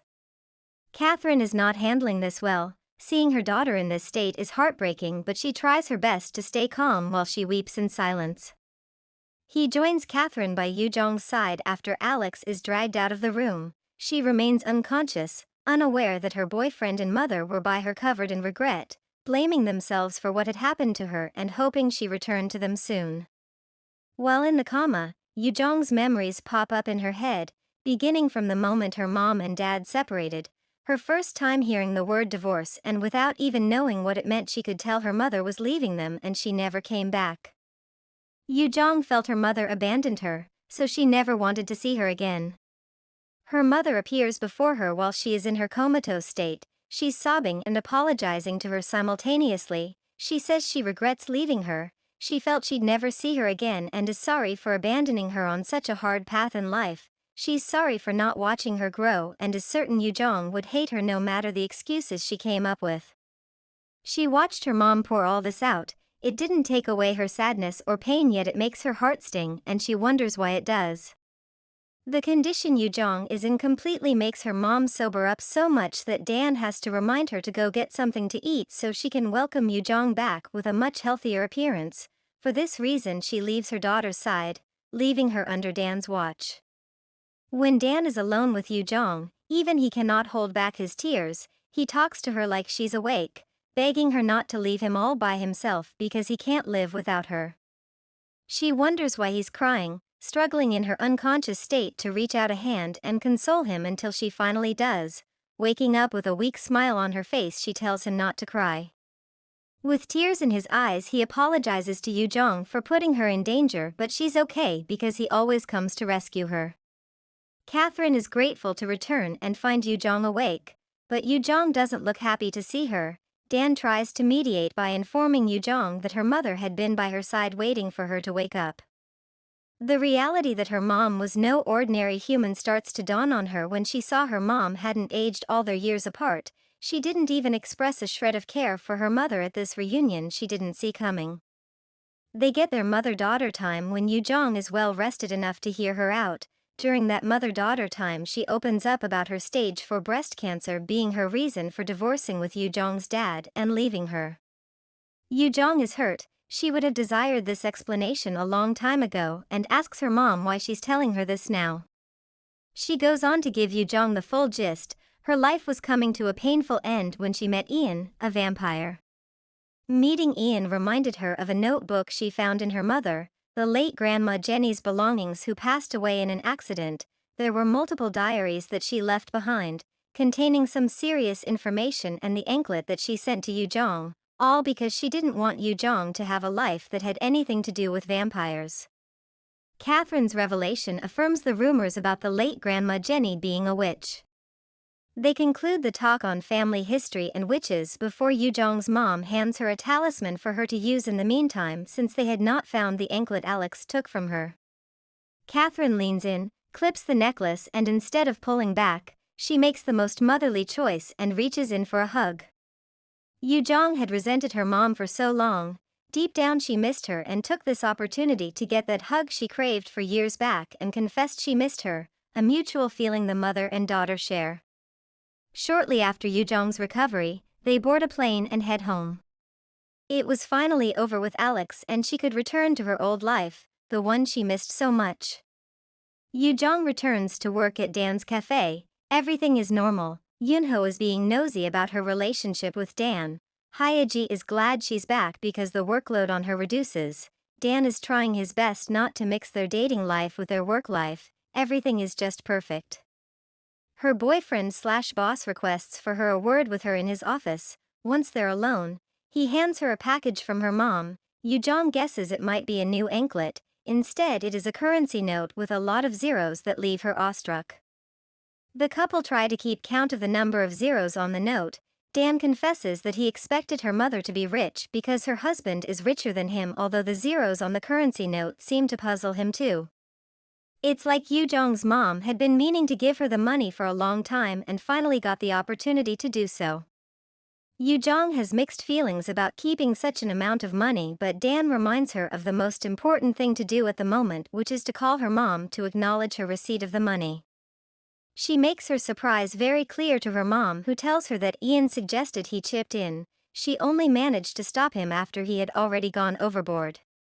She asks her mom if Ian, her new husband, is treating her rightly. Her mom affirms, claiming Ian is a gentleman. I mean, he just gave his stepdaughter a ton of money. Yu-Jeong won't let this slide. She turns it into a contest and drags Dan into it by asking if Ian is as good-looking as Dan. Once again her mother affirms, testifying of his good looks before she tells Yu-Jeong that he has a son who looks like he's her age but is way older and has been interested in her. Yu-Jeong wants to keep talking about Ian's son and his age, but her mom ends their conversation quickly. She asks that Yu-Jeong see the money as an apology to her. Yu-Jeong's mind for some reason goes back to her grandmother. While she checks out her recovered necklace, her grandma's English name is Jenny but her Korean name is Yoongi Lee.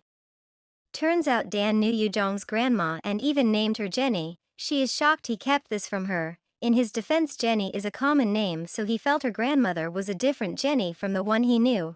He tells Yu-Jeong that while Jenny was alive, he saw her with the necklace she has now and it kept calling him. Now he knows it's because it's enchanted. She asks if the necklace prevented her grandmother from being under his hypnosis. He gives it some thought and discovers he didn't realize she never got hypnotized. She knew what he was but was wise enough to never show it.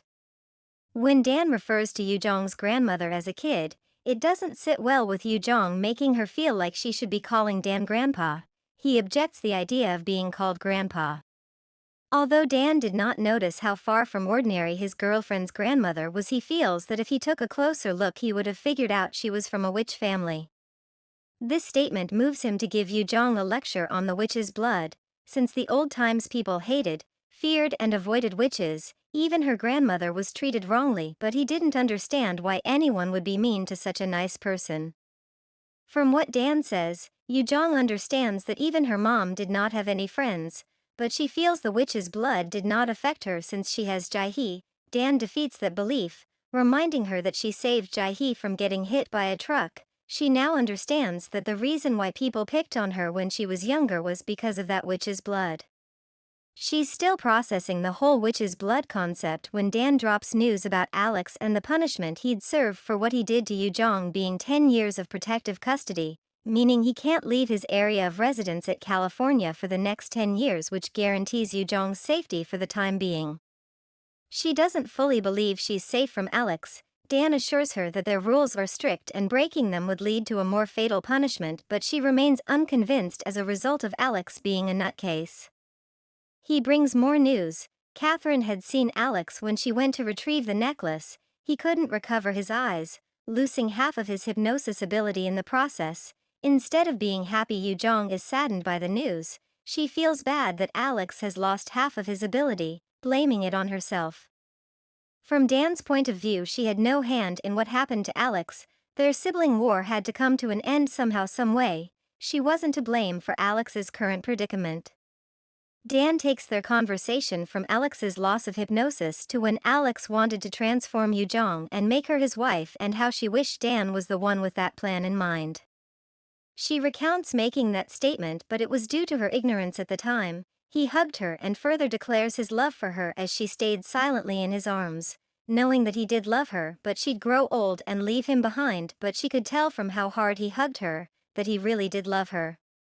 Later in the day, Delicious Blood Cafe had no customers, giving its workers and boss some free time. A sleepy Yu-Jeong is being read to by Dan during that free time. She dozes off for a sec and wakes up to find Dan in a position that looked like he's asleep. Aside the day they met when she saw Dan sleeping inside his car, she could not recall another time when she saw him sleep. She's a little surprised when he tells her he dozed off. It only happens when he is in a comfortable position like right now and in his car the day they met. He suggests they close the cafe for the day due to their current lack of customers.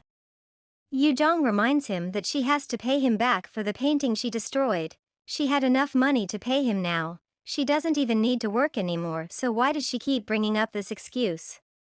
Dan reminds her that she belongs to him so she doesn't have to work. About the money she got from her mom, she randomly suggests she build a house with it, but Dan rejects the suggestion. It's pointless since she lives with him. Tempo switches and Dan starts acting inappropriately but in a romantic way. Yu-Jeong reminds him that they are at the coffee shop and it didn't call for moments of intimacy, but he's stubborn as ever, only listening to the sound of the doorbell signifying someone had walked into the cafe. The bell startles Yu-Jeong. I'm sure she's wondering what the customer would think if she's seen in that position. She hurries to the customer to see what he wants. His appearance and the vibe he moves around with screams vampire. The blonde-haired customer says he's heard of their signature drink. Surely if Yu-Jeong knows this customer is a vampire, then Dan is also aware. He shields Yu-Jeong. Addressing the customer himself, he tells him they'd get his drink to him when he takes a seat. The customer declines, requesting for a bag to go. Well, since everyone in the room knows about vampires and there are two vampires, there is no need for them to act like they are ignorant. Dan points out the fact that the customer didn't look like a vegetarian. The customer says he's just trying new things. It doesn't look like vampires like meeting other vampires, especially strangers or arrivals without prior notice. I'm sure that's what Yu-Jeong senses that makes her go get him the drink he so badly wants. Hannah didn't like the drink. Now this strange customer complained that it tastes bad. Shockingly, Yu-Jeong feels the same way about the drink. When he's done rating Delicious Blood, the customer reveals his identity when he expresses how nice it is for him to meet Dan and his stepsister that he's been dying to see. Yeah, the strange customer is Yu-Jeong's stepbrother, Ian's son, and the couple had no plan of receiving Yu-Jeong's stepbrother anytime soon. He apologizes for showing up out of the blue, although with that he didn't expect them to be so nervous. Yu-Jeong is happy to see her stepbrother. Dan isn't. Maybe all male vampires have trust issues and don't get along with one another, or if you've lived as long as Dan has, you learn that you cannot even trust family. Dan is on all-out defense mode around Yu-Jeong's stepbrother Mason. He has his eyes on him while he has a chat with Yu-Jeong. Mason never had a sibling, but he looks like he loved the feeling that comes from having one. Either that or he's putting up an act to fool the couple. Dan interrupts sibling bonding time, continuing with his interrogation. He is curious about Mason's time in Seoul and asks if this is his first time in Seoul. It is, though his father had lived in Korea. He stayed somewhere else at the time. Yu-Jeong quizzes him on his fluency in Korean. Mason says he had to learn Korean because his stepmother, Catherine, is bad at speaking English. He also wondered if he could go sightseeing with Yu-Jeong. The look on Dan's face at his request vividly shows Dan's response to that request.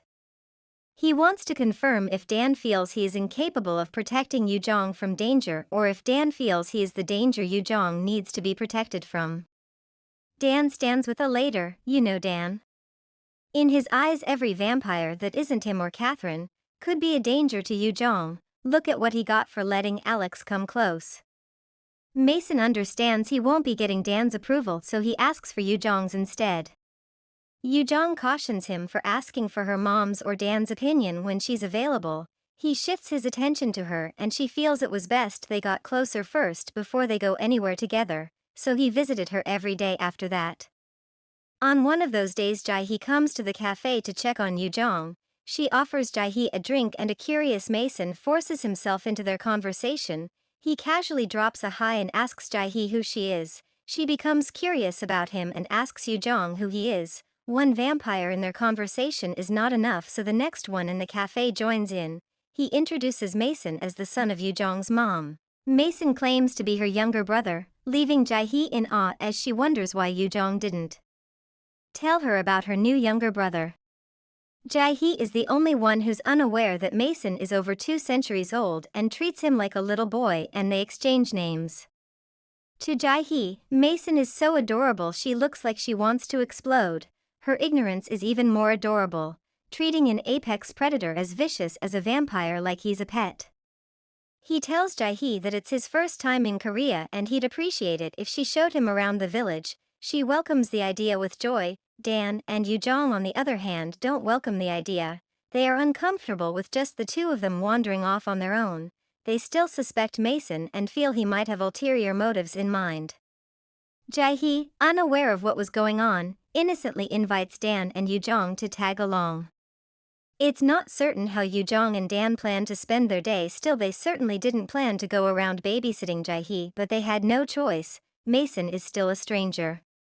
At the start of their outing we see that the only ones with smiles on their faces are Jae-hee and Mason. Yu-Jeong tries to act natural but Dan did not code anything, watching Mason's every move. Mason tries to act cool by requesting for antiques at a souvenir shop. Dan points out the difference between an antique store and a souvenir shop, but Mason intentionally ignores him. He asks Yu-Jeong if she likes antiques and offers to give her a gift, but she politely declines. The group keep going. They stroll by a traditional clothes store that catches everyone but Dan's attention. Once again Mason tries to play rich stepbrother, but like last time he is denied the opportunity to do so as Yu-Jeong does not need more traditional Korean clothes because she already owns some. He asks if Catherine would like them and gets one for her to appease her for disobeying her and going to Korea even after she tried to stop him. She's shocked that he worries about how her mom feels even though she is like 200 years younger than he is. That should mean something. As expected, Jae-hee and Mason had a lot of fun. She even invites him to visit Seoul because there are more fun things they could do there. Yu-Jeong is too busy looking for Dan that she forgets she is not to leave Jae-hee on her own with Mason. Once it's just him and Jae-hee, he finally gets a chance to satisfy the thirst he had nurtured since he got off the plane. Jae-hee suggests they order coffee or whatever drink he'd like to have, but he has a better idea. He hypnotizes her and takes a bite. Yu-Jeong suggests they all go see a movie next time. When she hears the sound of Mason's teeth sinking into Jae-hee's neck, she exclaims in shock, sending signal to Dan, who rushes to the scene ASAP. Dan calls out Mason, who sees no fault in what he's done. He reminds them that they are aware he's a vampire and he isn't vegetarian. Also, it's rude to interrupt a vampire during his meal. Yu-Jeong is more focused on the term vegetarian, so Dan explains that it is a term they used for vampires that only took blood from blood bags and there were very few of them left in the world. Yu-Jeong knows Dan only drank from blood bags when they met and asks if he wasn't one of the vegetarians, but he replies that he used to be one, which confuses her. Was he sucking blood from women other than her? Mason finally gets it that it was wrong for him to take a bite out of Yu-Jeong's friend. To ease their nerves he informs them that he has only sucked a little blood so she'd be okay. Also, some humans gave away old blood and he has enough experience to be sure Jae-hee won't even feel dizzy. Short of words, Yu-Jeong asks why Mason didn't bite her instead. Dan immediately steps in, warning him not to attempt it. The main reason why he didn't suck her blood in the first place is because she is under Dan's protection. He considers her lucky too because he has a hard time with holding back his thirst for a long time. Jae-hee wakes up, interrupting the creepy conversation they are having in the process. Yu-Jeong checks on her and she's okay. The only thing she has on her mind is her assignment that she hadn't done yet. Mason offers to walk her back to her hotel because he had to go to his as well, and once more clueless Jae-hee accepts what looks like a kind gesture from Mason. This time the couple let them go off on their own, but they both agree that they can't tell if Mason is good or bad. Dan notices Yu-Jeong is still enraged for some reason. He asks her if it's because of what he said about him not being a vegetarian, and he's correct. The thought of him biting other women than her is not something she would welcome. He tries to convince her that his reason for claiming he isn't vegetarian before Mason was just an act because vegetarians cannot achieve their full ability, and if Mason knew this, it might be bad for them. Yu-Jeong understands why he said what he said, but she couldn't help but feel angry. She doesn't want his lips on another woman. He's able to make her understand how special she is to him and how different she is in his eyes as compared to everyone else. he assures her that he legit drinks from blood bags and only sucks blood from her. The heat of the moment makes Yu-Jeong suggest they increase it from once a month to 10 times a month, but he refuses because of the strain it could cause to her body. He is okay with even once a year, and to crown his romantic speech he asks her for a kiss. It's all peachy now, but what lies ahead for the couple? Is Alex truly no longer a problem? Will Mason remain a friend or become a foe? What hidden drama awaits the couple? We'd get those answers in time. Yu-Jeong's busy working at the cafe, but she can't stop herself from thinking about Jae-hee and how she's feeling after having Mason's teeth in her neck the previous day. Out of worry, she gives Jae-hee a call. At first, Jae-hee sounds all bright and sunny, enjoying her lecture-free day, but as the call drags on, Jae-hee starts to show signs of illness. She believes it's a summer cold, yet Yu-Jeong feels it has something to do with Mason. Because of that, she asks if anything weird happened yesterday. Jae-hee ignores the question, and right before she ends the call she asks Yu-Jeong to send greetings to Mason on her behalf. Yu-Jeong ignores Yunho, who gives her the "you're slacking off" look while she wonders if it's cool for Jae-hee to be clueless about what happened to her the day before. Her mind is still on Jae-hee as well as what Mason did to her when the last person on earth that she'd want to see right now walks into the cafe with a bouquet of flowers as his way of saying sorry for what he did to Jae-hee the previous day. She rejects this token of his apology, suggesting that he gives it to the one he bit and not her. She also notices that he's a little overdressed for someone who just wants to drop apology flowers, so he confesses his intention to take her on a date. What nerves he has! Yu-Jeong is taken aback by his offer. Mason notices this and informs her that he has her mom's permission and she could call Catherine up to confirm, but that's not it. He confirms her suspicions when he opens up about purposely coming at the time he knew Dan would not be at the cafe. He really wants to make it up to her, begging her to let him apologize properly to her with just 2 hours of her time. Yu-Jeong is uncomfortable with the smile Mason keeps putting on, and when she notices that this guy won't give up, she tries to use work as an excuse. Yunho, who has been watching all this go on before his eyes, doesn't know Mason is Yu-Jeong's step-brother and can't stop wondering if there's a love triangle between the man before him, Yu-Jeong, and Dan. Yu-Jeong expects him to be on her side on this one. Instead, he encourages Yu-Jeong to go for the date, assuring her he can handle the cafe on his own for 2 hours so she could go ahead and have fun. With no other excuse to throw at Mason, Yu-Jeong reluctantly has to go on this 2-hour date with him, which makes him very happy. Their outing is not what Mason expected it to be. Instead, it is boring and awkward, and he notices this. When the sun starts to set, they get to sit and he gets the chance to talk. He lets Yu-Jeong know he wants to be sure they are in good terms before he travels back. Yu-Jeong tells him she feels better after their walk. She also brings up his age, wondering why he calls her his older sister when he is hundreds of years older than she is. He's an over 300-year-old vampire in a body of a 19-year-old. Who didn't feel comfortable with it. He wished he could treat Yu-Jeong like he's her older brother, but to him he didn't have the right to do so because they didn't have anything between them yet. This guy is really weird though. From out of nowhere he confesses his wish to transform her because she interests him. It's almost laughable. Everyone knows neither Dan nor Catherine will agree to this. She spells it out for him. He already knows they won't want that for her. Still, he is curious about whether she wants to be transformed or not. He's certain Catherine would rather have her live an ordinary human life than transform her, but Dan might transform her if it was up to him. But if she wanted a shortcut to a transformation, she could come to him. She takes note of the fact that he's the first vampire who wishes to transform her and is letting her decide whether she wants to be transformed or not.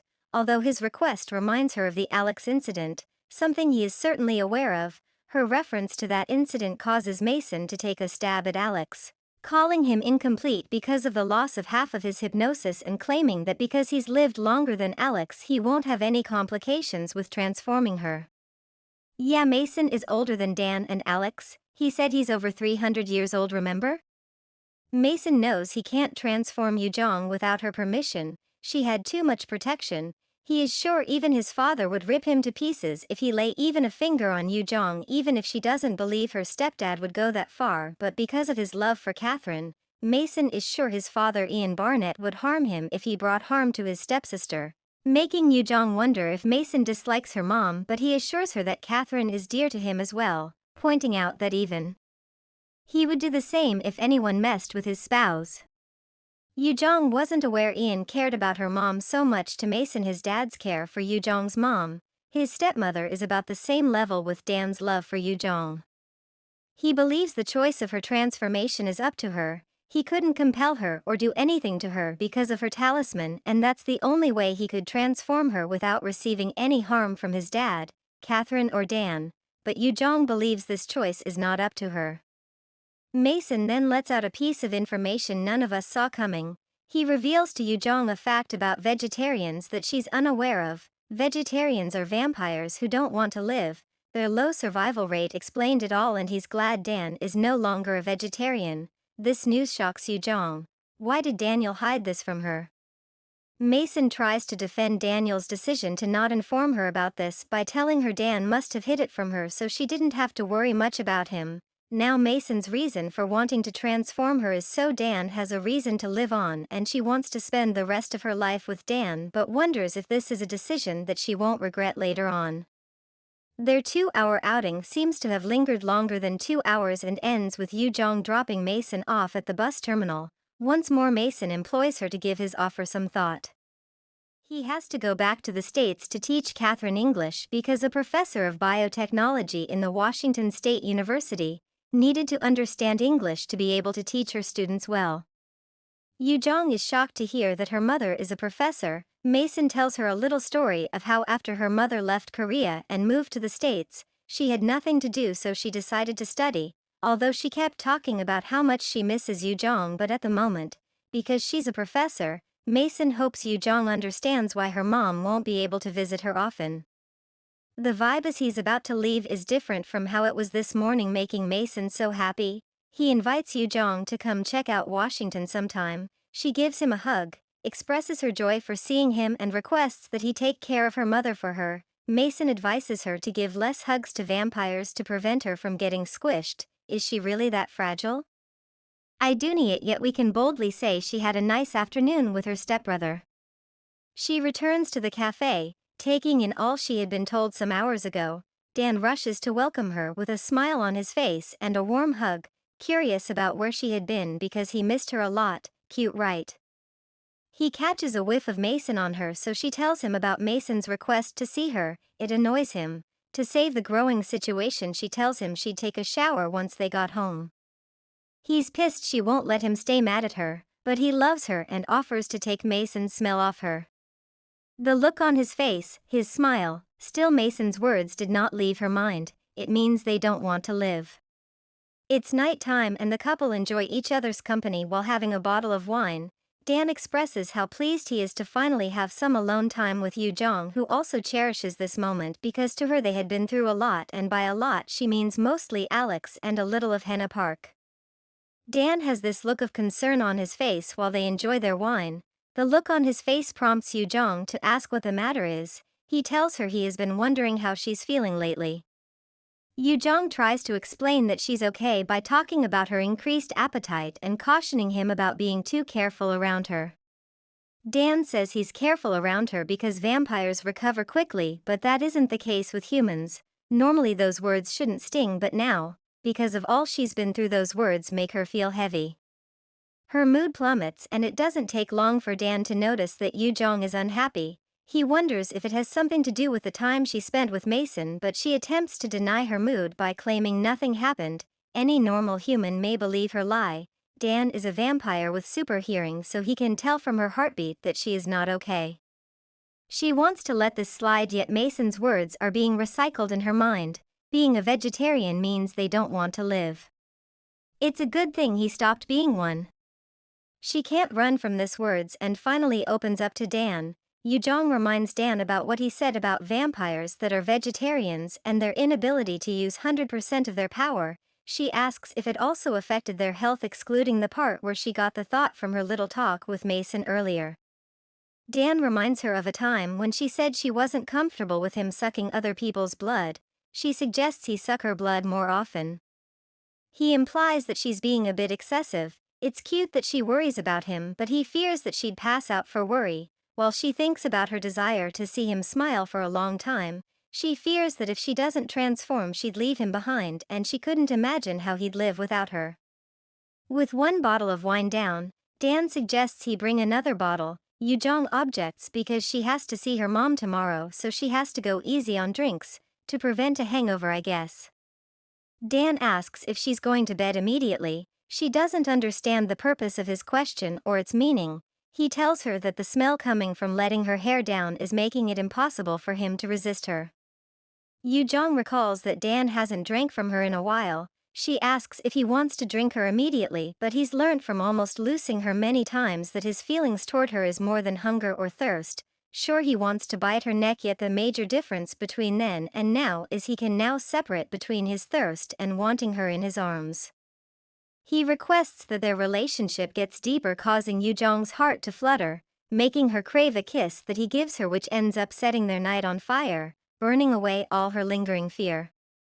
After such a fiery night, we'd expect a calm break of day signified by the chirping of birds. Yu-Jeong wakes up in Daniel's arms. His shirtless frame causes her to panic. Her mind races and her heart beats fast as she tries to get out of Dan's bed quickly. Just as she's about to get off the bed, Dan pulls her to himself, acknowledging the fact that her heart's thumping so hard it woke him up. Yu-Jeong has no time to lay back. She reminds him she has to go because of her appointment with her mom. Dan refuses to unhand her, claiming she is his, but she struggles due to her panicking, claiming she is not a stuffed toy. Adorable, isn't it? Then they hear a loud crack coming from Yu-Jeong's shoulder. Now Dan is the one who's panicking. Yu-Jeong finds it funny, although it hurts. Dan, on the other hand, does not find this funny. He hurries to get her medical attention, but she has to remind him to put a shirt on before they go anywhere.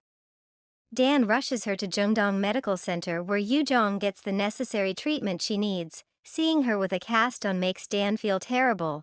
Yu-Jeong tries to calm him, assuring him that it's all good since he didn't mean any harm. Mistakes happen, right? Catherine rushes into the scene, also unhappy to see Yu-Jeong with the cast on her. It hand troubles her. Yu-Jeong is surprised to see her mom. Yu-Jeong asks how she knew where she was, and her mom tells her Dan called telling her to come to the hospital to see Yu-Jeong. He didn't tell her how Yu-Jeong got the dislocated shoulder. When Catherine asks her daughter how she got the dislocated shoulder, Yu-Jeong tries to put together a lie. She couldn't tell her mom her shoulder got dislocated while she was fooling around with Dan. Instead, she tells her mom she fell at the subway, and when Dan tried to help her up, her shoulder got dislocated. Surprisingly, her mom buys the lie and expresses how this is one of the reasons why she did not support their relationship: the difference in strength, the difference in age. To her, no mother would be happy with her daughter dating a man of over 200 years. Yu-Jeong won't let anyone talk down on her relationship with Dan. Even if that person is her mom, she opens up closed wounds, reminding Catherine of her failure as a mom and her absence when she was needed the most. She is not okay with losing Dan too. Dan tries to calm Yu-Jeong down, yet she keeps going. She accuses her mom of being unaware of how valuable her time with Daniel has been before she informs Dan that she's heading home and leaves. She regrets lashing out on her mom. She understands why her mom left them. Still, Mason's words and her being human clouded her judgments. Now all she wants is to be transformed. Dan tells Catherine the truth about how Yu-Jeong got the dislocated arm. When they arrive at his place, he tries to cheer Catherine up, assuring her Yu-Jeong didn't mean all she said. He advises Catherine to go upstairs to Yu-Jeong's room and resolve their misunderstanding. After all, she didn't come to fight with her daughter. Instead, she came so she'd have a good time with her daughter. She listens to Dan's advice and makes her way to Yu-Jeong's room. Once Yu-Jeong sees her mother, she apologizes for being rude earlier. She blames her mood on her refusing to permit anyone criticizing Dan because he has done his best for her. Catherine understands what her daughter is pointing out. She's aware of Dan's efforts, but seeing Yu-Jeong wearing a cast upset her. The mother and daughter finally make up. Their actions earlier were out of the love and care they have for each other. It all ends with Yu-Jeong consoling her mother, reminding her they are to be having a good time, so they should go out as planned. Dan had been there the whole time watching the mother and daughter make up. When they settle, he asks for a minute to discuss something with Yu-Jeong's mom. Whatever they discussed made Catherine stay in Korea for about 10 days longer than her initial plan.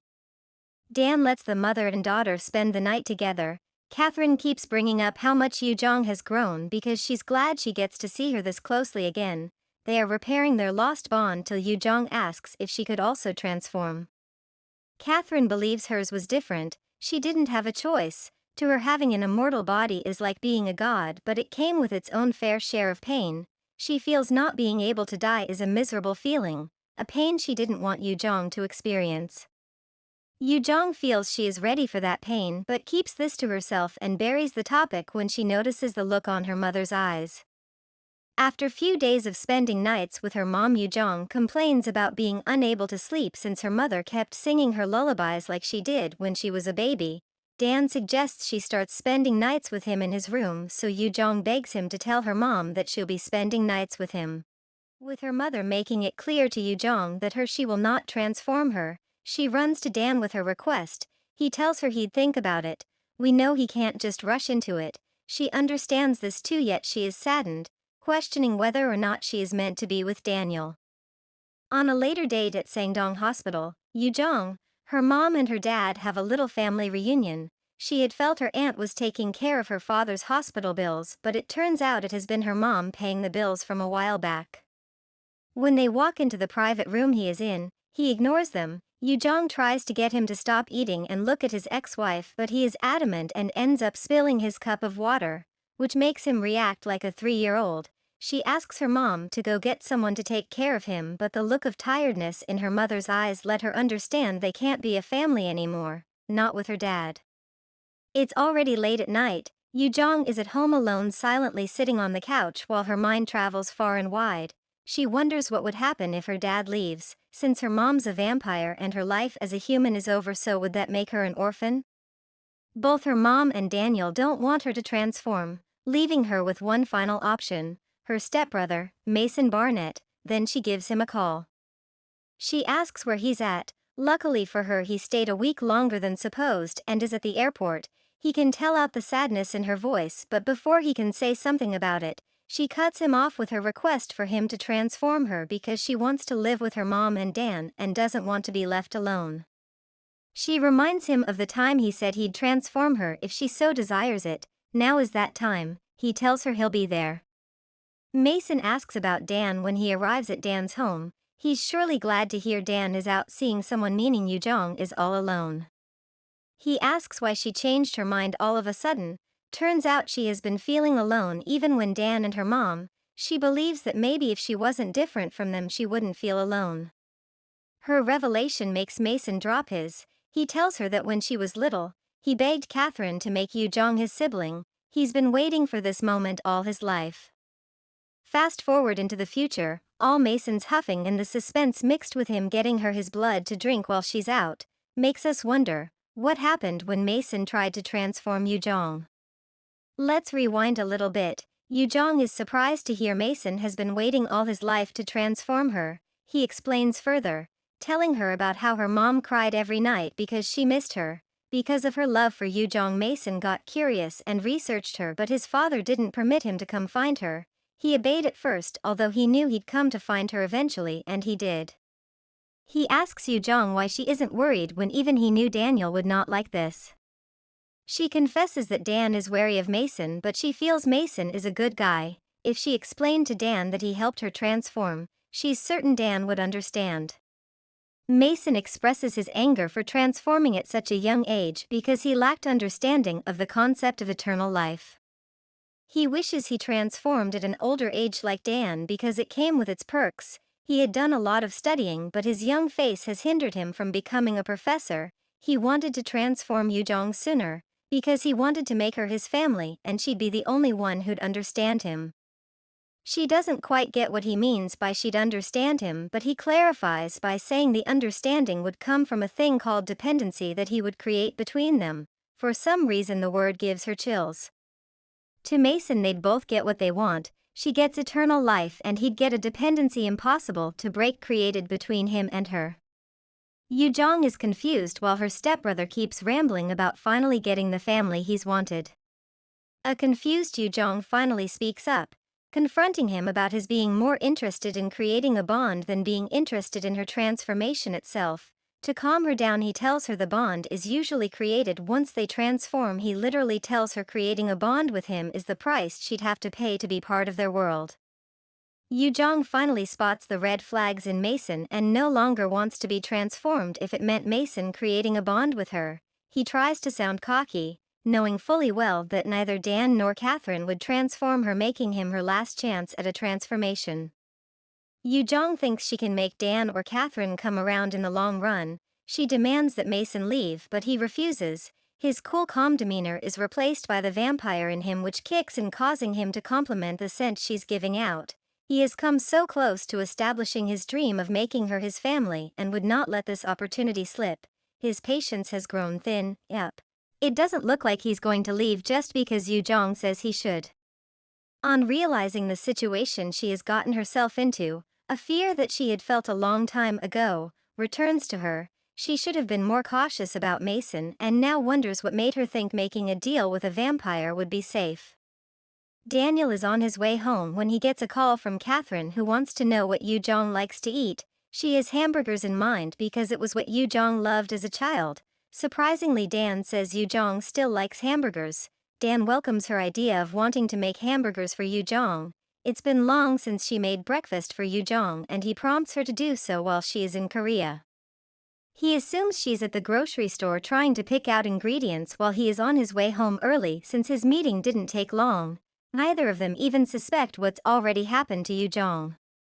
At home, the gravity of Mason's actions are finally dawning on him. Yu-Jeong's passed out due to loss of blood.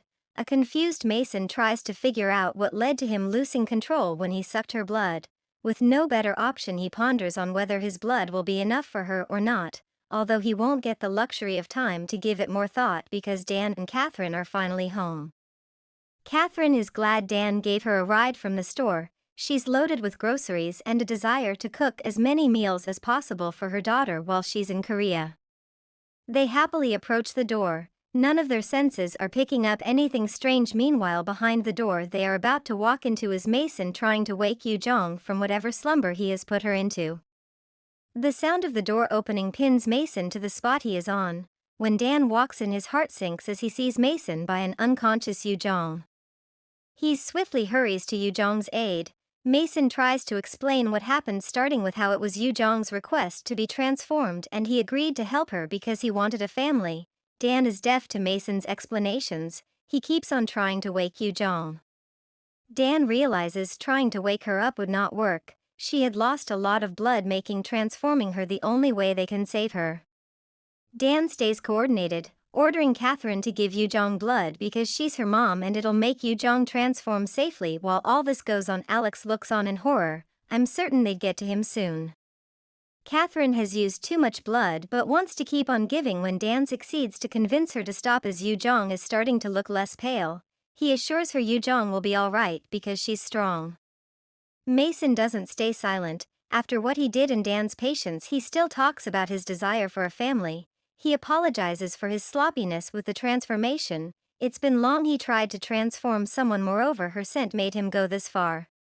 Dan reveals to them that he understands the family part and the part that they are both predators, but he wants to be certain Yu-Jeong wanted to be transformed at the last minute. He threatens to rip out Mason's throat if he transformed her without her wanting to be transformed. Catherine steps in with the opinion that they focus on Yu-Jeong and handle Mason later, but he doesn't listen. He asks Catherine to keep an eye on Yu-Jeong while he takes Mason out to go have a chat with him. Dan cuffs Mason in another room and begins questioning him. When asked again, Mason still holds onto his statement that it was Yu-Jeong's wish to be transformed. She had told him that over the phone.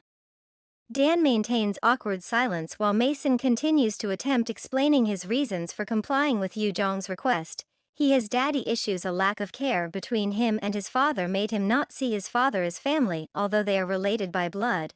So he wanted a family of his own, someone to give him love and peace. Like he wasn't even listening to Mason's sob story, Dan grabs him by the collar and yelled that he should have stopped if she said no. Mason looks remorseful for what he's done. He asks Dan if he knew Yu-Jeong felt lonely even when she was with Dan. He wondered if she didn't tell Dan how she felt when she asked Dan to transform her. Dan releases Mason's collar are in shock. An image of Yu-Jeong flashes in his mind reminding him of the time she asked him to transform her. The interrogation starts looking like a conversation. Mason asks why Dan was so afraid when Yu-Jeong, his lover, wanted to spend eternity with him, but all Dan wanted for Yu-Jeong was a human's life. Mason reminds Dan of what a human's life meant. She'd keep growing older while he remained young until she'd die. He feels that's not what Dan wants for her, and from his point of view both he and Dan were being selfish as predators. Dan returns downstairs by himself to check on Yu-Jeong. He sees Catherine almost drained taking a quick nap on his couch, so he wakes her up. She asks about Mason. I guess she cares about her stepson. Dan tells her he's locked Mason in the library and advises that she goes upstairs to get some rest. She follows his advice and goes upstairs to get some rest, leaving Yu-Jeong under his watch. She's still unconscious, but why does this guy only realize he's made a mistake after Yu-Jeong gets into trouble? Once more he's apologizing to Yu-Jeong while she's in a coma of some sort. He apologizes for not seeing that it wasn't just he who cared for her. She also worried about leaving him all alone. Yeah, like last time he wishes he knew. Wasn't she clear enough? Yu-Jeong's blood boils, causing her body to heat up. She feels like she's trapped in a burning vessel and begs for someone to release her. She's feeling sad and alone again and in pain, a feeling she's familiar with until she gets distracted by images that look like memories that seem altered. She's confused on whether the man in these memories is Daniel or not. Her mind's a mess right now. She can't remember who she loved or trusted. She's even a bit confused about who transformed her. She's feeling thirsty, lonely and empty while her blood bubbles. An image comes to her aid. She identifies the image as Mason's. Oblivious to what's going on inside her, Dan notices her hair color change. It looks like the transformation was successful, but he's not too sure. Nevertheless, he makes effort to wake her up. Joy fills his eyes when her eyes open. He had suspicions he wants to clear, which makes him ask her if she recognizes him. Sadly, Joy turns to horror when she calls him Mason, the one she found in her nightmare. Dan treats the fact that his girlfriend just mistook him for Mason as an oversight. He's more interested in how she's doing. She felt weird and her throat burned, but she summarizes it all as her feeling thirsty and not knowing what she wants to drink. Dan knows what she needs and goes to get it for her. He returns with a blood bag that normally disgusts her, but for some reason she now wants it so much. Dan watches her take in all the blood with concern written all over his face. Yu-Jeong checks herself out, letting the realization that she's finally a vampire sink in. She's doing so when her mom returns from her rest. She's lost for words when she sees Yu-Jeong and wraps her in a warm and loving hug. Yu-Jeong apologizes, seeking a transformation behind their backs. She airs out on her no longer wanting to say goodbye to the people she loves. Her mom nonetheless tries to find the right words to use, yet she can't. She looks sad, but Yu-Jeong tries to tell her they can live together and she has no regrets. Dan expresses his gladness for having Yu-Jeong back. She's also glad to be back and is about thanking Dan, but can't tell if it's Dan or Mason. Immediately Dan could tell a dependency was created. Dan takes his rage and aggression for the dependency being created upstairs to the one who created it and delivers a punch to his cheek. From the punch and his feeling a vampire vibe that wasn't there before tell him Yu-Jeong has woken up. Dan tells Mason about the dependency he has created and seizes him by the collar, accusing him of having ulterior motives because to him, if Mason wanted a family, why would not have created an unwanted dependency between himself and his stepsister, Yu-Jeong. Mason remains calm when he responds by taking a shot at Dan's relationship. He brings up the fact that Dan's relationship with Yu-Jeong was against their laws in the first place, so there is nothing wrong with him creating a dependency between he and his stepsister. Dan feels offended by Mason's response and promises to break the dependency between Mason and Yu-Jeong. Once again he employs cool-headedness and takes note of the fact that Dan sounded like he had broken a dependency before. He doubts that Dan can break the dependency and even confesses to have been keeping an eye on Yu-Jeong even before Dan began to fall in love with her. He remains calm while he goes on with his tale that Dan finds very offensive. He tells Dan he had been keeping tabs on Yu-Jeong right after his dad became Catherine's partner and has wanted to be her family more than he has. Dan warns him to stop with the excuses as he releases his fangs, but Mason keeps on going until he pushes Dan to a wall, bringing back to his mind the fact that it wasn't Dan who transformed Yu-Jeong in the end, but rather it was him.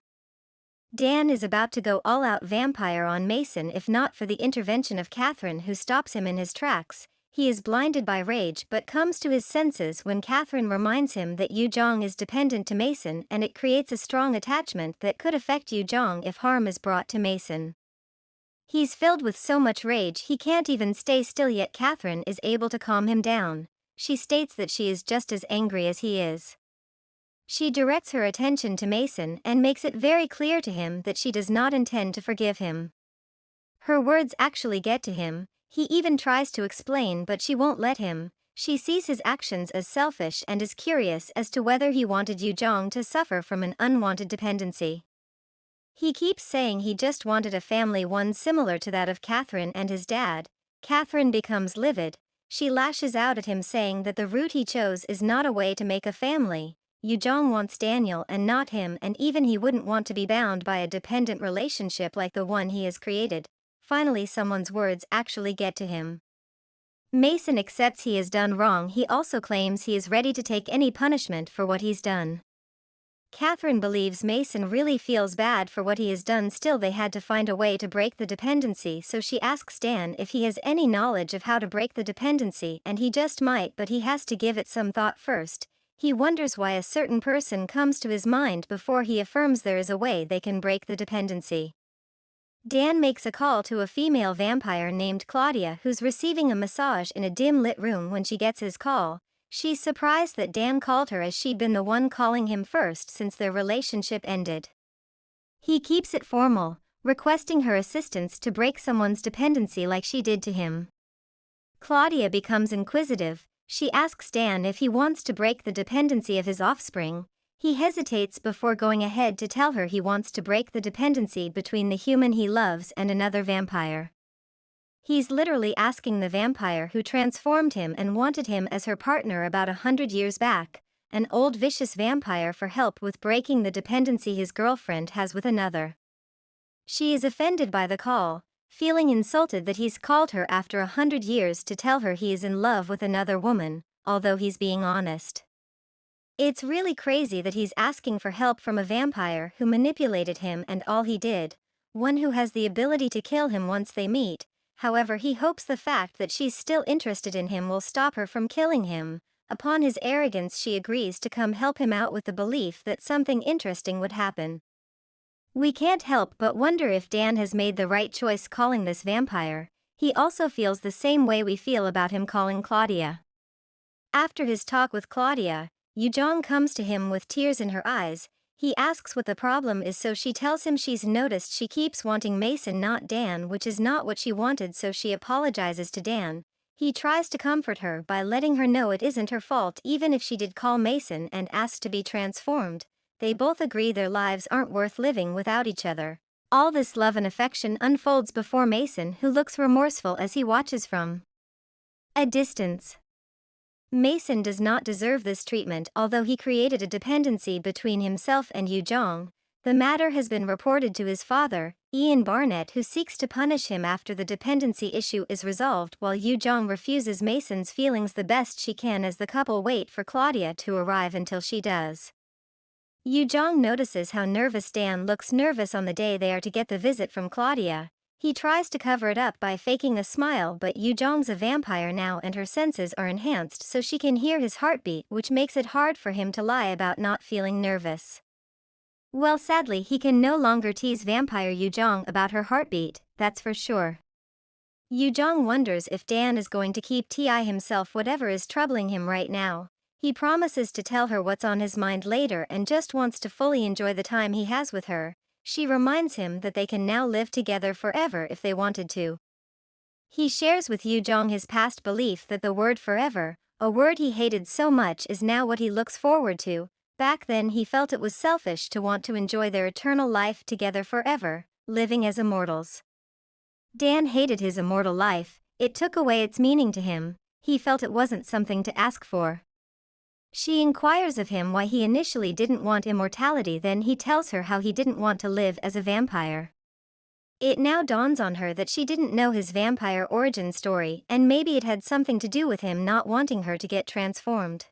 Yu-Jeong gives Dan her word that this transformation was what she wanted, because it gave her a ticket to spend the rest of her life with him, even if she kept this to herself, as she didn't have the opportunity to open up before she's sure there's a way they can work things out. He sits silently and marveled as she speaks these words and guarantees him she'd be by his side forever, which makes his eyes teary. He remembers a time when forever was like his prison cell, endless days he did not want to live, a curse from God, but maybe Yu-Jeong has come as his little savior from that life of pain. Claudia's plane touches down at the Korea International Airport where Dan waits to welcome her. She looks rosy and attests to her love for the country because of the calming feeling she gets from the country. Dan maintains a straight face while addressing Claudia, who acts very casually around him. She teases him about his wish to die so badly and expresses shock to see him look so good. He thanks her for his life so far right before she switches her mood, grabbing his throat. She asks why he feels she won't kill him, but he claims to be surrendering herself into the hands of her goodwill like he did back when she took away his dependency. His response calms Claudia, and the look he has on his face reminds her of a time when he was under her control. Dan hates the way she speaks to him like he's still an inferior. In a flash he is trapped in her embrace, confessing her gladness for Dan asking to see her, but Dan on the other hand for 100 years prayed he wouldn't cross paths with her even by accident. She regretted letting him go. Alex freed himself from the dependency between him and her, but Dan stayed back. She didn't know that when she let him go he would never return to her. He reminds her that she owned him for 100 years and that 100 years was more than enough for her. She missed them so much that if he hadn't gotten Alex arrested she would have gone after him instead, because he had a little more love for her than he did. He asks her to refrain from using the word love when she spoke of her relationship with him. He believes it wasn't love and her mentioning it made him feel uncomfortable. Dan holds his formal approach till pleasantries are concluded, then he asks Claudia if she brought the thing. Apparently it's what she used to cut his dependency because he no longer wanted a long life, and now he's asking her to break the dependency of another vampire, so Claudia is certain she'd have some fun during her visit to Korea. He assumes she was disappointed to hear he wants her to destroy the dependency between other vampires, and he's right. She isn't too happy about it, but she has her mind set on the one he loves, which scares Dan even if Claudia tries to ward off his fear by joking about her not having anything to do with girls. He watches her now and remembers a time when he pitied her for having to exist with him on Earth no matter how much time passed, because once upon a time she loved him and she'd have to deal with that for the rest of her immortal life. Every vampire that has come in contact with Yu-Jeong has had something to say about her scent. Claudia is no different, as it's the first thing she notices when they arrive at Dan's home. Yu-Jeong comes out to welcome Dan and asks who the dark-haired shady-looking lady is. When Dan tells her she's the vampire he brought to help them out, she looks uncomfortable when the vampire identity of the lady is revealed to her, but she acts cool. Claudia compliments Yu-Jeong's scent, declaring that if Yu-Jeong were a man she would have held her in her arms. Yu-Jeong thanks her for the compliment, and as if she's trying to spite Yu-Jeong she volunteers to go first with the introduction, introducing herself as Claudia, Daniel's ex-partner. If Yu-Jeong wasn't stunned before, she is now. The look on her face and her pacing mind say so. Throughout her time with Daniel, Yu-Jeong had not come across any competition for Dan's love, but staring into the eyes of the one who transformed him into a vampire makes her feel very uncomfortable. She recalls Daniel's words earlier about how an immortal life was not what he wanted and how he didn't want to live as a vampire, and is saddened by this memory because from Dan's words earlier she assumes he didn't want to meet Claudia. Although she doesn't know their backstory, she feels hostility toward Claudia. Catherine throws herself into the conversation, demanding to know how the female vampire with the weird vibe is going to help them. Claudia can sense they don't trust her, but Catherine, Yu-Jeong's mom, says her worry is as a result of her being the mother of the one whose dependency they want to sever. Out of years of experience as a vampire, Claudia is able to pick up Ian's scent from Catherine. He's certain she's Ian's partner. She also can tell there's another vampire who she has no knowledge on upstairs, and two newly transformed vampires among them, which is Catherine and Yu-Jeong, and they all want the thing she brought. She assures Catherine that she isn't interested in her or her daughter, which makes Catherine wonder what she means by interested and what's on Daniel's mind.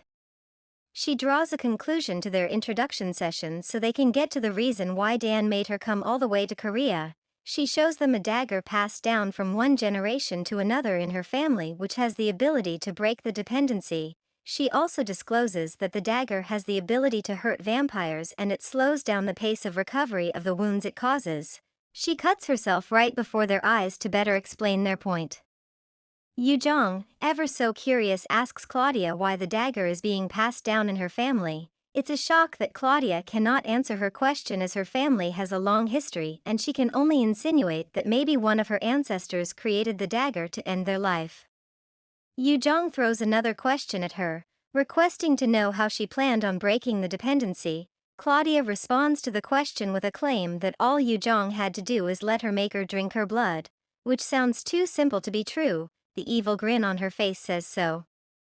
Dan vouches for Claudia being an expert at breaking dependency to comfort Yu-Jeong, yet Catherine does not trust this evil-looking ex-partner of Dan's.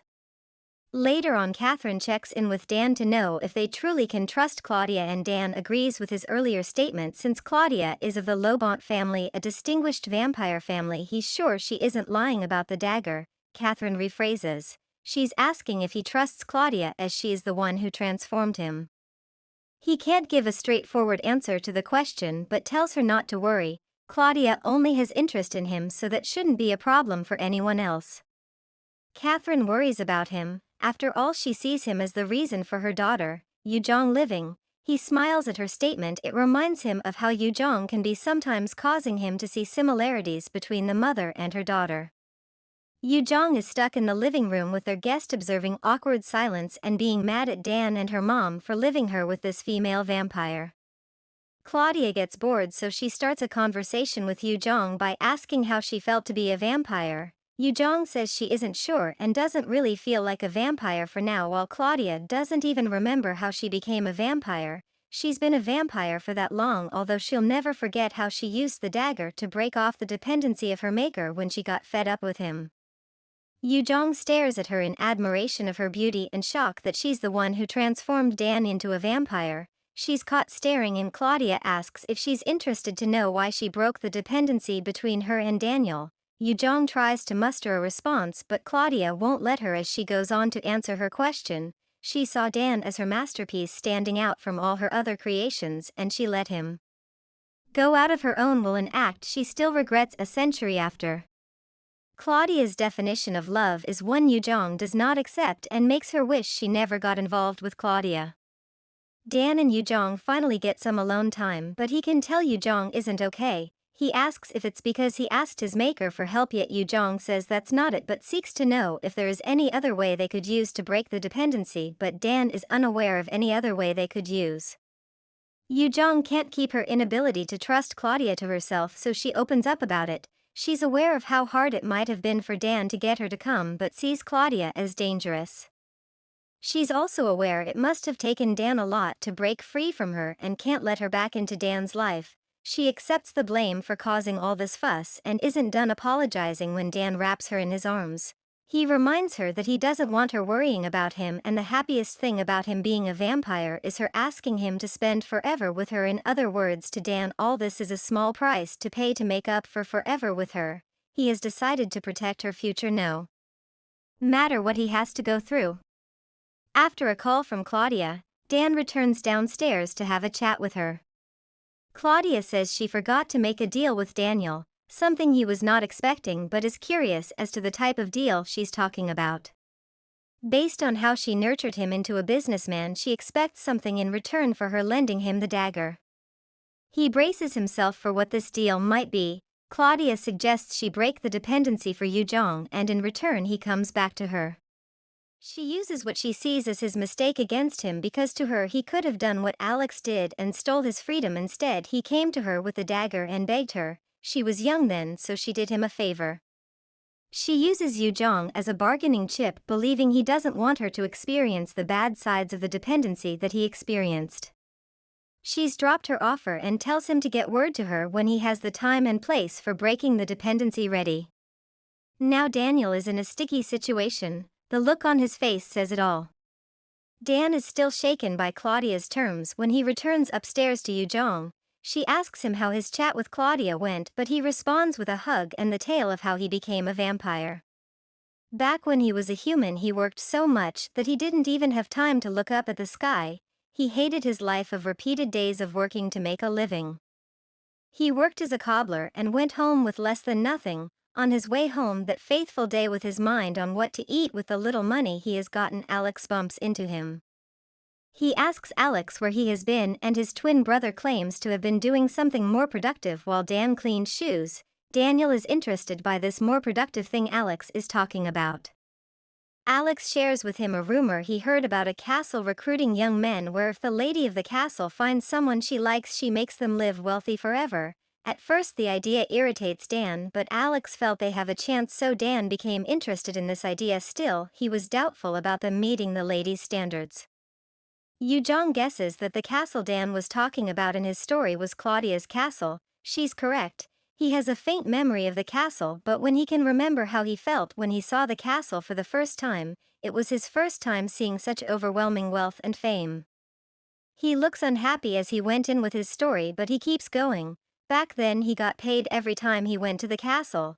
Just by talking with Claudia and spending time with her, he was able to afford better food and new clothes. He and Alex kept going to the castle not knowing anything about it until they made a decision that there was no going back from.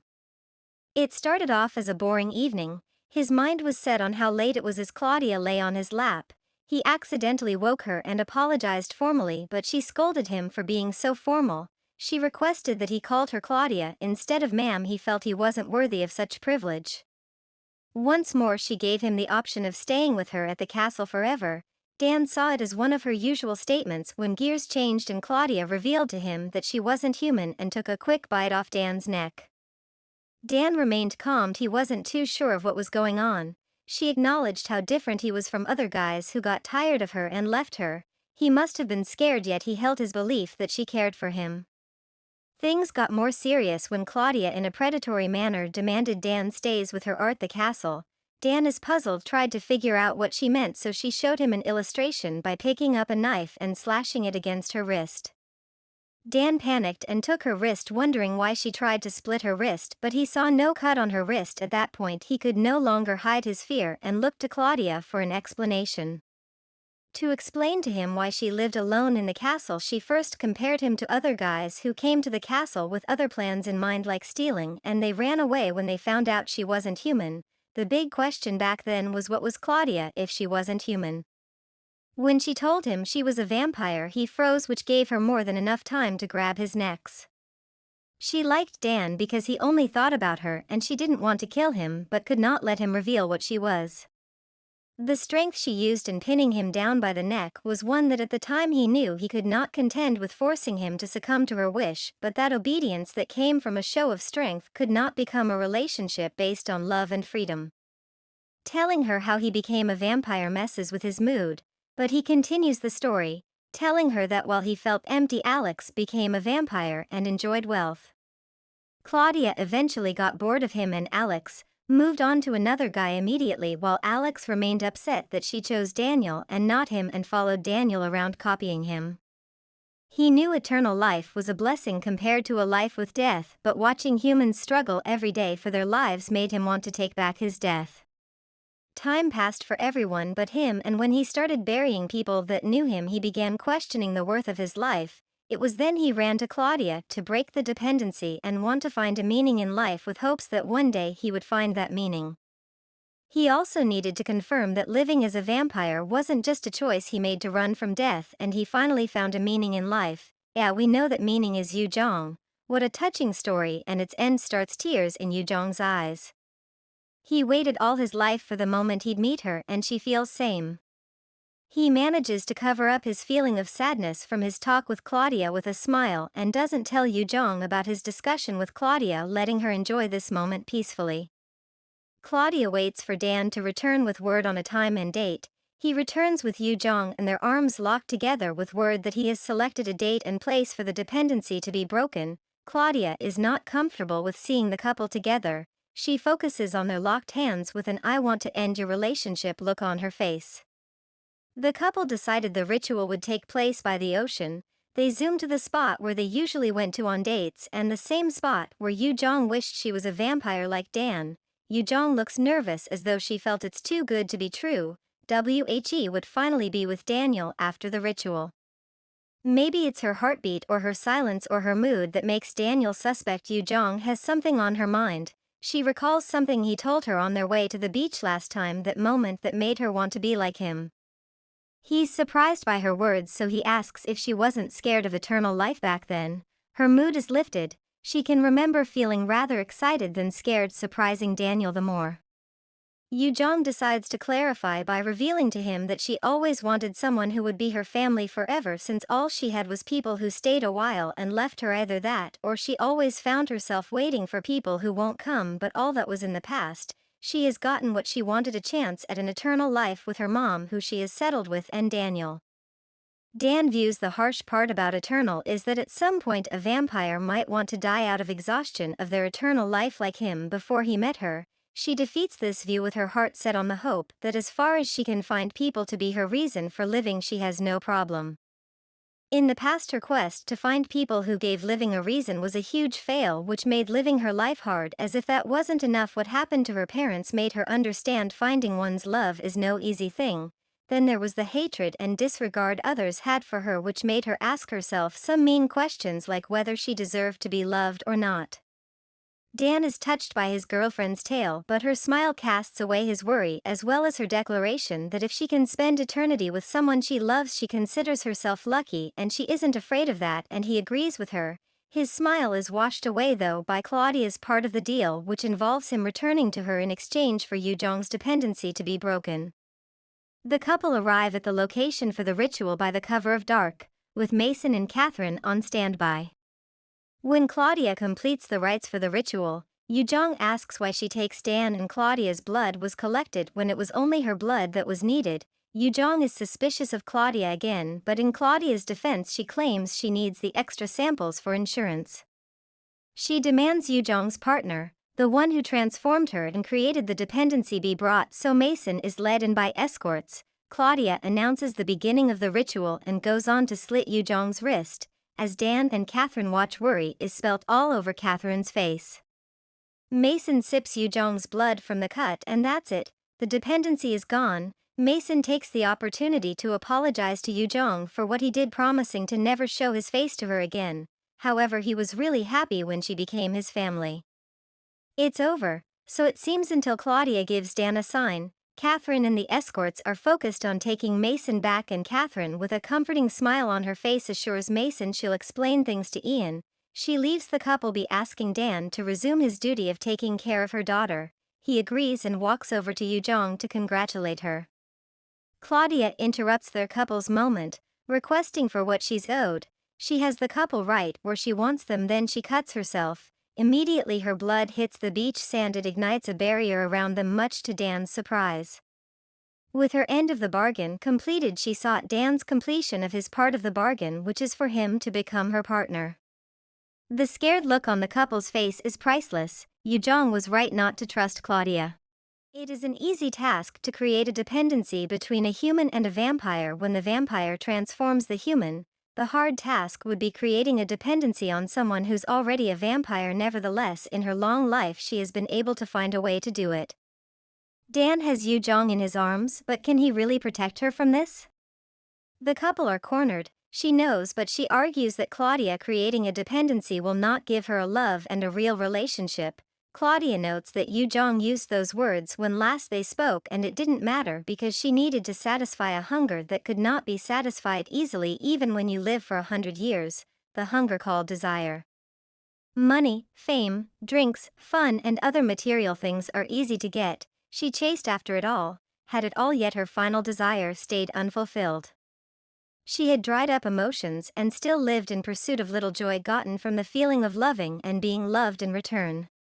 Claudia has no emotions left, yet she felt pity for Yu-Jeong, who's fresh in the vampire journey and will come to understand what she understands after so many years. Yu-Jeong is terrified, but her mom, Catherine, is even more terrified. She runs to her Dan and her daughter's rescue, learning a painful lesson on getting to the barrier as it does not let her pass, sending her flying when it zaps her. Mason runs to Catherine's aid, surprised by the incantation field, which is like one she's never seen before, which makes her understand that enough had not been said about the Lobont family's abilities. Again she asks Dan to fulfill his promise to her. Yu-Jeong, unaware of any promise being made between Daniel and Claudia, argued for Dan. Then he tells her about the agreement he made with Claudia to get her to break the dependency, as he didn't want her to suffer from the dependency after experiencing firsthand what it does and the pain it causes. Tears begin to escape his eyes because he knows that if he had transformed her himself or believed in her and dreamt of a different life for them, things would have been different. Dan sees this obstacle with Claudia as punishment for him not taking their love too seriously. Yu-Jeong has had enough of Dan saying rubbish and gives him a slap, which calms him, letting him listen to her better. She accuses him of being as selfish as other vampires, reminding him of a time in this exact place when he told her he wanted to remember more of her and love her more. She wishes he's next to her every morning she wakes up for the rest of their immortal lives. She's finally about to get this wish of hers and saw it as unfair for it to end like this. All this time he's fought for and protected Yu-Jeong. Now it's her turn to protect her man. He's hers, so she stands up to Claudia, claiming she won't let her have him. Yu-Jeong's audacity pisses Claudia off. How could a day-old vampire stand before her? Claudia feels insulted and jealous. She no longer wants Daniel and wants to kill the couple side by side. Yu-Jeong's bravery disappears at the sound of this, and Dan steps forward, shielding her again. Dan tries to reason with Claudia. He accepts that at some point he liked the dependency that existed between him and her. She also helped him get a majority of what he has, which leads her on. She mentions more of the benefits that he got from being with her, like wealth and knowledge. Getting everything they wanted was what they defined as happiness. He was content until she got lonely in the end. He tells her she wasn't miserable because of him and Alex. She was already living a miserable life. His words add to the insult she feels already. She believes she isn't miserable, but coming this far to break up your ex's relationship, wanting him to return to you, sounds very miserable. He's trying to reason with this vampire lady so she get the part where she has everything but a purpose in life, and from his point of view a life without purpose is hell, and he must protect the one who made him realize that. He asks her why she let him go. That's right. Dan didn't run from Claudia, she released him. She remembers the day he went on his knees with a dependency-severing blade in his hand and tears in his eyes. She doesn't know why she released him when she had so much fun with him. She figured maybe he wasn't something she could have forever, so why did her heart ache, longing for peace? She couldn't help it. She always got what she wanted when she wanted. Destruction is all she knows. His words got to her, but she fought it off desperately, so much that her final request for his cooperation sounds like she's begging him to cooperate and not refuse her, like she didn't want to kill them but had to. This is the final stand, Yu-Jeong and Dan versus Claudia. She charges at the couple and Dan yells for Yu-Jeong to step back. He covers her getting stabbed by Claudia in the process. It all unfolds so fast with no time to think. Yu-Jeong panics, spotting the wood the Claudia has given Dan with the blade. Still, Dan assures her he's okay and ordering her to stay away because coming near him would be dangerous. The big talk Yu-Jeong from earlier is gone, leaving a Yu-Jeong who is confused, racking her mind for a way to protect Dan, who would get hurt even more if she didn't step in. Her answer might be her necklace that's glowing.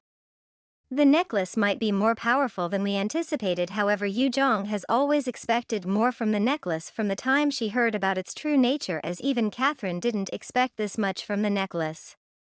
We are taken back to a conversation she had with her mom when they had just handled Alex and she just reunited with her mother, and the necklace was returned to her. She saw Yu-Jeong's expectations from the necklace as rather funny. Catherine tells Yu-Jeong that vampires had the ability to stop their mind manipulation from working. Yu-Jeong recalls that witches are immune to mind manipulation, so she wonders why they need a sign to protect them from something they're immune to in the first place.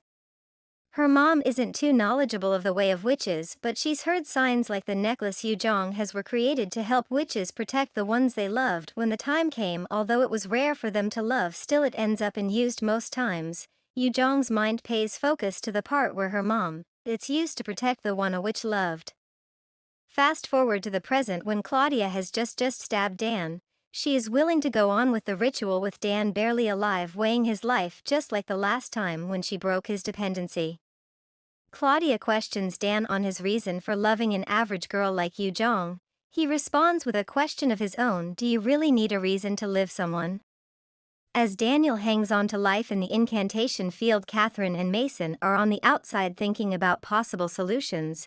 Mason has seen an incantation field of this complexity before.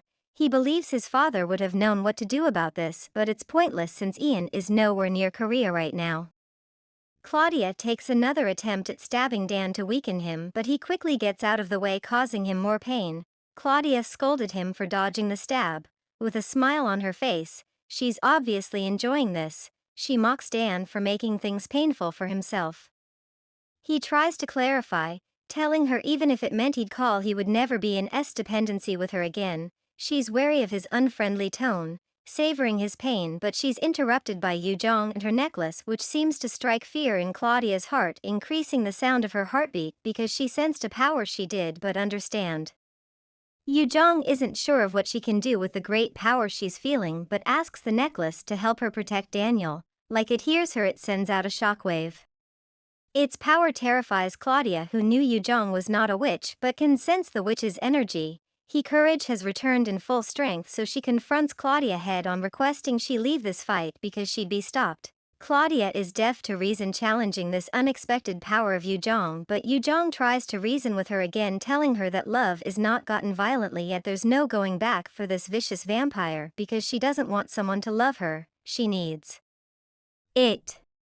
Yu-Jeong admits she can't understand how Claudia feels since she's lived the longest among all of them, but she believes she understands that throughout that long life Claudia has been lonely. She drops the last warning, urging her to give up on this thing she cannot have because it'll leave a scar. She's indirectly talking about Dan.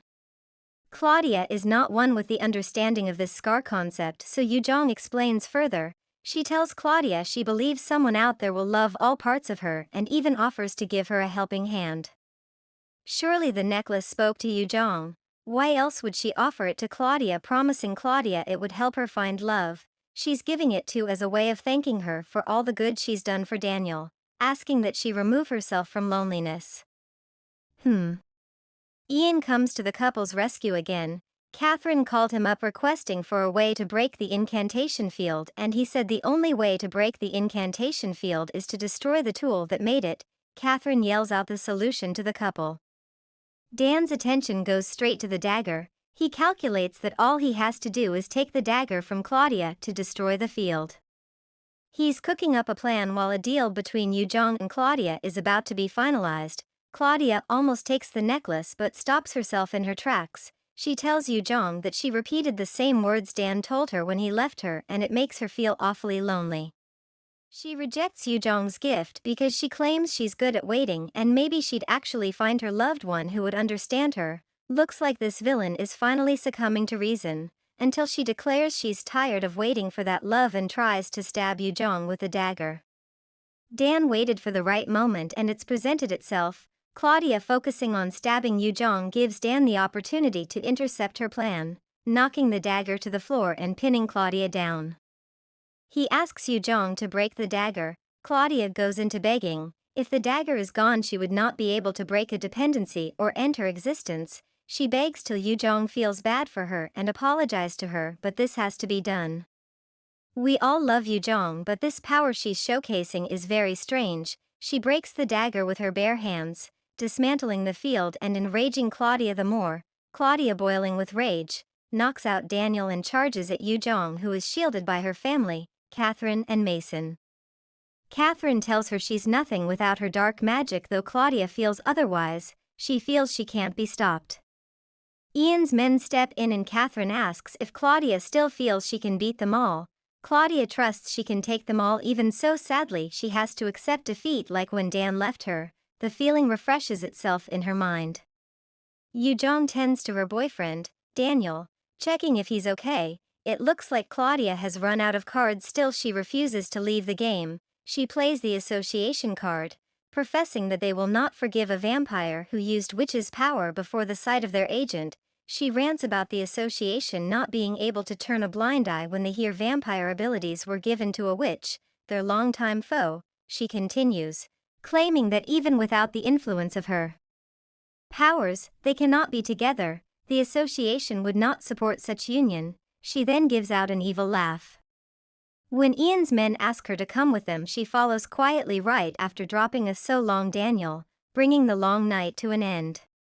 We might have gotten used to seeing Yu-Jeong in positions where she's the one receiving treatment after some epic battle the couple face, but now it's Dan who's in the hospital bed. She tells Dan he'd be discharged in a day's time, he should be filled with joy, yet she notices a sad look on his face and her mom's face. She asks about the odd vibe in the room and is informed by Catherine that the association will be sending an inspection agent to investigate into Yu-Jeong's use of witch's power, which might be bad for them. Their discussion comes to a halt when a familiar face graces the ward. It's Henna Park. She confronts Yu-Jeong about how she had felt she was just a human who knew about them, but it turns out she's something different. Yu-Jeong says the difference she has from last time is that she's transformed into a vampire, even so that's not what Henna is expecting to hear. Catherine has heard enough. She storms their conversation, begging that she's arrested instead of her daughter and accepting whatever blame that has risen. Dan chips in, requesting that it was he who had knowledge of Yu-Jeong's witch ties, meaning it is him who should be taken for questioning instead. This display prompts Henna to affirm that they've proven she didn't need to Korea to come see them. She declares that in line with Mason's testimony as the one who transformed Yu-Jeong, that she was unaware of her witch ties, meaning all restrictions against her would be dropped, but if she showed witch's power again, the association would not look away. Henna also drops the news on Claudia's sentence, notifying everyone in the room that Claudia will be serving the same punishment as Alex because, like transforming humans is illegal, the incantation to make a vampire dependent on the another vampire is also forbidden, so she cannot run from what she's done. That's that. Their happily ever after can now begin. For some reason this annoys Henna. She claims she came because she heard Dan's hurt and wanted to check if he'd finally gets his wish to die, and then she left annoyed, although Yu-Jeong sees Henna as less intimidating as she was the first time they met. Yu-Jeong is distracted by Henna's exit when Dan wraps her in his arms and asks her to repeat the statement she made earlier about them being together forever. It's a warm and happy moment for this couple who declare their love for each other. They have faced a lot and it looks like all their problems have been wiped away. Years flew by fast. Yu-Jeong graduated from school, which means her part-time job at the cafe is over. On this sunlit day she says a goodbye to Yunho. Her boyfriend welcomes her and she's glad she now gets to see him every day. Coincidentally, she has a gift for him and he has a gift for her, so she decides they count to 3 before they exchange gifts, and once again they are thinking the same thing: rings. It's beautiful, but my eyes are getting ready, aren't yours? Dan sees spending eternity with a partner like Yu-Jeong as a blessing. What was not meant to be that became this, a relationship that held its own due to the couple's love, and will stay together with a little help from here and there. It's beautiful, isn't it? The happily ever after of Yu-Jeong Choi and Daniel Lee. With this story comes to an end. If you enjoyed it, please leave a comment below. Also, don't forget to like, share, and subscribe. Your support means a lot to us. Until next time, ciao.